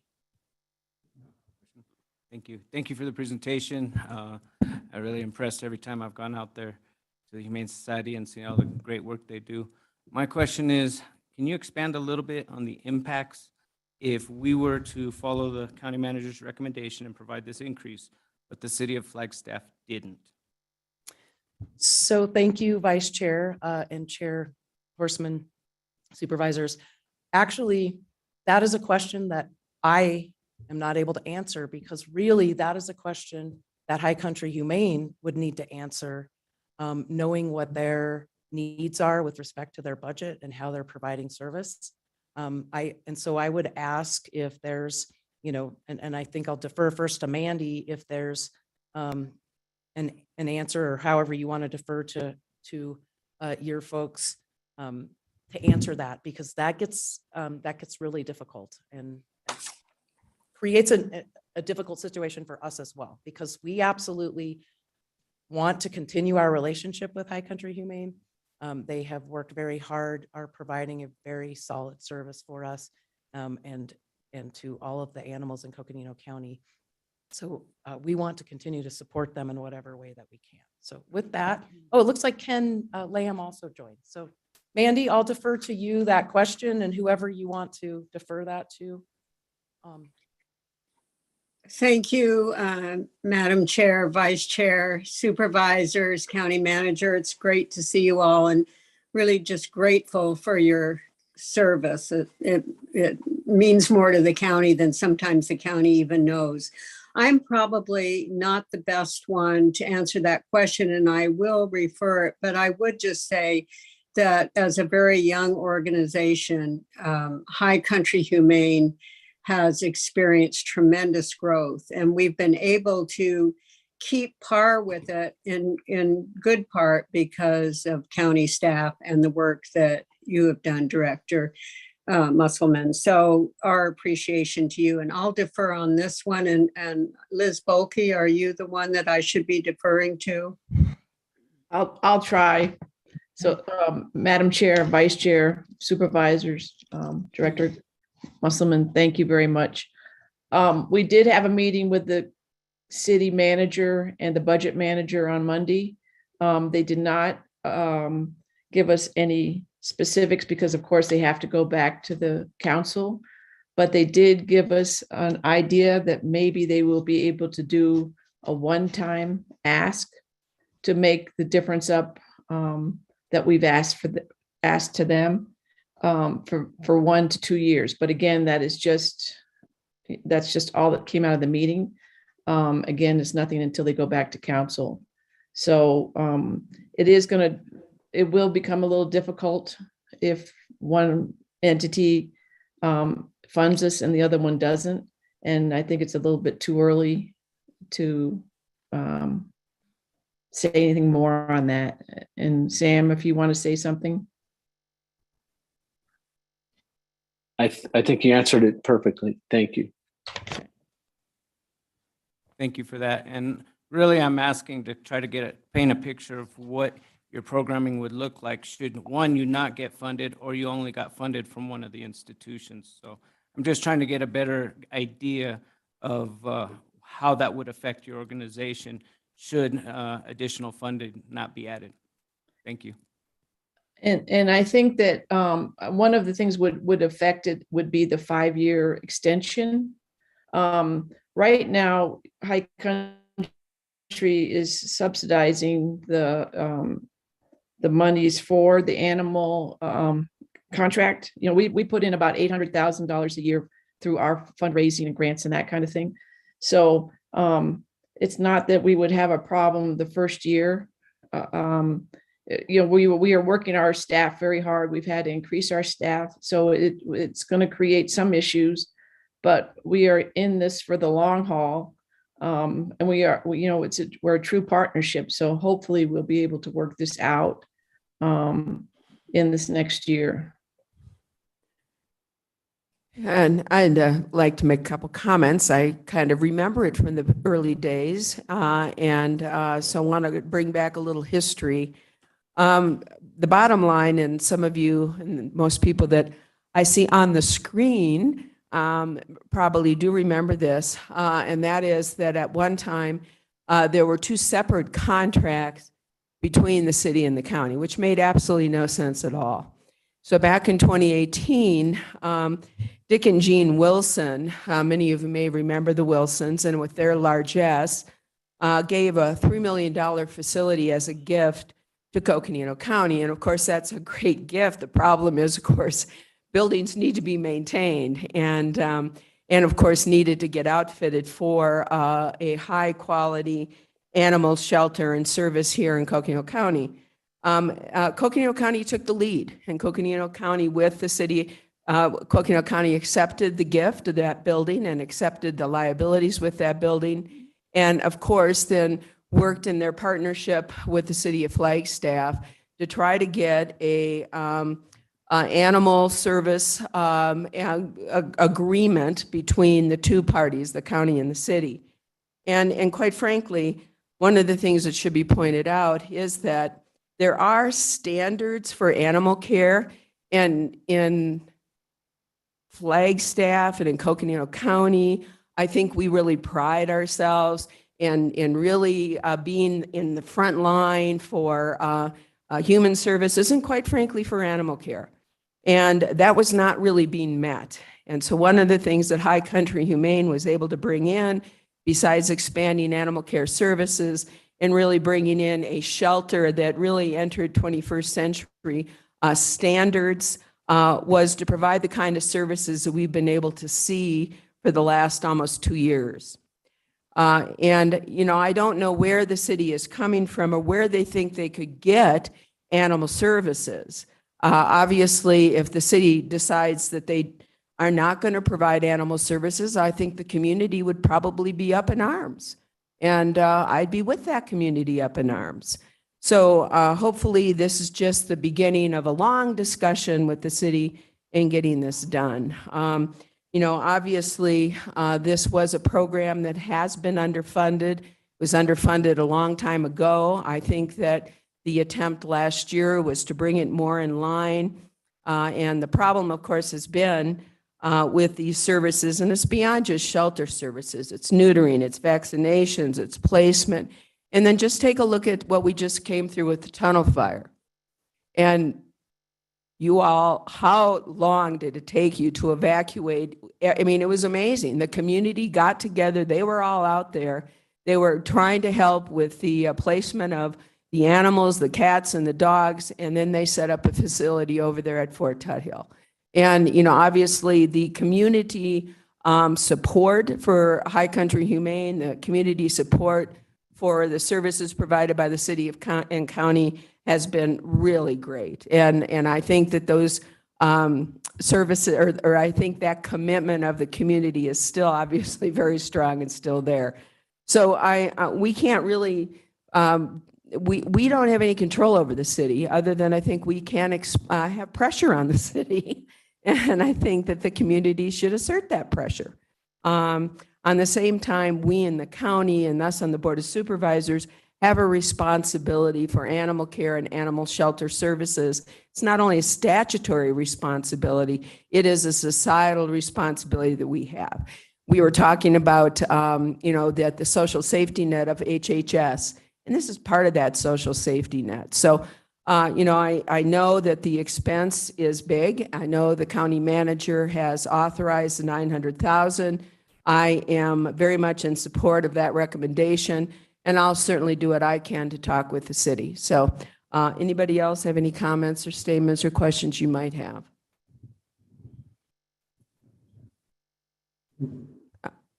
Supervisor Ryan.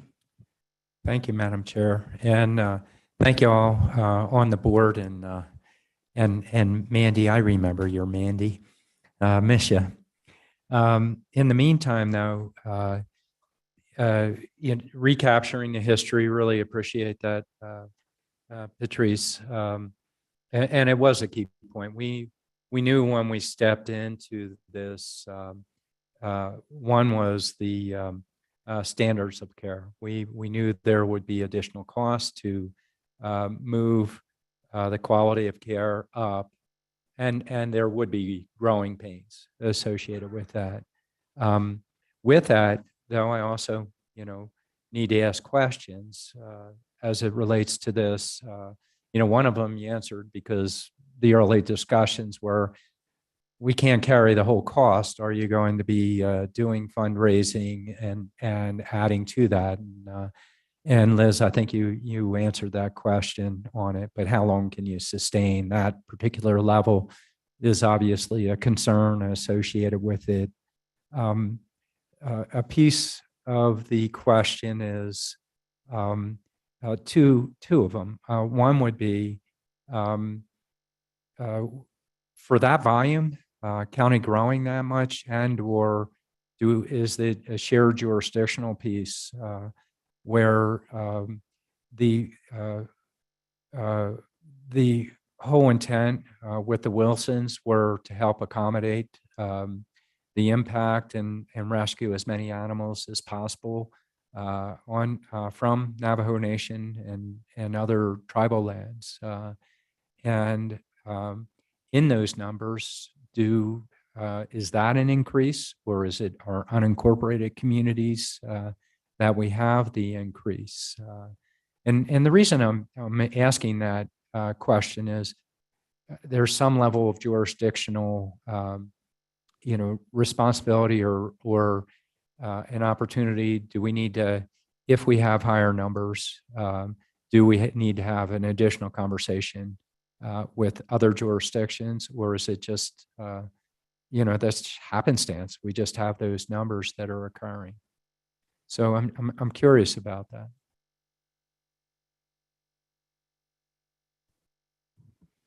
Can somebody there answer that? Just why the high volume? Yeah. Kim, do you want to answer that, or would you like us to? How about I start, and if I get it wrong, you can add on. How about that? Sure. Thank you. If that's okay, Supervisor Ryan, Chair Horstman. Sure.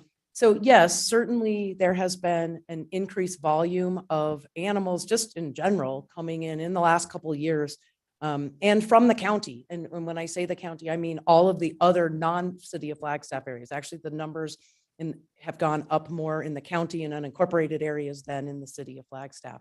And so certainly there is a portion of that is relatable to other tribal areas in the county.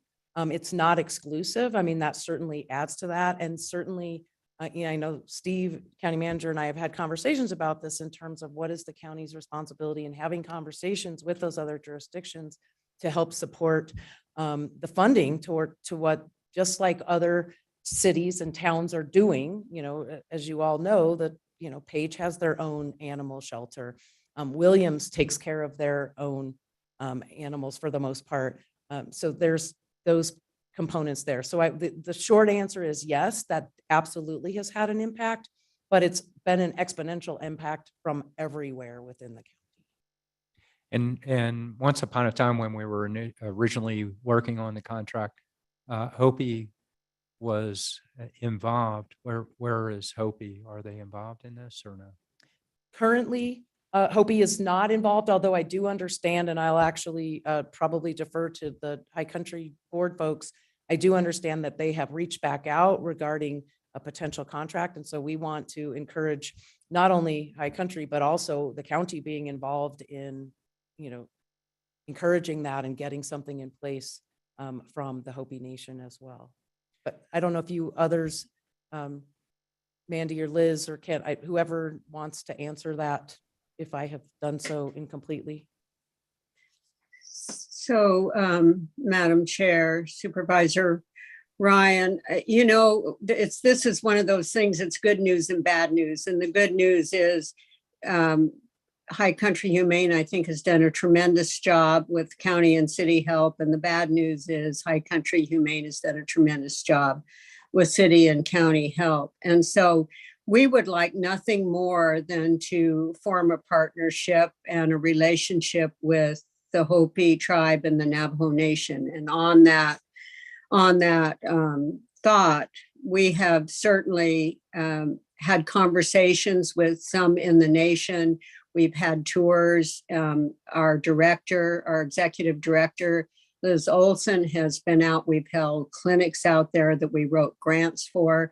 So we're very much aware of each other. And as I say, there have been early talks, but I think there's opportunity. The need is great throughout the county for a very good partnership. Again, we're new. And so it's taking us a little while to reach our stride. And if I could just add one other thing, the thing that I feel most fearful about is that we get into a situation where we're trying to say we can do things that we really can't do without adequate funding. And I just throwing that in, thank you. Well, that's, and thank you, Mandy. That's in the back of my mind of a similar idea of are we, is it that we're all being all things for everybody? And I'm asking hard questions. I just want to get a sense of what's happening. Are there other ways, other areas to consider? The other piece is, from a humanitarian, altruistic perspective, the desire is to have a no-kill approach, and yet, we have a municipal responsibility as well for looking at the numbers. I think of Carl Taylor talking about the horses that are in warehouses for the BLM, taking up all of that budget. And a piece of the question is, do you find that you're falling into that level of trying to carry a population that will drive the costs up? And if that's the case, what is the solution associated with that?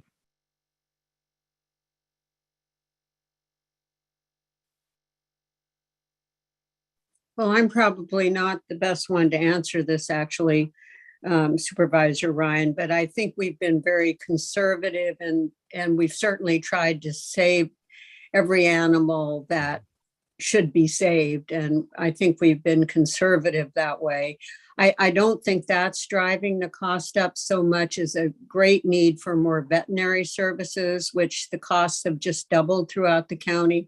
I know from conversations we've had with the Navajo Nation, they're very interested in veterinary services and, maybe a vet tech program. I think the opportunities are really bold and bright. I think that, again, this isn't giving you much information, but I think we're just too young.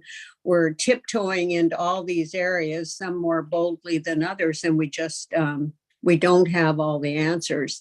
But we're a bright light for sure.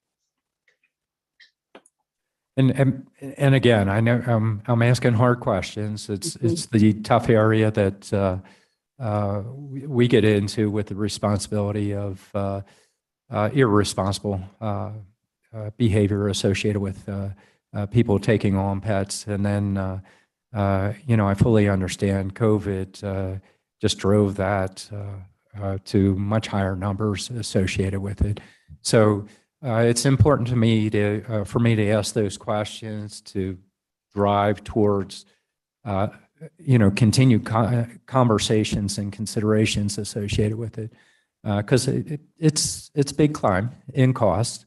I do want to be responsible. I really appreciate the effort that's been going on with what you're doing. You have brought a different standard that we were hoping to do as reflective of the ethos of our community. And we want to try and be all things that we can. The question is, we just want to keep that in mind of seeing how we can manage it as well. I'm looking at it. I knew we would have a tough decision associated with this. I know we need to address this. I like what we set up based on the past contracts that we have with, historically in other ways, not with your organization.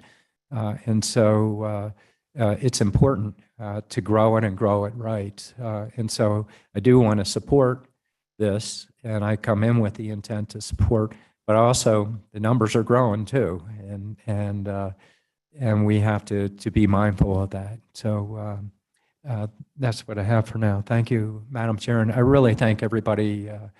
It's a tough job that you're handling right now. Thank you. Thank you, Supervisor Ryan. Any other questions or comments from the board? Supervisor Begay. Good afternoon, Madam Chair. Thank you. And Presenter Kim, thank you so much. And then also the board members that are here with the Humane Society. I just want to thank each and every one of you. People have big hearts for animals. And I have sheep, cattle, horses, donkeys, and pigs at home, and chickens. So I know what it feels like, but I don't have a dog or a cat. So, but anyway, I just wanted to know what other organization grants or anything else other than the city of the county have you tried to work with or try to go for funds? I'll jump in on that one. So we do go for different grants. We get a license plate grant for spay and neuter. We've last year we got, I think, $15,000 from Best Friends, and that was what they were referring to, that we went out onto the nation and supported monthly spay neuter clinics. So again, that $800,000 number is numbers that we've raised through grants as well as through donations that funds things like that are in addition to the county and the city contract. Does that answer your question, Supervisor Begay? Yes, it does. And the reason why I'm saying that is we're asking most of the programs that we have that we've heard from with yesterday and today is sustainability of the program.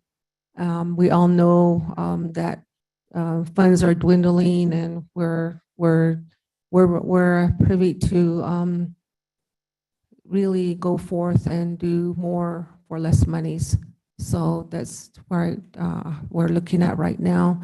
And Mandy, thank you for your help as far as coaching me into this position. I greatly appreciated that. Thank you. Thank you. Thank you, Supervisor Begay. Any other comments, questions? And I know that, I'm sorry. Oh, Supervisor Fowler. Yes, thank you, Madam Chair, and thank you to the Humane Shelter Board and staff for coming before us.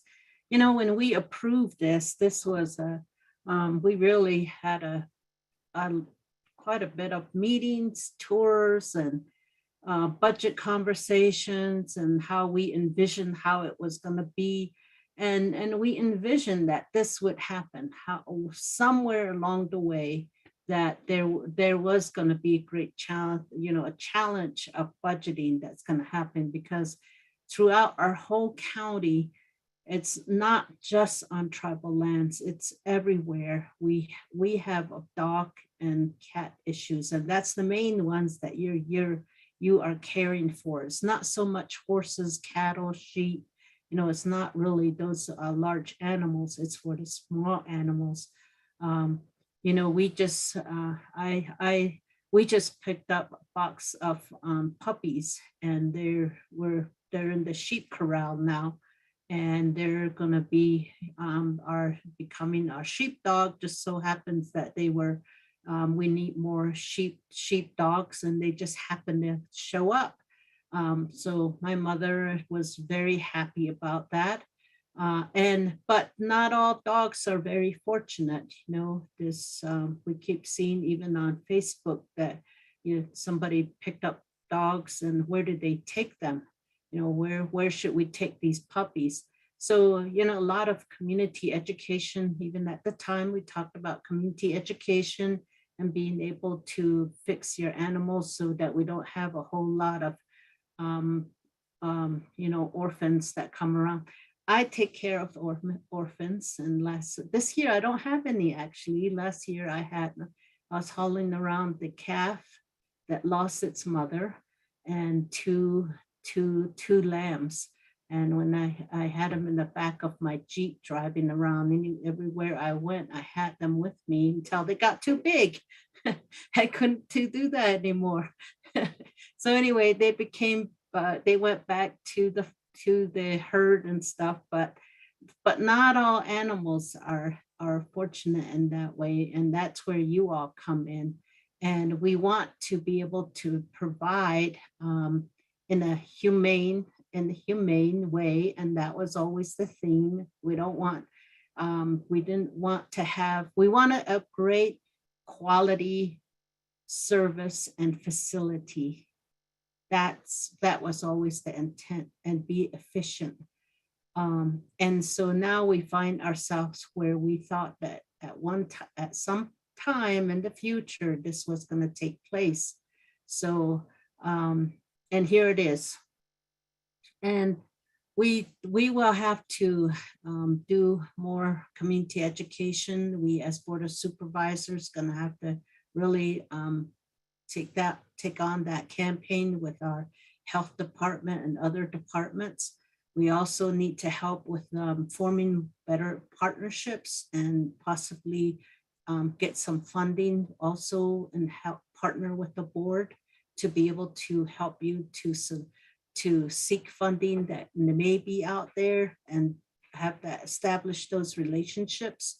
And then I would recommend that our board chair and our vice chair meet with the city, with the county manager, meet with the city, and have talk about where we are right now.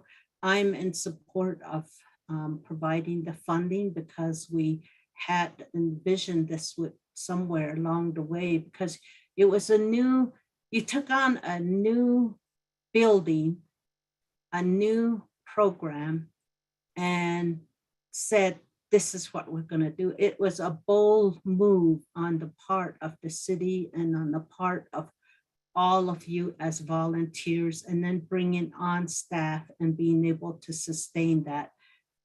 And that is something that had, we had it was something new that we had to take on, and we weren't really sure if it was going to work. And when I look at it, you all have made it work, and with all the great challenges that you have faced. So I would say that we would.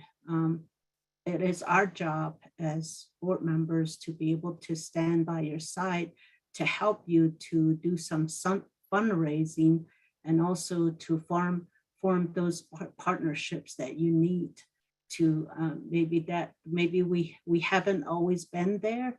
Maybe you need to come to us so that we can be by your side and be able to maybe seek some of those fundings. I know, like in our district, in my district, there is great needs, and those services are not there. And people are always seeking services for these animals, and if they don't, then they just run on the streets. So, these animals, dogs, they end up running wild and attacking people. And so Navajo Nation just last week, or was it earlier this week, just passed a legislation where dog attacks are now a criminal offense. So, that is the result if we do not, if we don't take these, if we do not take on, do preventive measures and care for these animals that they like. They need those that love and care. So anyway, I just want to thank you for your work. I know that you're all very passionate about what you do and your dedication to the community. Not everybody dedicates themselves to the animal side of the community. We're talking about health and well-being of people, individual, physical, emotional being. And you are on the other side for the physical, emotional being for animals. So that is where that's where that connection comes in. So I just want to thank you for your work and having that heart to be able to do that. Thank you. Thank you, Supervisor Fowler. And I do have a question to ask. Has the city made any indication as to why they're having problems with it? Have they indicated there was a problem with the way that High Country Maine has been fulfilling the terms of the contract, or made any statements with regards to being unhappy with the services being provided? Madam Chair, if I can respond to that. And I Yes. have had a conversation with city manager regarding this several weeks ago. And the challenge for the county, and I'm not going to speak for the city, but it's looking at sustainability going forward. And so how do we predict a budget going forward? And so the solution that's been proposed by staff that provides the ability to look long-term, but also to look at being able to somehow predict what those costs year over year are going to be into the future.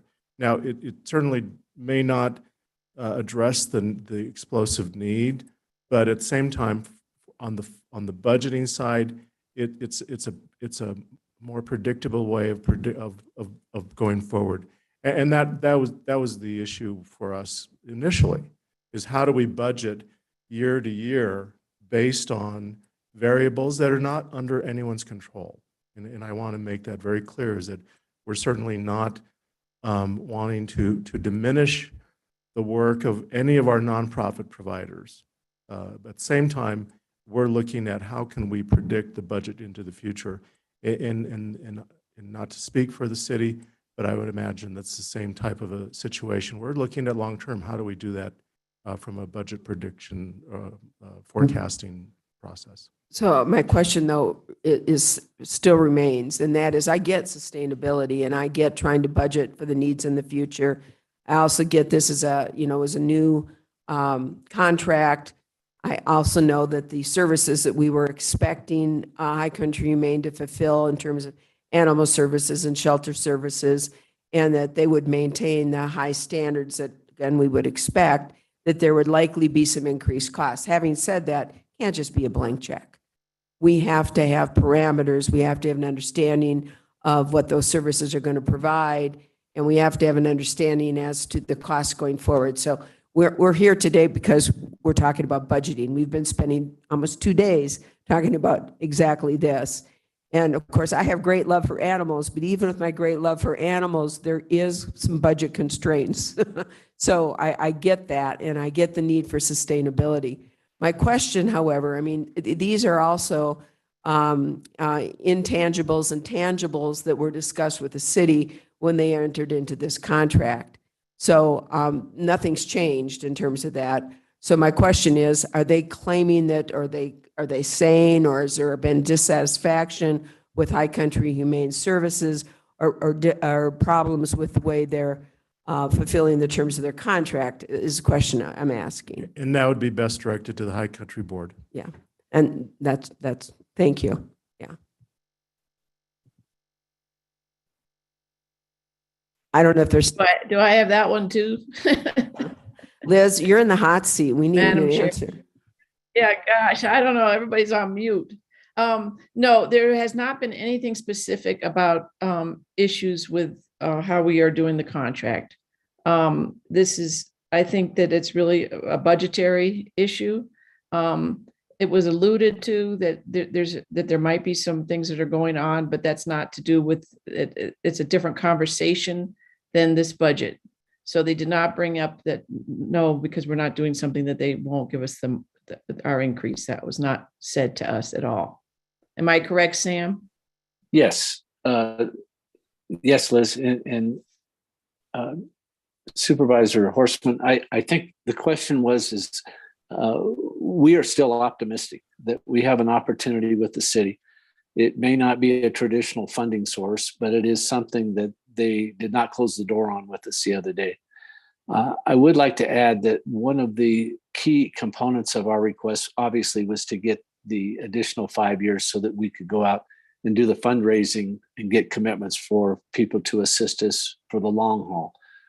We know that we have a tremendous number of opportunities, both physically within the facility and staff-wise, in order to address the huge issues of the number of animals coming into us and the need for the medical care that we have to provide for those animals in order to adopt them out into families, forever homes, if you will. So we're hopeful that the city has requested additional information, which we will have to them early next week. And we hope that they will put that in their equations and consider doing the same thing that you are considering, which is to support us going forward. Thank you. Thank you. Appreciate that and appreciates the answer to my question. So, and any idea when you're going to hear back from the city? You said next week. Yes, we're getting information. Actually, Liz is going to meet with them on Monday next week with both Liz's. Well, I'm meeting Liz with Olson, yeah. Yeah, we're meeting with a city council member, but Greg is, so within the next week or two, we're getting them the information. They're going to be out of the office, but we're still on that June date, early June. So, You know, one thing I think this does bring up, since this is a joint city-county contract, it might be good that just, moving forward, that we try to have at least an annual discussion or annual report with the city and the county on these joint contracts going forward. Sometimes it just may be a lack of understanding, a lack of communication. Hopefully that's what it is here.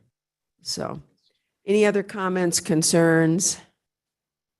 Madam Chair, the point I was going to raise got back to the predicting and forecasting the budget going forward. And again, staff, I think, have done a great job of creating a framework that provides for some predictability or some sense of being able to forecast the needs and the budgetary needs. And unfortunately, I think we run into during budget time a little bit of not a conflict, but a intersection between what's mission driven and what's budget. Certainly the mission of the organization is very admirable. It also shows the importance, and I said this earlier last week, I believe, the importance that the nonprofit sector plays in our community. And this is a key example where we rely on the nonprofit community for a lot of different needs that are met, and it brings together their philanthropic efforts and their expertise in this area, along with as a beneficiary. The county is a beneficiary of a service that they provide. Many nonprofits do that in their community. And so, yes, another example of the importance of the relationship between nonprofits and local government. Thank you. Agree wholeheartedly, County Manager. So well said. Other questions, concerns? Otherwise, it's great to see the faces that are with us here. And thank you, High Country Humane, for all you do for our animals and their people. And, what you did during the tunnel fire was really fabulous. And a shout out to Coconino County Humane Society, who also jumped in with you to assist in caring for the animals during the evacuation period. So thank you so much. Appreciate all you do, and appreciate, the puppies are coming out now. We're going to have to, we'll be here all afternoon now. So anyway, thank you. Thank you so much. Great to see you all. Thank you. All right. You bet.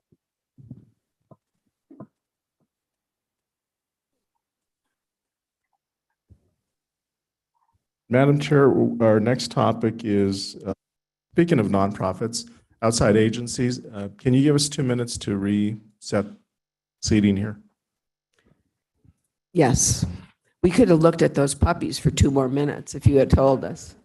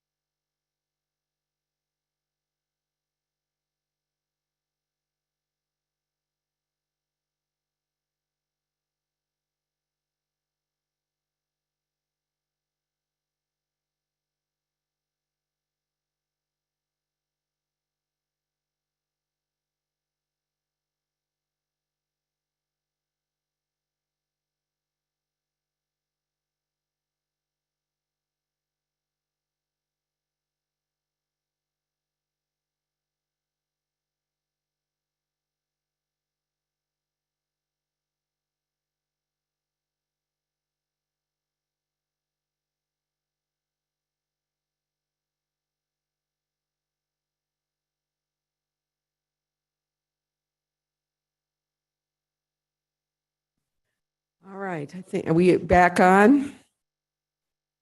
All right.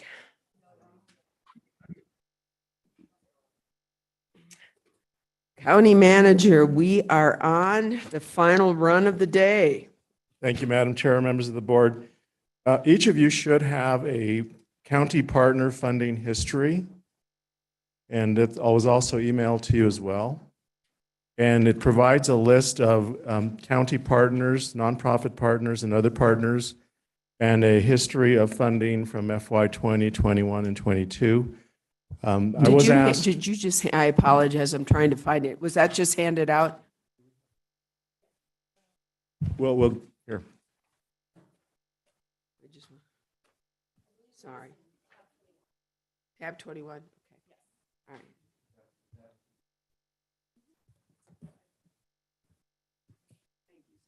No worries.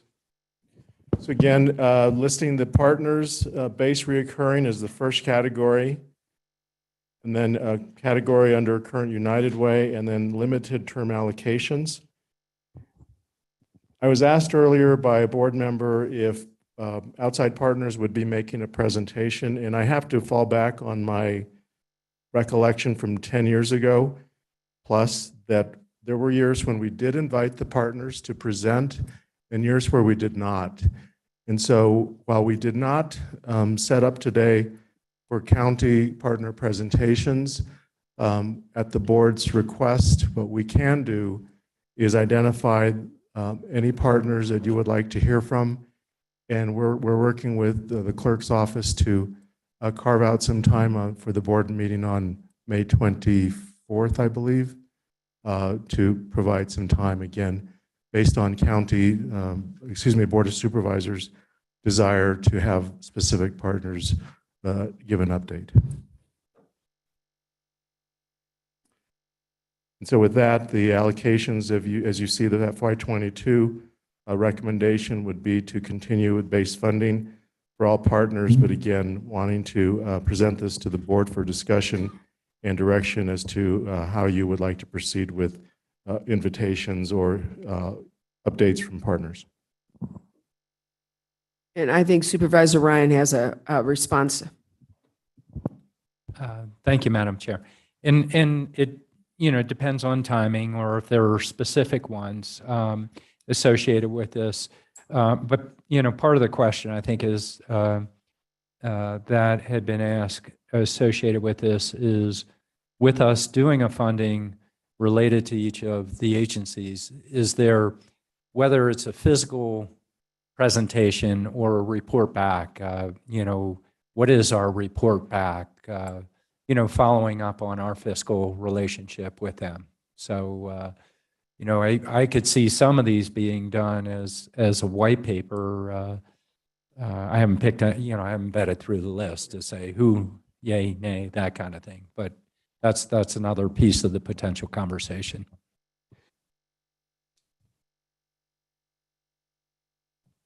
Supervisor Fowler.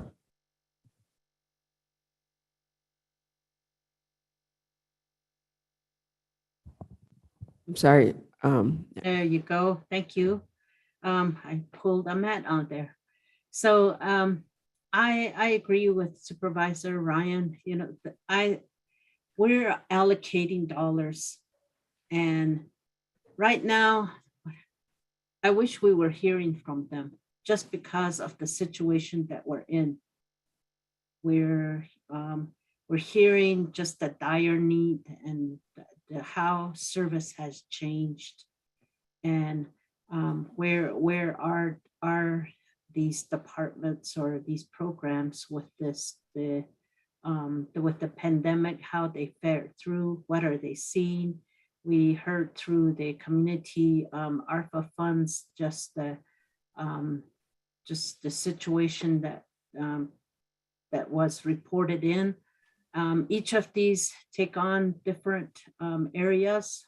We have the economic section. We have NAU who does our research for us, who's been working with helping us with the businesses. We have United Way, and United Way is providing that social service outreach and also response to the emergency is there, where are they? And then, the other is that we are accountable to reporting back out to the communities as to where we're putting these dollars. And so I think that report back in some form is important, so that because they're pretty much grandfathered into our budget. And each year our departments come, they develop their budgets, and they come and they tell us our needs and what has changed and what they have gone through, and this is why they need this. So I believe that if we're allocating dollars, that's, we just need to get a report back on these programs. And then the other is that maybe there's a new program out there in the world, in our county world, that is now providing service and has not, how do we know these are the same programs we should be funding when we don't go out and ask if there's others that can provide funding in certain areas? So anyway, but for now with these, I'd like to hear some kind of report back. I'm not saying to present, or just some kind of report back so we know what the situation is. So thank you. And I'll just speak up real quick, and then I'll ask the other two to be heard on this too. I agree with what Supervisor Ryan and Fowler said too. It'd be good to get a report back. I don't think they need to be here in person unless after we look at the report, we would like them to join us. Otherwise, just a report back would at least give us an idea of where our money is going and show our responsibility and oversight. And as you indicated, and last presentation was an example, we do look to our nonprofits to help us provide services to our community. So yeah, I think it'd be a good idea to find out what they're doing, and they can brag about themselves a little bit and what they're up to. So Vice Chair. Yeah, I agree. I think it would be nice to have more information about what they're doing with the funding allocated. Considering our whole staff has to do that through department, I think it's fair at least we get to see some of what our funding is going towards. The other question I had was, or the question I had, because it's not clear on the sheet, is does all this funding come from the general fund, or are there other sources of revenue or sources of funding for these allocations? All funding for this list comes through the general fund. Great, thank you. I'm just double checking here. Supervisor Begay.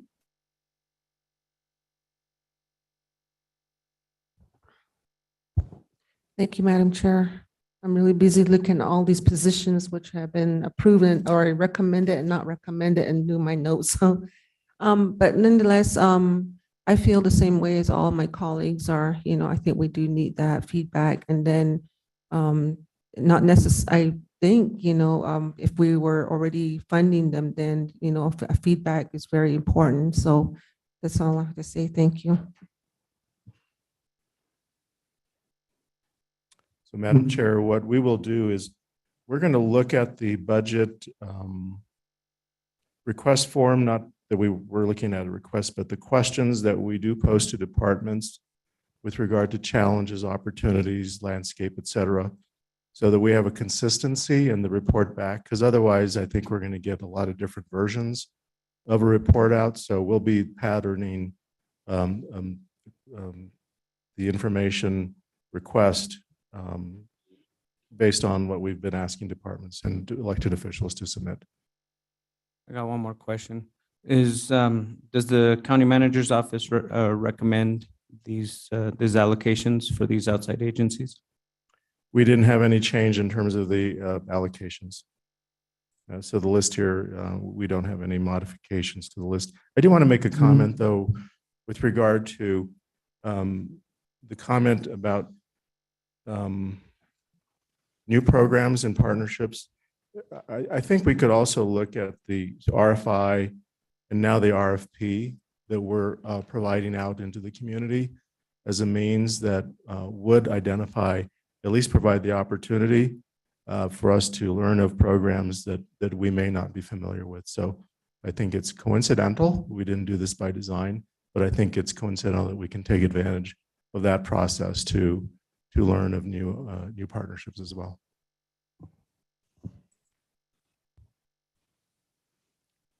Thank you. And I don't know if we're going to be able to get this information before, or can we get this information before we make our budget decisions? The staff will get together after today and just determine what the time frame is and how quickly. But no, we would want it. We would. Good. Yeah, I we'd mean, that want would be ideal if that's at all possible. So So, we'll put a pretty quick, tight time frame on responses, so that we get something, within days, not weeks. Supervisor Fowler. Yeah, I appreciate, bringing in new programs and just services that nonprofits can provide. Through, local governments were limited. So when we turn to nonprofits, it's really good. They do play a vital role. Just you all and know with the United Way being so upfront with the emergency response with these emergencies that are happening. So, just having our meetings, a lot of times we ask questions and we also make comments, and it's really for the public. Even though we may know the information, we will ask those questions for the general public, because these board meetings, for that reason, we always talk about being transparent. So that's why we need to have these reports that come through, so that they can inform the public as to how they are providing the service in the communities. Thank you. Thank you, Madam Chair. Thank you, Supervisor Fowler. Thank you, County Manager. Anything else you might need from us on this? Not on the outside agencies. I think we've got adequate direction. Okay. So with that, Madam Chair, we are on to the last item for the day, and that is reserved for discussion. I would like to go over the agenda for tomorrow. So earlier today, a request was made to consider an executive session to address pertinent issues that are budget related, yet at the same time require advice from council. And so we have discussed this with the county attorney, and we are set to convene, given the board's direction, and through a vote tomorrow morning at 8 o'clock to consider questions related to the county budget that have been requested under the statute for exec sessions, advice from legal counsel. So what will occur is we're going to be rearranging tomorrow's schedule. We will be meeting here at 8 o'clock, and that was originally the time. But we will then immediately be asking the board to consider the question of retiring into executive session. If the board chooses to retire into executive session, the board will be going upstairs to the second floor Grand Canyon Conference Room, where the exec session will be held in person. Present will be County Attorney Bill Ring, Deputy County Attorney Von View. Then they will be in attendance, of course, to provide the information that's been requested to the board in executive session. Only staff that are pertinent to the discussion may be in that room. Other staff that do not have a primary role in that discussion will not be invited. So questions or comments that I can answer? I mean, that sounds totally appropriate. And so we'll be here at 8, and then I guess IT will be pushed back. Well, I'll just kind of push back for a period of time. Yes, what will happen is, depending on the length of the executive session, we'll probably be going directly to our financial advisor, Stifel. They have a time certain presentation at 9:30, and that's because their team is nationally based, and so they're going to be joining us from various time zones for a 9:30 presentation in this room. And again, they're going to be providing an update on the current market relative to our initiative to seek an ASRS related debt issuance. And so they will be presenting at 9:30 certain. Depending on their time, then we'll be putting in IT right after. So about 10:15 is when IT will be presenting. After IT presents, then we will be going directly into wrap up. So a little bit of a rearranging of the schedule, but again, all of this time has been posted, and the board does have the discretion to reorder the agenda once it's been posted. So, questions or comments on schedule? Any comments from members of the board or questions? Madam Chair. Yes, if I may. Supervisor Ryan. Actually, I'm just trying to, since I was tardy, one of these days, you said 8 o'clock? Is that what you said? 8 o'clock. Okay. There you go. I'm Do we getting need to all kinds call, of do we visuals. need to call you at 5:00 a.m. to make sure you're here at 8:00 a.m.? No, he's up early. Believe me, I get his phone calls about 6 o'clock daily. I'll be checking the trap line. Thanks. So Madam Chair, if I can have a couple moments to talk about wrap up tomorrow. So earlier today, I provided to you a wrap up agenda where we'll be going over key dates, future review, future discussion and work session list, the department recommendations, flood control tax, 10-year plan, the budget recommendations, and final thoughts. Again, this is our guide for tomorrow. The other part, or the other handout that I provided to you was the list of all the items that we've been tracking. And it looks like I'm holding the list up here. And again, we've been adding to it throughout the day. Today has been fertile in terms of providing additional items that board members would like to have discussed tomorrow. I would ask you to give some thought to items that you would like us to be prepared for. You can, again, do not reply all, reply directly to myself or budget staff on any other feedbacks or conversations that you want us to put on the list for discussion tomorrow. Any comments or questions? I had. Steve, Madam Chair, Supervisor Fowler. did the email come directly from you? I have the library, but I don't have the other one. Which list are you missing, Supervisor Fowler? I think it's the discussion for tomorrow. Did it come Well, from you? Yeah, we'll Or who did resend it it. come We from? can Okay. resend it. All right, thank you. We'll resend it. Appreciate right it. now, as we speak.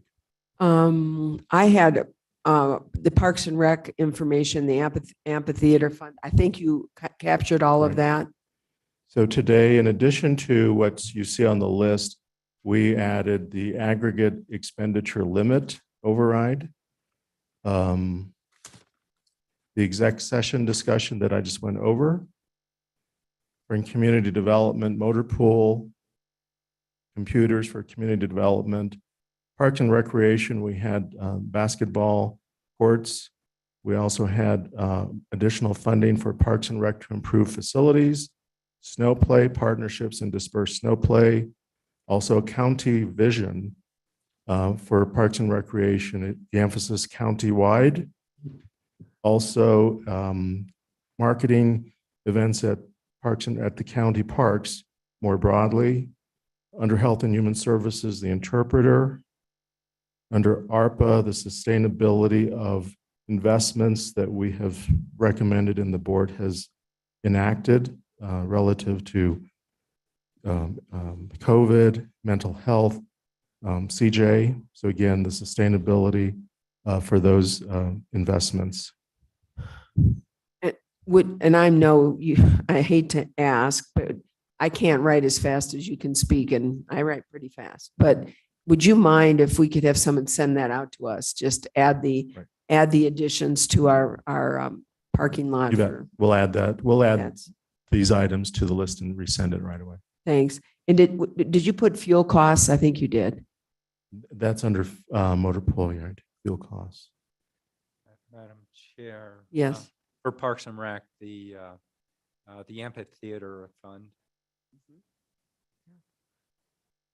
Amphitheater fund, okay. And then the only additional ones that I have is I'd like to have a discussion about the public fiduciary request for an additional employee and also Superior Court request for security officer. Those are the two additional ones that I have. Any other comments? Yes, Yes, Supervisor Fowler. just, I already talked to Steve, but I just want to make sure it's added also is their page security. And I think it falls in what you just mentioned, but I just want to make sure it's that. So thank you.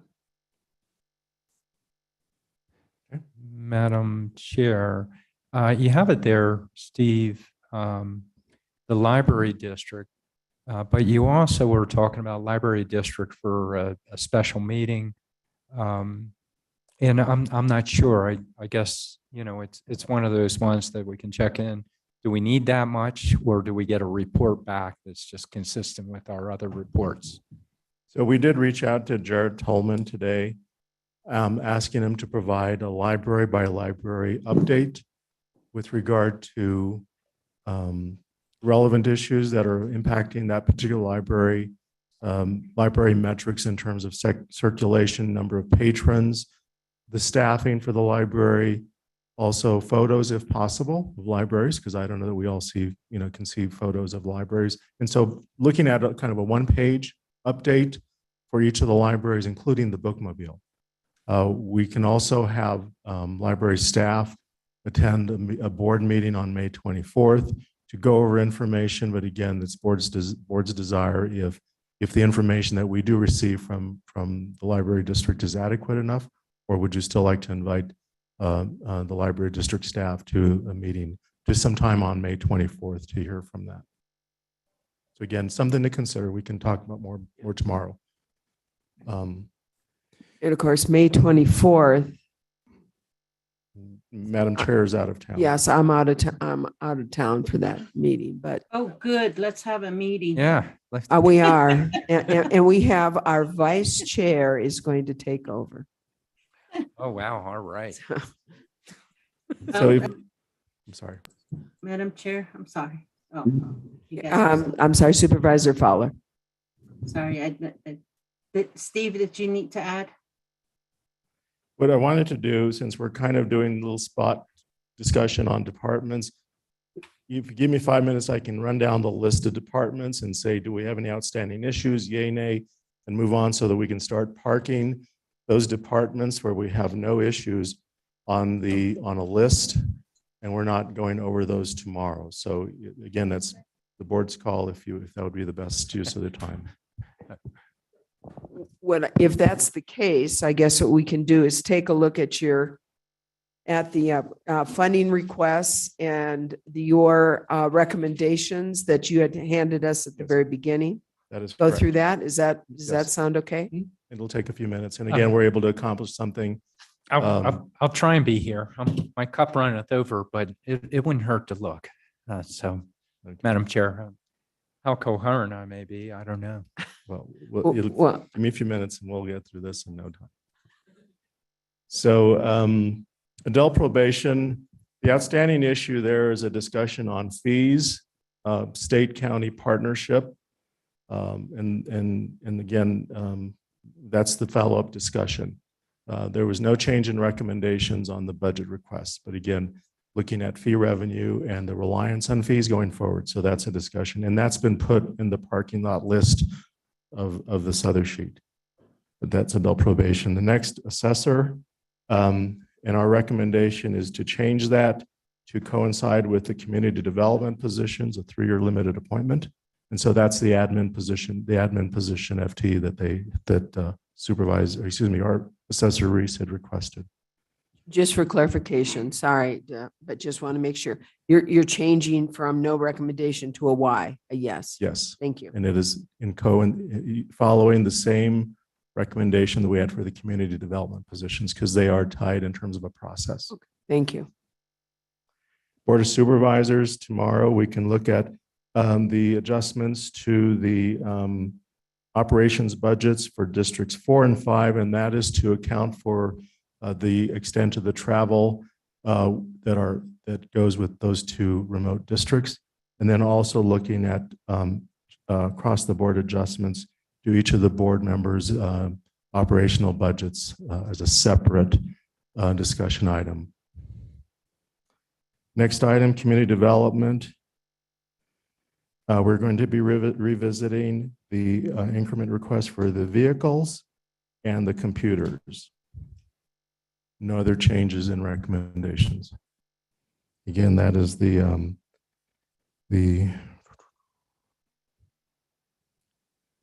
vehicles, and then the laptops and vehicle mounts.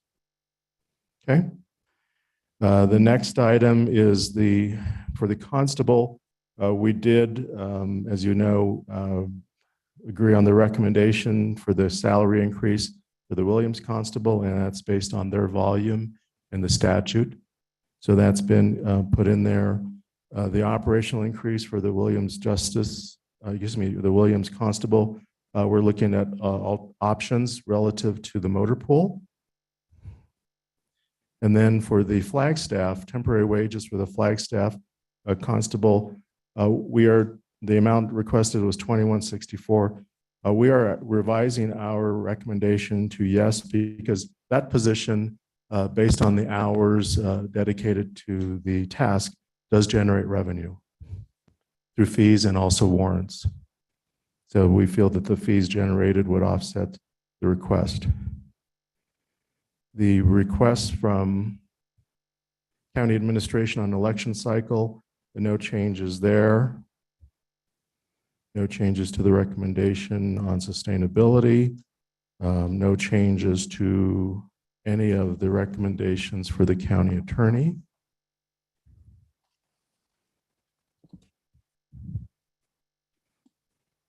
The next group, going down, no changes to the recommendations for emergency management. I do want to note that on the emergency management, the third request for the annual professional service agreements, at least a portion of that will be captured by the 5% inflationary adjustment that were made to operational budgets. So under there's a third increment for increased FMD. Is that it? No. Wrong one.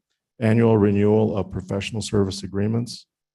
A portion of that will be offset by the 5% inflationary adjustments that we made across all counties, all county departments. And that'd be true for the Board of Supervisors as well. Yeah, So I mean, all departments. yeah, so I'm not sure we really need to talk about that any further. Just talk about the additional amounts for the 4 and 5. So there would be no change there. No change to facility management. No change to finance. And then we have a series of increment requests from the flood control district, and the discussion on that will be the tax rate. So you'll see the bottom of page 2, the beginning of page 3. And again, all of those discussion items will be focused on the tax rate discussion. On to HHS, and no change in the recommendations related to the division manager and the indirect. Those recommendations stay as discussed. No changes to HR. IT will be hearing from tomorrow. So I'm not making any comment on the you'll see that, of course, you see the recommendations for IT, and Matt Fowler and Helen will be here tomorrow to present. Would there be infrastructure funds for IT that we don't have with us right now that may? Possibly. It depends on the type of service and, of course, the alignment with whatever the infrastructure, because there's a variety of grants and opportunities within infrastructure. But again, and Matt and Trey have been looking at the infrastructure bill for any opportunity. So we'll be so that has been being looked at. let me go on to Justice Court. So the discussion on the security officer coverage, that is on the list for tomorrow to discuss. No change to the Flagstaff reclassification for the court trainer position, no change there. No change to the legal defender. No change. Hang on a minute, let me see here. So Parks and Recreation, we did go over a few items that the board wanted to bring back. So we can talk about more of that tomorrow, but I don't see any changes at this point in time. Again, pending discussion tomorrow with the board. Public defender. So the discussion relative to the position increase from 0.5 to 0.75, that was listed as general fund and then also as a special revenue. It's the 4E grant. The recommendation will be changed for the manager from a no to if the department will utilize the 4E grant, then we'll certainly support that. That's the public defender. Okay. As I recall, that's what they requested. Yeah. The next department, public fiduciary, the board would like to revisit the request for the administrative specialist. Public Works, I don't see any changes. However, I do want to add that on the issues list, we have added Navajo Nation BIA roads, the work plan modification. And that is based on comments from Supervisors Begay and Fowler relative to potentially modifying the work plan. And then tomorrow we'll be providing the process, because while the county may support it wholeheartedly, whatever that might be, we still need to, of course, navigate the BIA and Navajo Nation process in order to reorder a work plan that's already been established.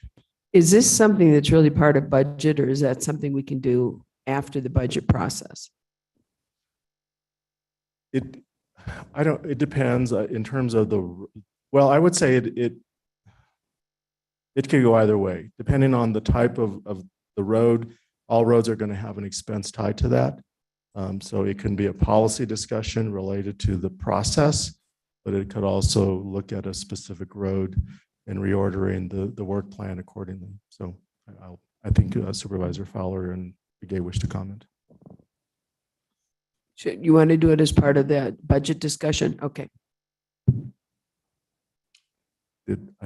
Supervisor Fowler wanted, she popped up. Supervisor Fowler, sorry. Yeah, I was just wondering if this is the, what you're thinking is revising the agreement with the Navajo Nation and BIA. And this is Supervisor Begay's request for the road. Is that what you're talking about? That is correct. Okay, well, okay, I guess that's a discussion tomorrow, so, okay. Thank you. Let's see, on to the recorder. No changes on the election cost budget requests. Sheriff's Department, no changes to the request increment recommendations. However, I do have a note that there was discussion about an evidence vehicle. And I think that we'll clarify that, but that's something we can deal with through the vehicle replacement fund.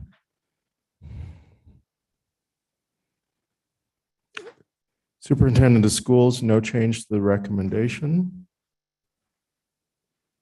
Superior Court, the discussion that you wanted to bring back was security. Yes. And then the final department, the treasurer, the note is, while it is one time this year, it is a temp workforce that we rely heavily on, and that temp workforce in future budgets should be added to the base. Although she affectionately refers to them as her permatemps.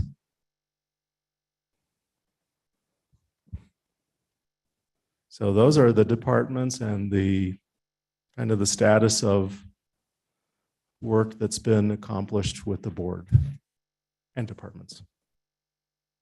Questions or comments? Madam Chair. Supervisor Begay. So in here, we do have funding sources that's general funded. And then we also have special revenues and transportation and general funds / jail districts. And then we also have flood control districts. So I'm thinking this, we have to sort of, so the special revenue funds, which funds are those? Those would be grants, Grants. you know, something other than, in some cases, we've put jail district, that is that is separate from the jail, from the general fund. Road maintenance would be different. So in terms of special revenues, it could be a specific grant. Like in the case of the public and legal defender, the 4E grant is labeled as a special revenue.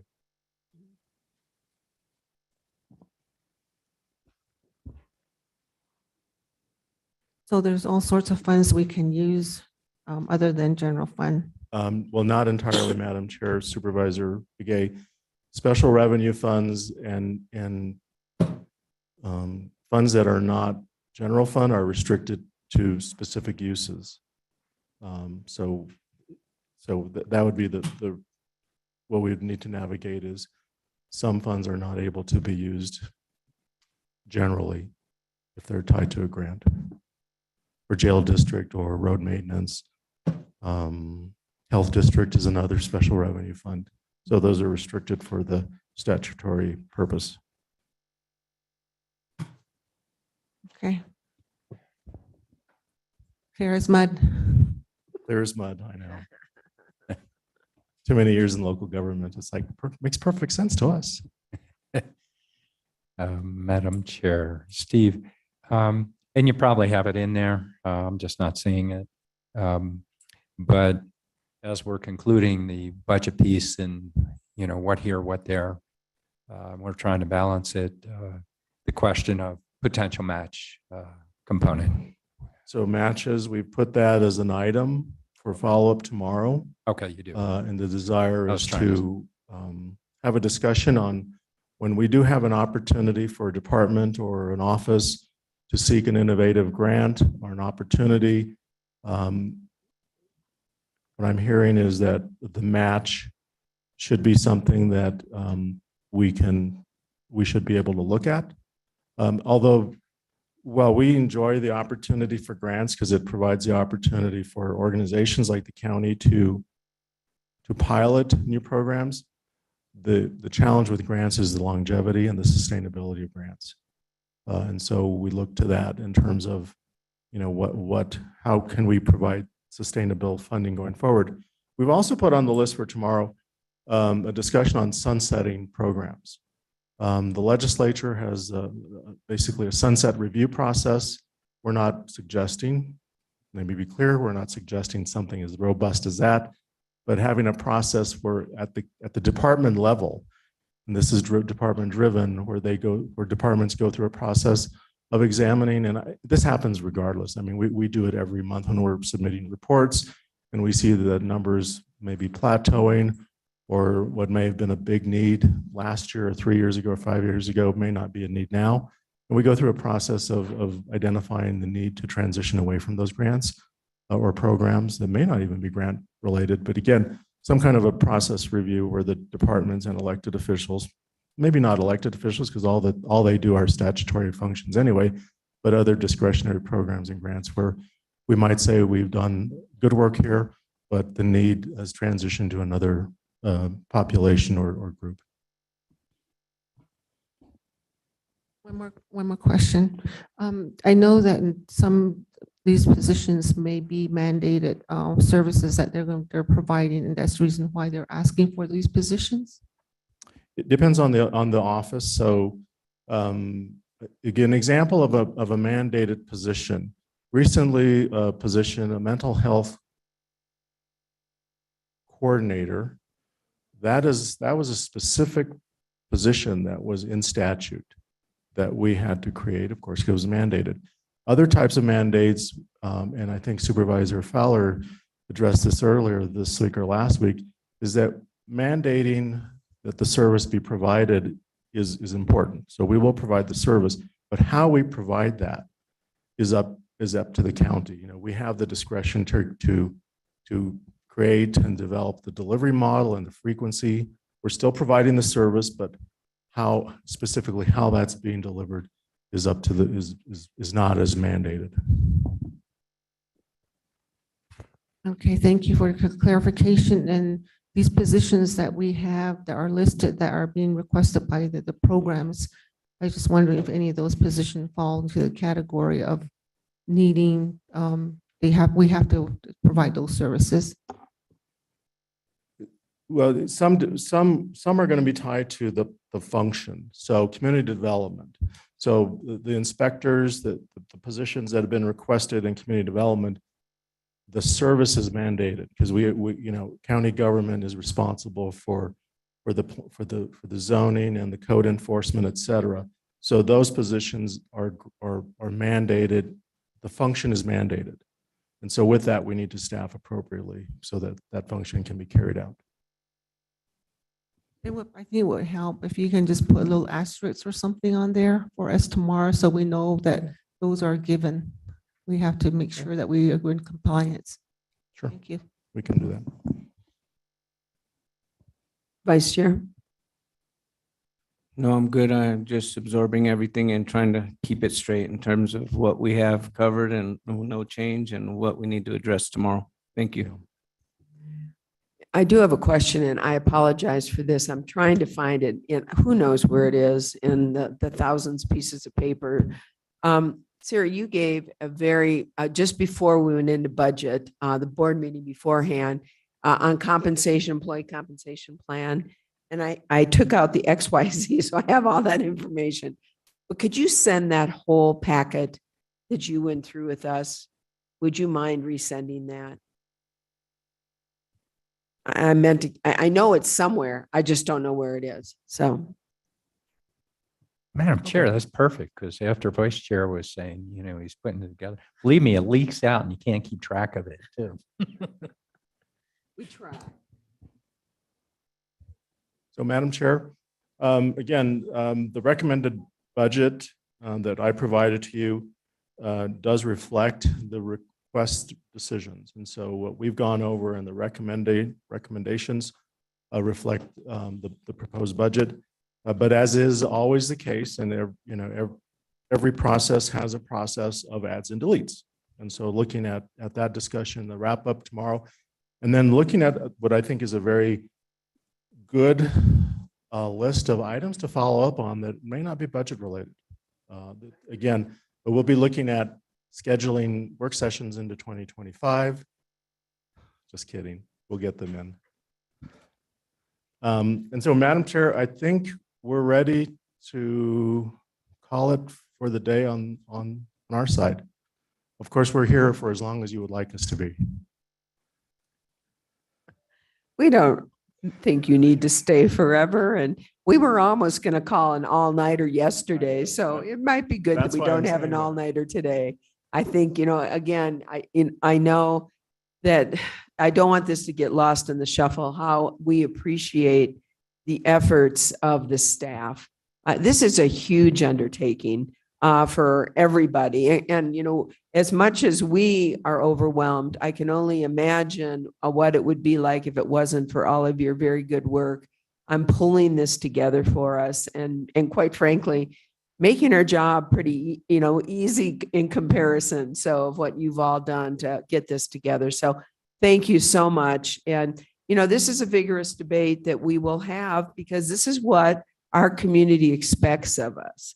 They expect that we will be good stewards of their money and that it will go to the highest and best use for the county. So when we have these debates back and forth, it does not reflect negatively on any department or any individual or the work that is being done, the good work that's being done here in Coconino County. It's really a reflection on us weighing and balancing our very limited resources, quite frankly, with extensive need and to come up with the best and highest use. And we know that that was the issue that our county manager has grappled with and has provided us his very best recommendations. And it will be the issue that we will look at in greater detail tomorrow before we, in making ultimately a decision for the budget for our whole community. So thank you. You guys are great.